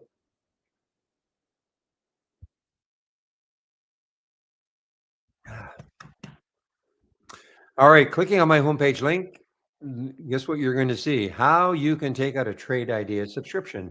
Right at the very top, you can get 15% off a monthly, first month only, or the entire year of a Trade Ideas subscription. Doesn't matter whether you choose a standard or our premium service. Okay. All I ask, please use my code. Helps to keep the rooms free. The company does track to see how many people use my code, and if enough people use it, then they'll keep their rooms free.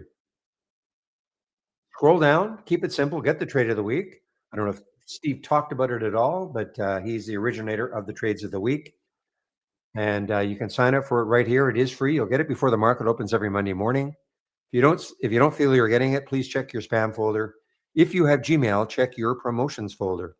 If you don't see it in either one of those two folders, and yeah, contact us. And if you do take out a subscription, you must do this. Click on the education link on my homepage. Getting started with Trade Ideas, 12 short videos to get you started. If you don't have Trade Ideas and you're wondering about the program, I would start off with that second video and go to the end. That should give you an idea about whether or not this is the type of program you might want to try. Okay? You can always try us for a month. You don't like it? Well, you just unsubscribe. Back to basics. New to trading, this is for you. Free series. I don't think there are 15 videos designed for those of you who are new to trading, all free. And if you're looking for my scans, you clicked on my homepage link, scroll down, middle section, and here they are. Have any questions about them, just let me know. Just to let you know, though, this is what I use in the pre-market. The pre-market actives up and down.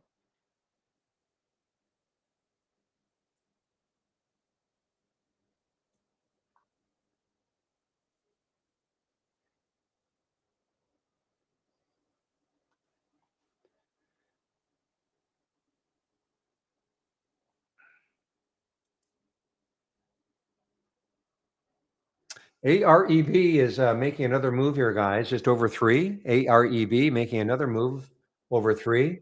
You can see what it's doing. It's going right into the VWAP. 304 is the VWAP. Let's see if that VWAP stalls it. That purple line on my chart, that is the VWAP.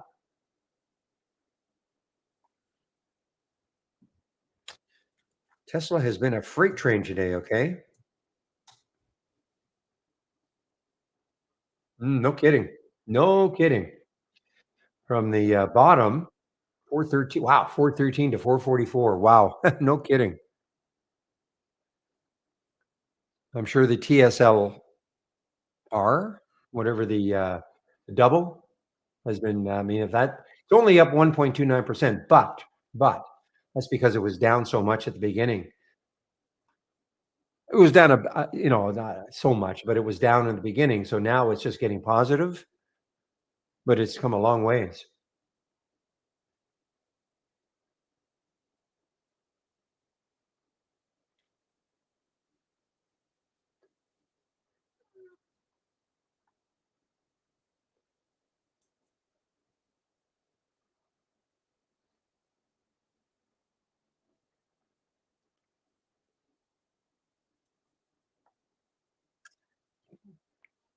That's right, TSLL, so yeah, you can 2 times, lots of volume, look at the volume, 131,000,000 shares. So tons of volume, a lot cheaper than buying Tesla, okay? I think this is the big one. The other one, I don't think it has as much volume.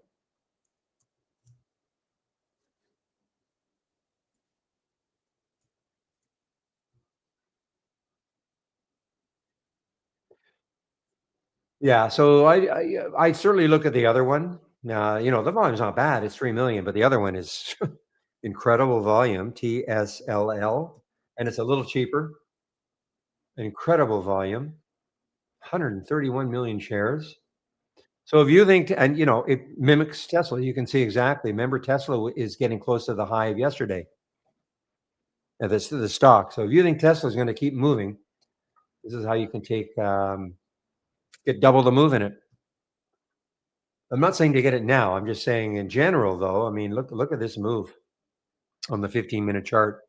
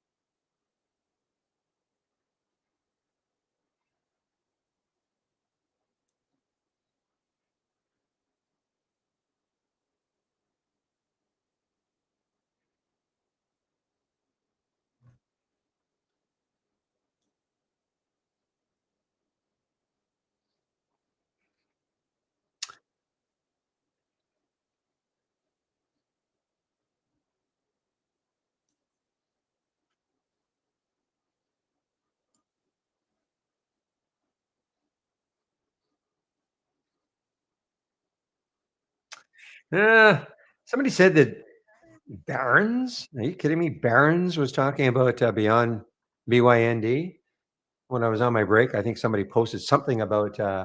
I wouldn't, not yet. I mean, look at the wave is down. Okay, the orange wave. So it's a weak trend right now. It's sitting on the VWAP. Yes, I mean I would wait to see if the VWAP can hold. 322 is the VWAP, so I would wait to see if it can hold. The low of the day is 272, but that wave is down. Again, as a guide, I find it helpful.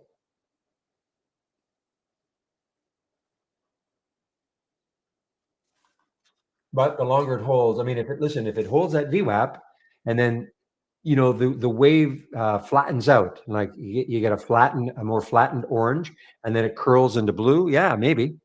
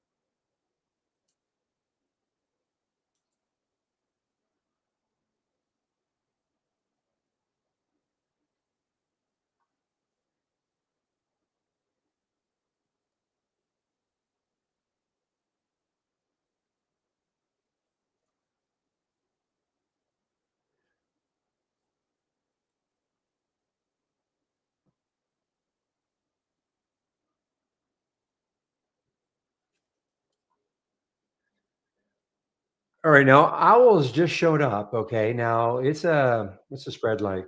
Not great. Just showed up in the small gap breakout. Okay. So it's the one. I think he's talking about the 130. Okay, he's using this. Okay, net trade. I think he's using this. Let me. This is what he's using.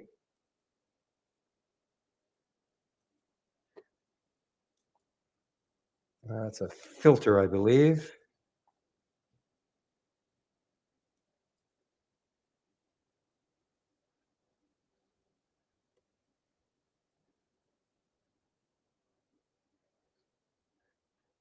What is it? What is it?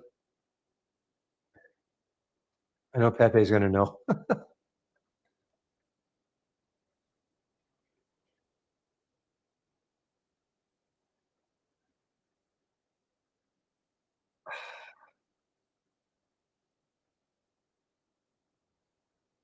Surprised I'm not seeing it here.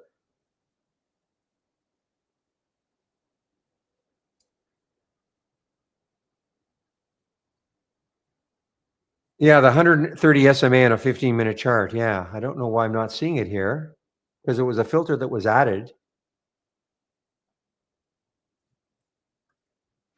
Well, here we go. Okay, so I think it's this one. I don't know why it didn't show up when I typed in SMA, but yeah, the change from the 130. This is what you're talking about, net trade. So if you go into the search and just type in 130, okay, I think this is what you're talking about. The change from the 130 period SMA on a 15-minute chart.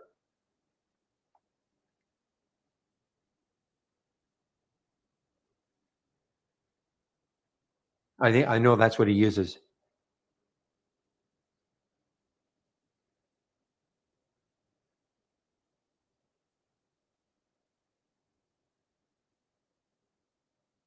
Arab guys, AREB making another move over 3. Okay. There's the filter, but you're now talking about hopefully the indicators around.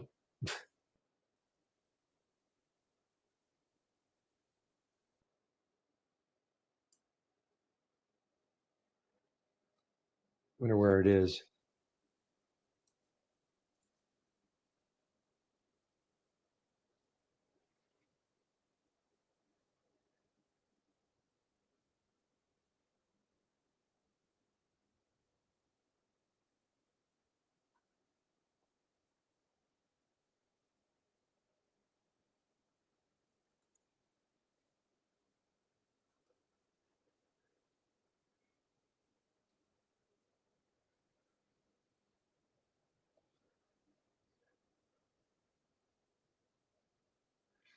Okay, so you actually it's nothing that's canned. Okay, yeah. So you go to the SMA, create an SMA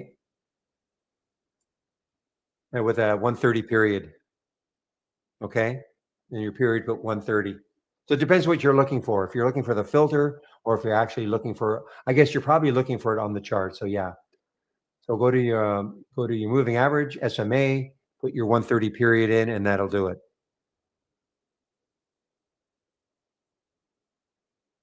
I don't use it, but I'm sure I know Steve has been using it for a long time now to his advantage. So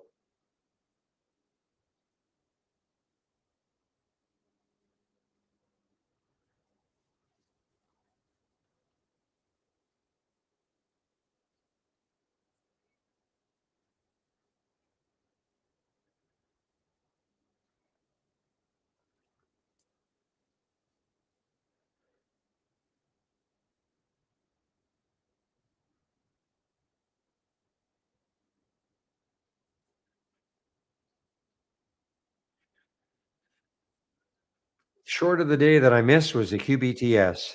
Well, I'm sure there are other been other good shorts, but this QBTS, but look at this move. Look at this move.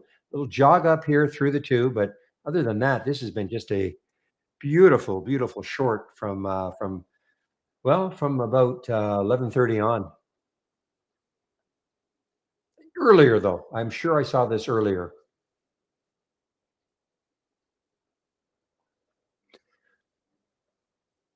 So just three trades for me today, guys. The PTIR early, little loss. The Beyond BYND did okay, and then the CLSK did quite well actually. That's it. Three trades. Never held. Only held one at a time.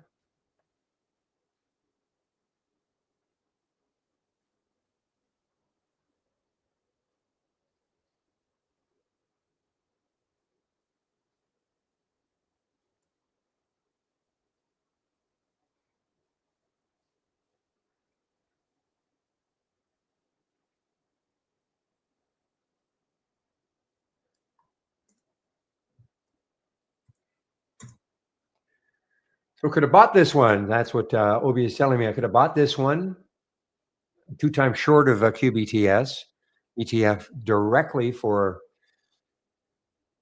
Yeah, I'm boy. I might start taking a lot harder look at some of these.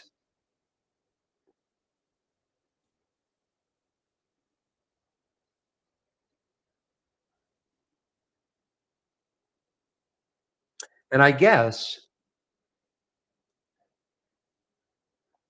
yeah, it is a relatively new one, isn't it? It started looked like back here. Yeah, back in early this month, October 7th. But look at the volume, great volume. I suppose all you've really got to do.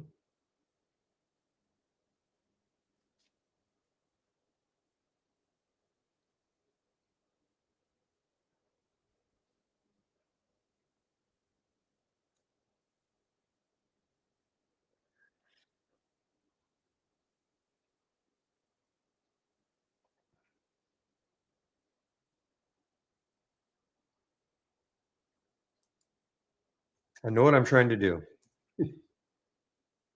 There we go. So if I type in QBTS, then I should be able to find out for any stock, hopefully any stock, whether or not there's a short and long. And there they are right there. You can see it right there, the ETFs. So, I mean, if I really truly thought that, QBTS earlier was going to be a great short, I could have piled into this one, the QBTZ, and got double the move. So I guess that's how I can find out if there's an ETF specifically designed. So if I type in Tesla, I mean, I know what I'm going to see with Tesla. So here's the 2-time long. Here's the 1-time short. Is there a 2-time short? 2-time short, TSDD. When there were multiples of them, then you want to, probably click, and we want to find for me anyway, I'd want to find the one that has the most volume. So there's a lot of interest in trading it.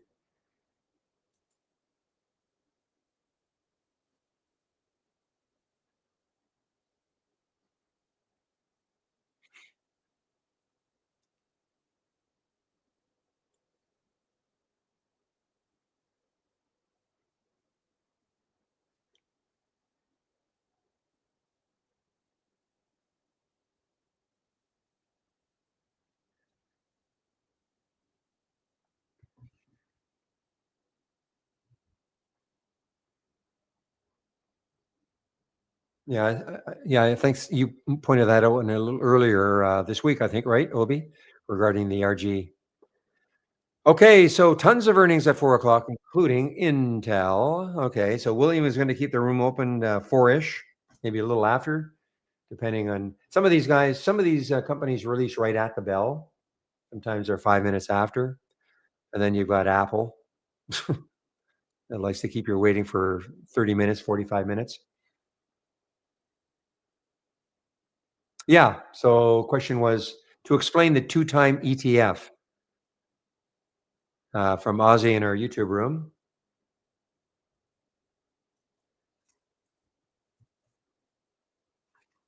Okay, so let's take a look at QBTS right now, okay?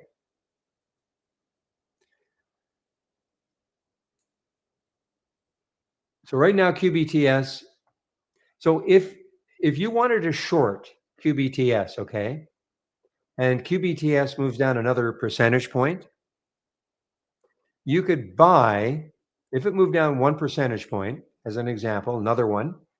So right now it's, it's 10.6. So imagine that went to 9.61%, moved down another point.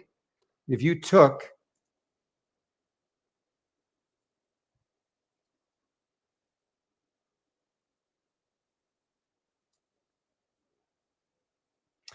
if you bought this one, so imagine if this is a two-time version, okay? So if QBTS, the stock, moves down 1 percentage point, this will move up 2 points, 2 percentage points. Double the move, okay? Double the percentage move, okay? But understand, if remember, this is a short. So in other words, if you didn't want to short the stock, you could buy this, and it would be the same as if you're short of the stock. It would, but you'd get double the move. But remember, if the stock itself starts to move higher, say it moves up a point, this will drop 2 points, 2 percentage points. So that means, so the good is if you get on the right side, you'll get double the move. But if you're on the wrong side, you're going to get double the move against you. But that's why you have stops and all. Does that make sense, Ozzy? And so we see now some stocks have they'll have an ETF that is just one time the move. Some of them are two. I've seen the odd one three times the move.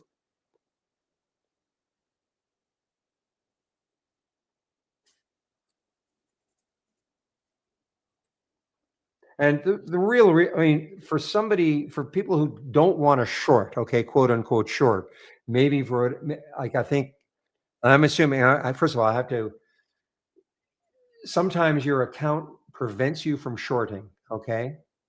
The type of account you've got, but you could buy this, assuming you're allowed to buy ETFs, you could buy this and take advantage of a short, as an example, in this stock.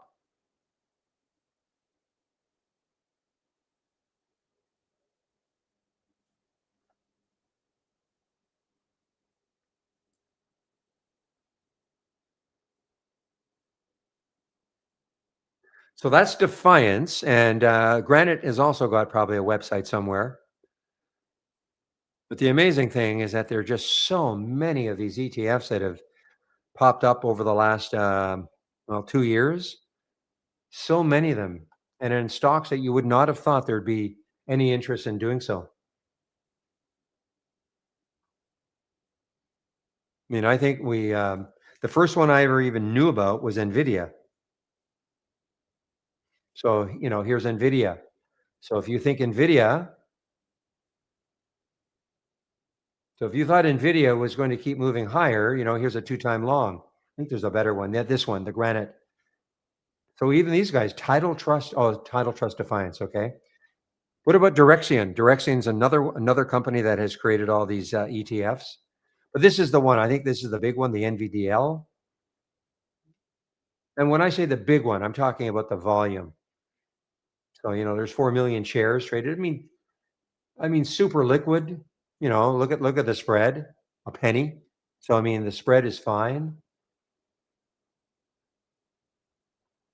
So if you thought Nvidia was going to surge, you could be, I'm not saying to hold this overnight or anything like that, but I don't think these get adjusted. I don't do they. I don't think it's the same as what I'll call the old ETFs that get adjusted overnight, or am I wrong? Or they don't get adjusted as much.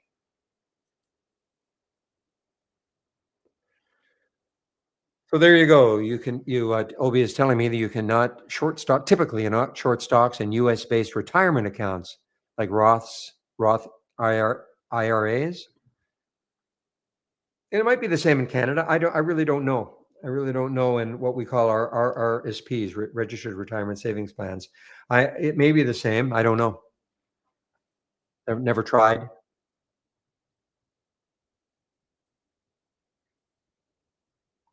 But that would be an idea, though. If you want to short something, but you can't do it in your account, if you check to see if there's an ETF associated with it, that when you buy it, it's like shorting it. But is it as bad? That's the word I was looking for, Ron. Is the decay is bad? Because I know some of the decays are brutal overnight. Can be. But somebody told me that the decay was not as bad.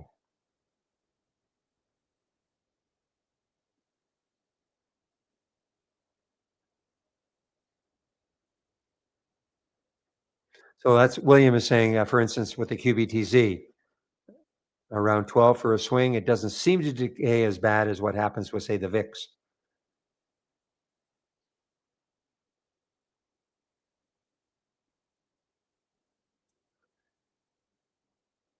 Yeah. So then Pepe is saying sort of the same thing. Decay is not bad, but you don't want to hold long term.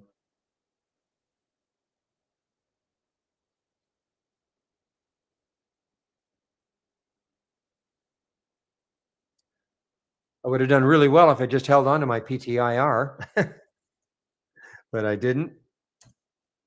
This is the two-time Palantir. Boom.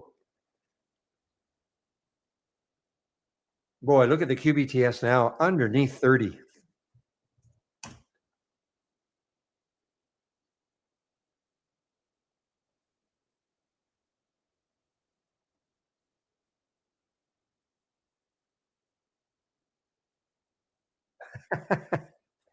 Why you hate SMCI? Do you, William? William's looking for a 10-time short, 10-time ETF.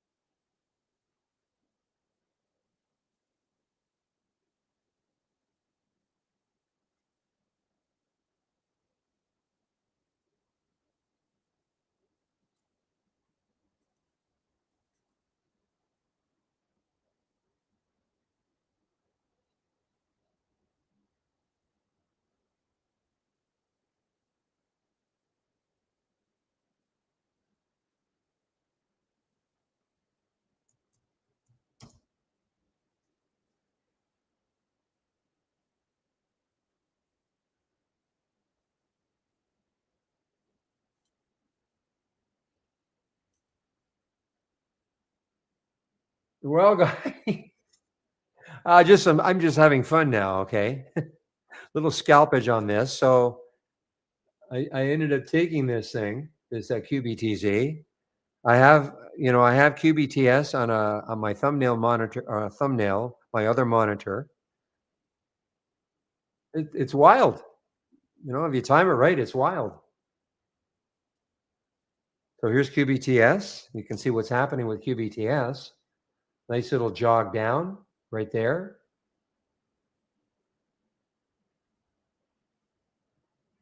Now that it's popping a bit, the QBTZ. The only reason you would do something like this, I think, at the beginning is if you had some kind of faith that the stock was going to move in the direction you wanted. Which, it's not the easiest thing to do, but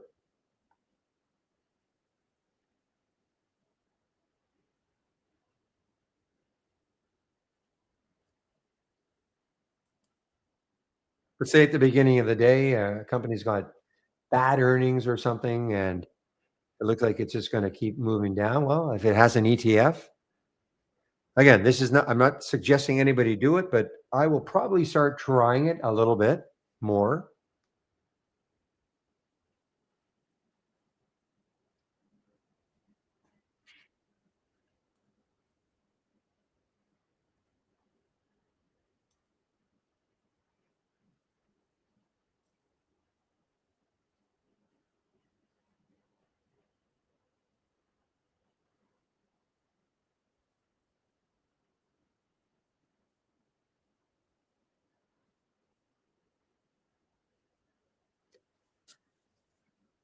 And it has VWAPs too. I mean, you treat it like a stock because the VWAP will be not the same price, but it'll be the same idea as the stock VWAP.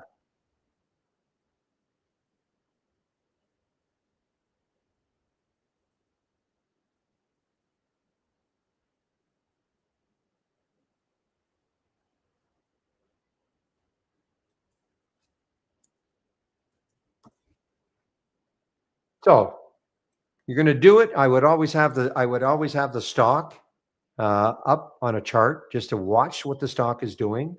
Okay, that's what I would do anyway. You can see as it keeps moving down, this keeps moving up, but double the move. So you see Aussie, I mean, there's a great example. Double the move up.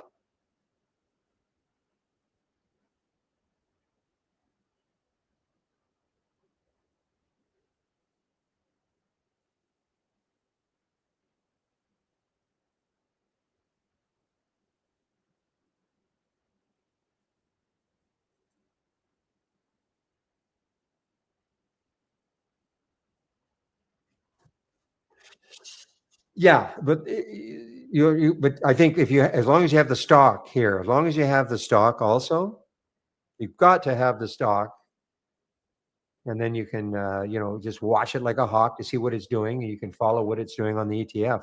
I think. I mean, that's all I was doing. Anyway, interesting.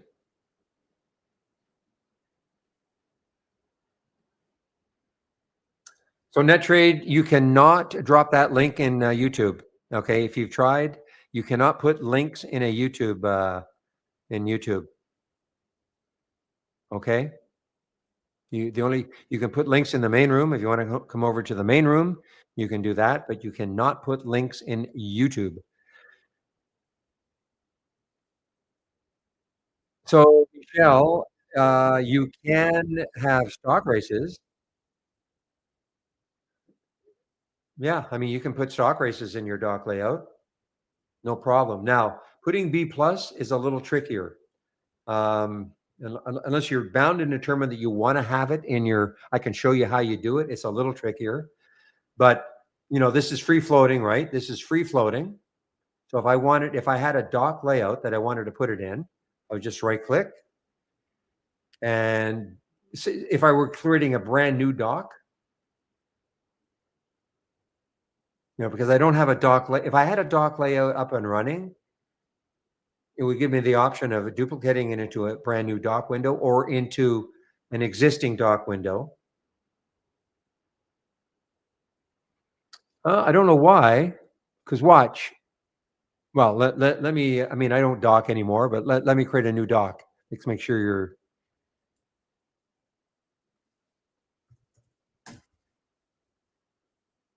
okay. So I called it test. Okay. I just called it test. So if I right click and duplicate into test, there it is. So what is not happening for you? So if you've got an existing dock window, you just have to duplicate it into that window. That's why, of course, you give it a name. If I want to duplicate this one, right click, duplicate into test. So now I've got two.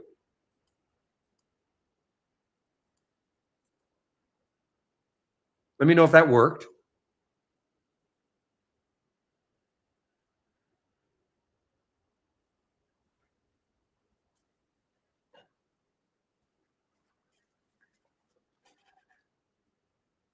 Okay, but you gave it a name, right? You always have to give it a name. So I call that one test, so that when you go to something, if you want to put something in it, that's why if I right click, it won't matter if it's an alert window or a top list window or a chart.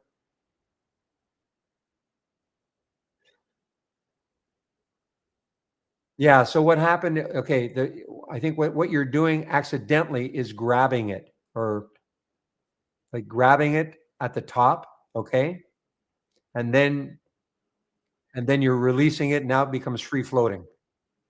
Okay, that's what's happening. That's why it's tricky docking. But I'll do it again. So now it's floating. I'll duplicate it again into, or here. Okay, it's going to come back in.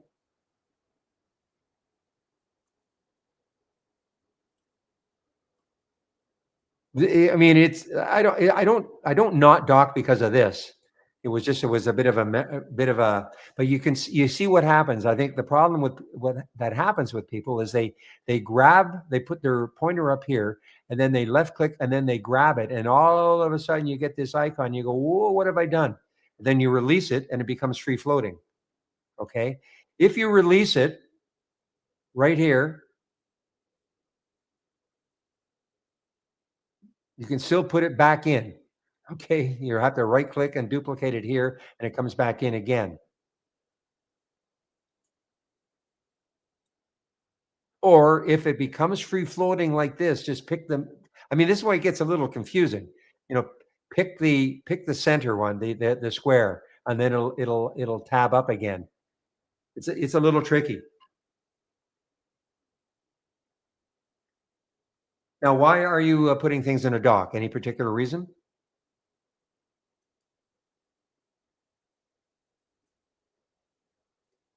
Because it's certainly not mandatory, but you know, why I was using docs before because it does neaten things up. It definitely neatens things up, but it can be a bit of a challenge to get everything exactly the way you want. Especially what charts you want the charts over here and down here. You want your single stock window and you want it to look exactly like this. It's a little bit of a challenge to move things around so you get it to look exactly the way you want. It's not impossible, obviously, but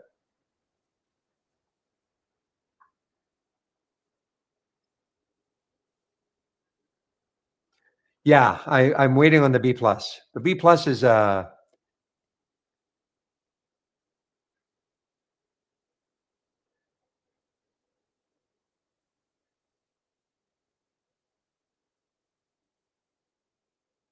that's a different issue, Michelle. Yeah, you minimize. So when you say minimize the screen, you mean minimize your layout, or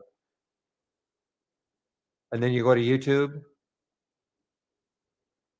But there's some kind of a Windows function that you can. Now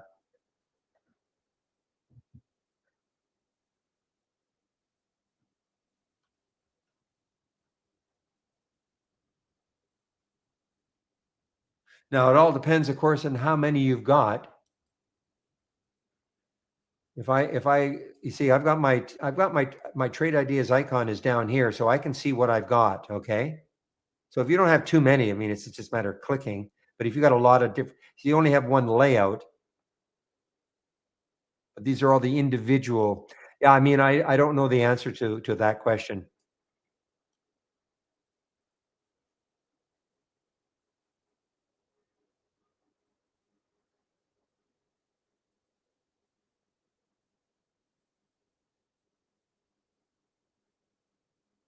Ah, so what you're saying is that when I see the icon, it'll show me the dock.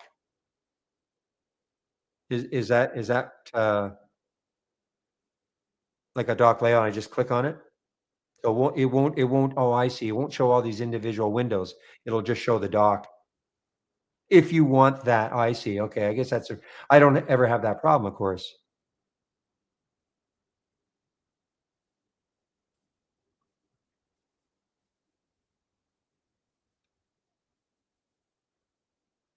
So there's no getting around, but as long as you can see the icon, I guess, on the bottom here, you won't these are all free floating. So I'm assuming that if I had a dock window, it would well everything was in the dock, I would just click on it, it would show up. So a lot easier, I guess. Is that right, Pepe?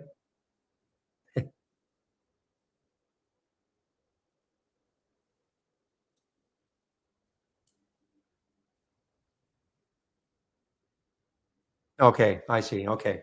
So that's the reason why I guess, for docking also, if you've only got one monitor.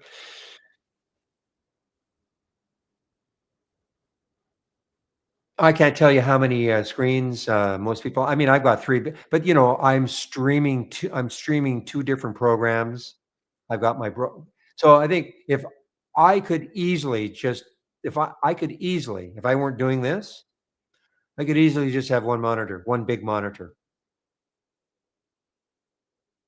I would have my trade ideas. I wouldn't have, these charts as big as they were. I would only have a few trade idea screens. I'd have my brokerage platform over here on my 32-inch monitor. I could get away with one monitor.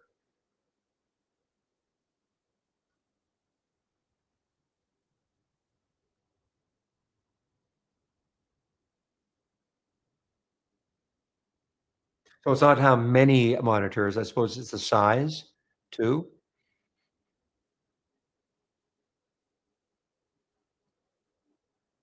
But it sounds like, if you had two monitors, if you're, I don't like you're going to YouTube, any particular reason why you're going to YouTube? See, I don't leave trade ideas at all while I'm.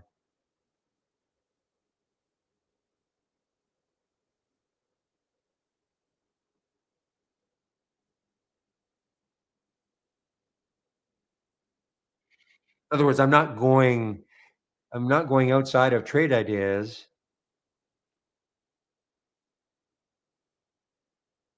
though I guess one could argue that I'm going outside of trade ideas here and also here, but I'm not, but if I didn't have to do this, if I weren't moderating in two different rooms, I would never ever be, I would not be going outside of trade ideas at all day. Oh, I see. Okay, Michelle. Yeah, it sounds like you could probably, get another monitor.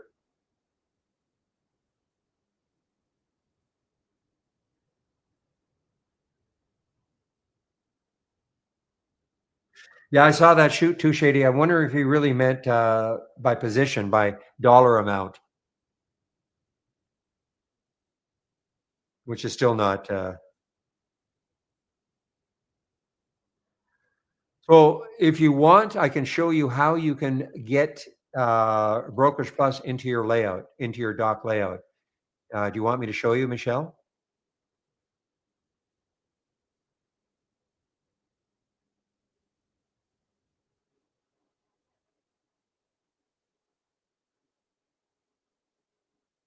Just waiting for a yes or a no. Okay. So Brokerage Plus is the only one, and hopefully I can remember how to do it.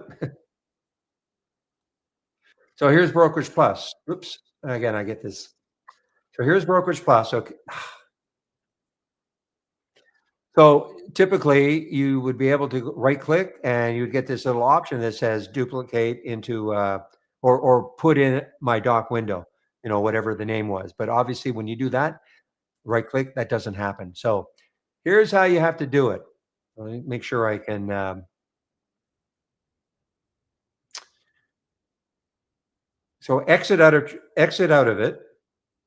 Okay, so close it down. So click on the X, close it down, and then go to Tools. You might want to write this down. Go to Tools, go to Options. I myself haven't done this for so long.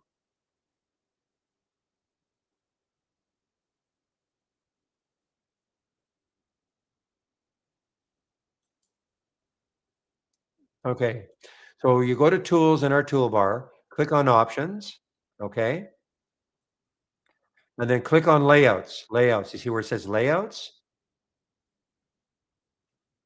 You check Open in Docked Window. Check Open in Dock Window. Check that. See where it says Opening Windows? Check Open in Dock Window. Okay, and then save it. Remember, write this down because ultimately you're probably going to want to uncheck that afterwards. But you save it. Okay. Going to make a. Now, when I open anything I opened, but let me open Brokers Plus. Now, the fact I don't have a dock window, if you only got one dock when you open Brokerage Plus, it should go right in there. Well, in fact, what it did is, yeah, it actually tried to create a dock. Okay. So if you had a dock window open, okay, then when you do what I just did and open Brokerage Plus, it'll go into that dock. It doesn't?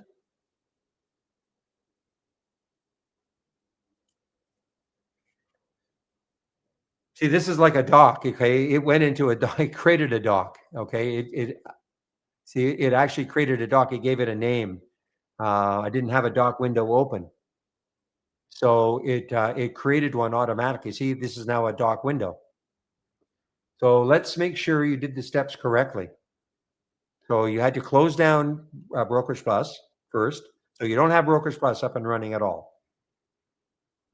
And then tools, from the toolbar, tools, options, layouts, pick layouts.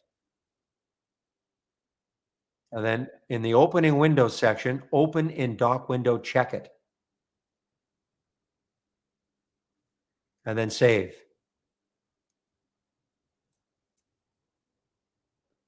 Now, what would happen is if I did this, watch, if I file load from cloud and I open small gap breakout, watch what's going to happen. If I had a dock window, oh, it worked. Okay, good. I don't have to keep doing it. Okay, now, next step, because you may not want to, every time you open a window, have it do that automatically. And you may forget. You might say, well, wait a minute, why did that happen? Because you can see how easy it is if you create something and it's free floating, you just right click and put it in the dock. So go back and click on tools and go back to options and click on layouts, and I would uncheck open in dock window. Yes, uncheck the box and then save it. Okay.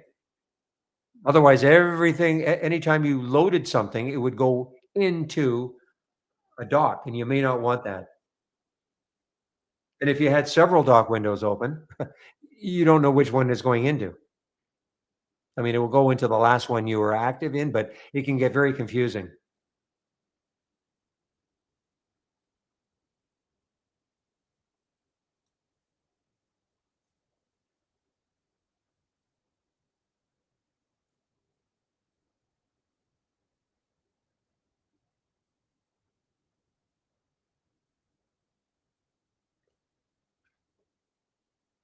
Don't forget to save your work. Don't forget to save your dock. Now, this is what I do it depends how many dock windows you're ever going to create, okay? But what I do with my dock, when I used to have dock windows, and I may bring back to see what effect it has on my machine. I may bring it back because I do like it. But if I wanted to load a dock window that I have created before, so I go to File, Load from Cloud, search, I type in dock. Because every one of my dock windows, I started off with dock, or there's dock in, so I can see all the dock windows I have, okay? And that's only because when I named the dock, I put dock somewhere in the name. So it makes it, relatively easy if you're trying to find a dock window, because on the file types, you'll notice dock window is not one of them. So it just makes it, for me, it just made it easier because I was going crazy at the beginning, creating all these different dock windows.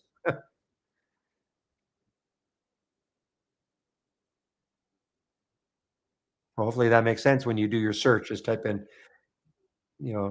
dock, or just give it, or something that makes sense to you anyway. When you do a search, then you can find them easily. And you can always rename if you've named it already. Okay, you can always rename your dock window.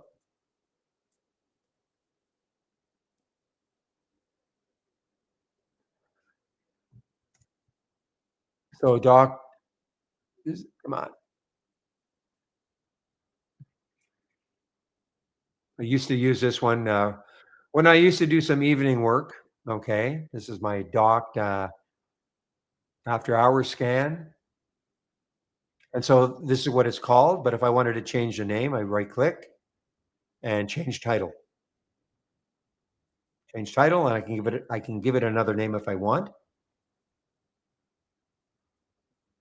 Notice notice in my toolbar now, it's gone from green to this, sort of, I don't know, tannish, orangey tan color. That means I'm putting a bit of a load in trade ideas. See what? See if you keep your eye on this right up here, right beside the green ball. You keep your eye on it, and I get rid of this dock. See how it's going to go back to? Don't lie. It's going to go back to green. You really want a green ball. You really want a green activity graph. That shows you that you're not taxing trade ideas too much. I mean, it may be a slightly different definition, but that's how I look at it.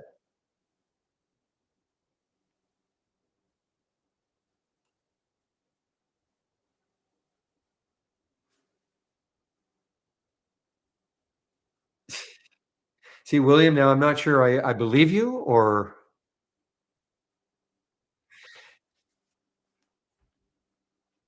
well, you can try. I mean, you can have you just keep an eye on that, beside the green ball. If it's still green, that means, you're not taxing trade ideas too much.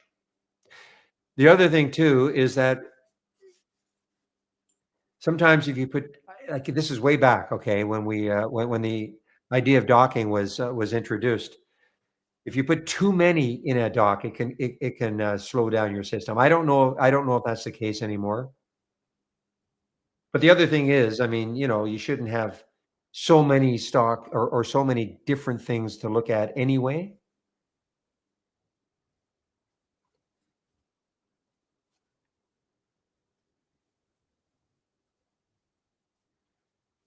I mean, for instance, I mean, you would talk about one day, you probably only have a layout you want to watch when the market at the ninth, call it the 9:30 open. You might have a layout you want to watch in the pre-market, and once the market opens, you get rid of that layout, your pre-market layout.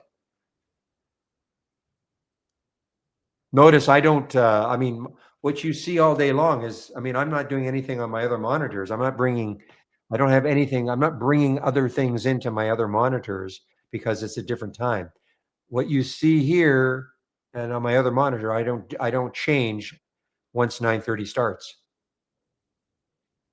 But that's me. I mean, some people say, oh, I need something for noon or I need something for the 3 o'clock so-called power hour.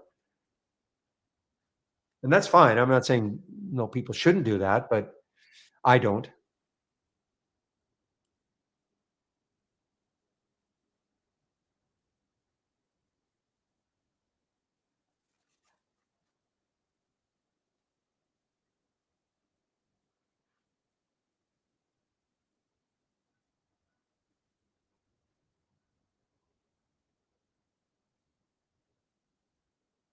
I think docking charts can be a bit of an issue. Like I used to have a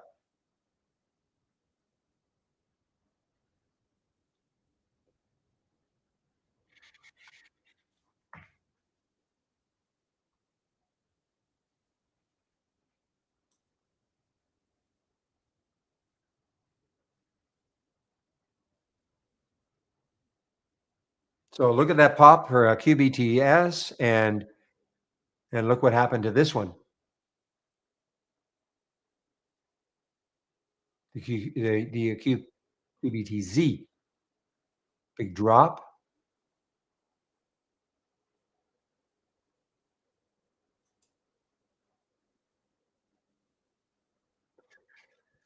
All right, guys, it's 1:54. So William says he's going to keep the room open till probably a little after 4, just to see Intel, especially the ones that a lot of these companies they release right, 4, right around 4 o'clock, maybe a few seconds afterwards, maybe a minute afterwards. So Intel could be an interesting one post market. But we're starting to get heavily into earning season.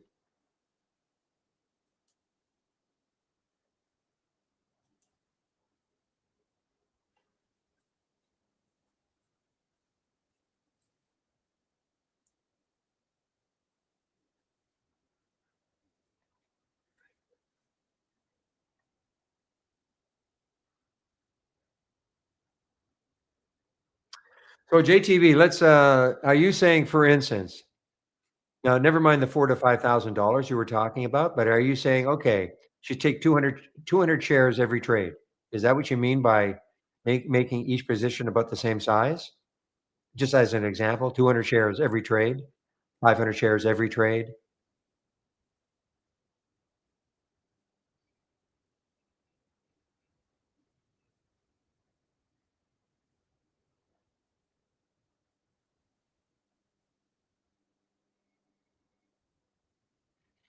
Because I know the way,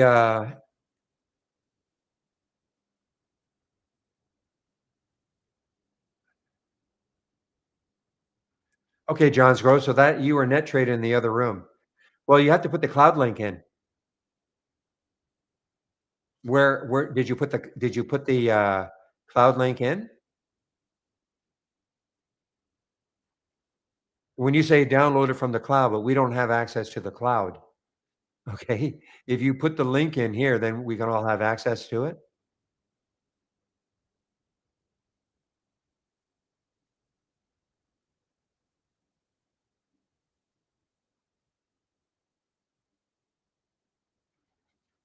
You know how to put a cloud link in here? Right here. Do you know how to put the cloud link in here?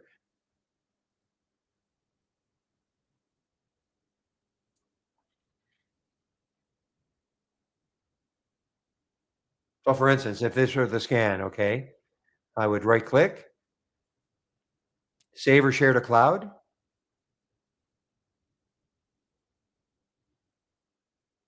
save and share, say okay, and now I paste it in, Control V. So now the link, and that's what you would do. Here's the link for that. I can do it again, but that's what you'd have to do in order for you to share the one that Chris built for you.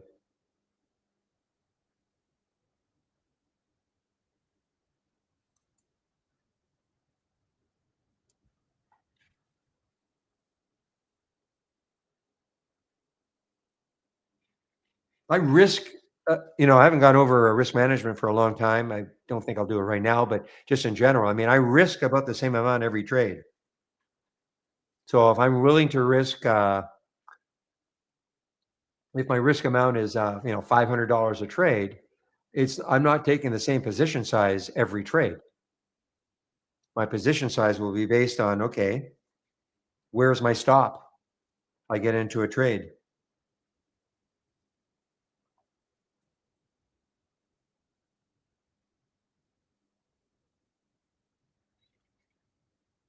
So if we make the math super simple, and I was a $10 stock,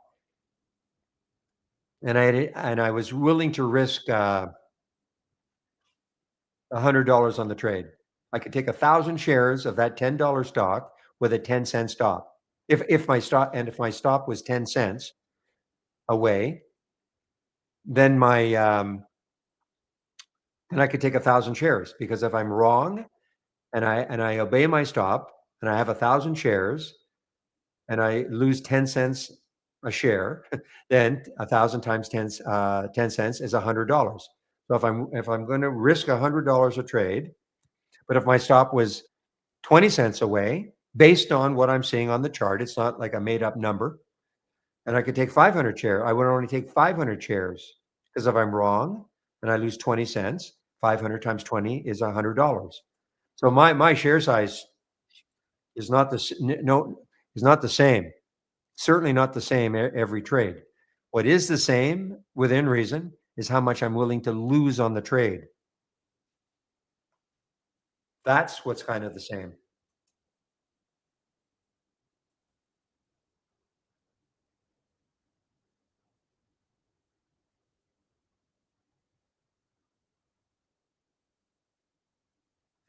Well, and JTV, the other thing is I don't risk $100 well, let's make up these numbers. I wouldn't risk $100 one trade and then 500 the next, and then 50 the next. I try to keep my risk amount about the same every trade.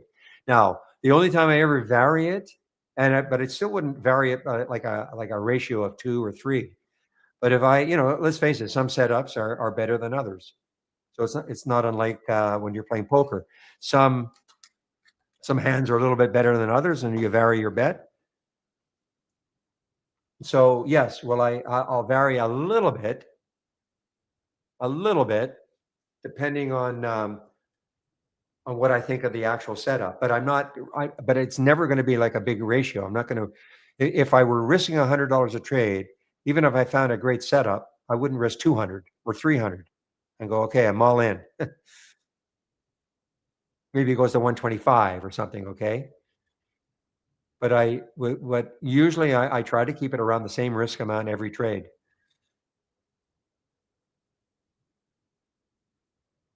So maybe we're saying the same thing, JTB. Then you don't let emotions get to you. Yeah, you don't say, "Oh man, this is a great one and everybody's talking about it. Therefore, I'm going to risk, 5 times what I would normally risk."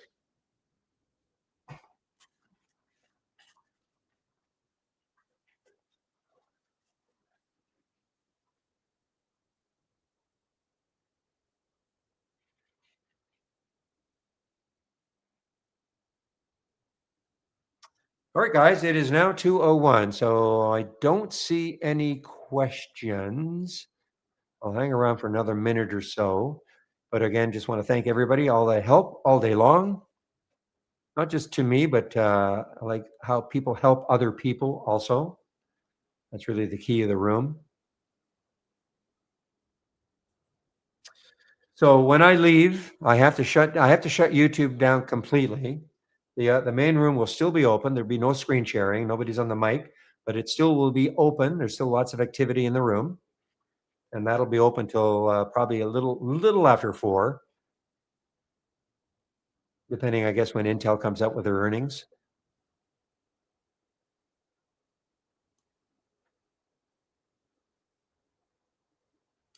But before I do leave the YouTubers, because I have to shut that down completely because nobody's there to moderate. But for YouTubers, if you still want to talk trading or talk stocks with other traders, if you click on my homepage link, I put the link in YouTube, and just scroll down and trading room. Okay, that's how you get into the main room.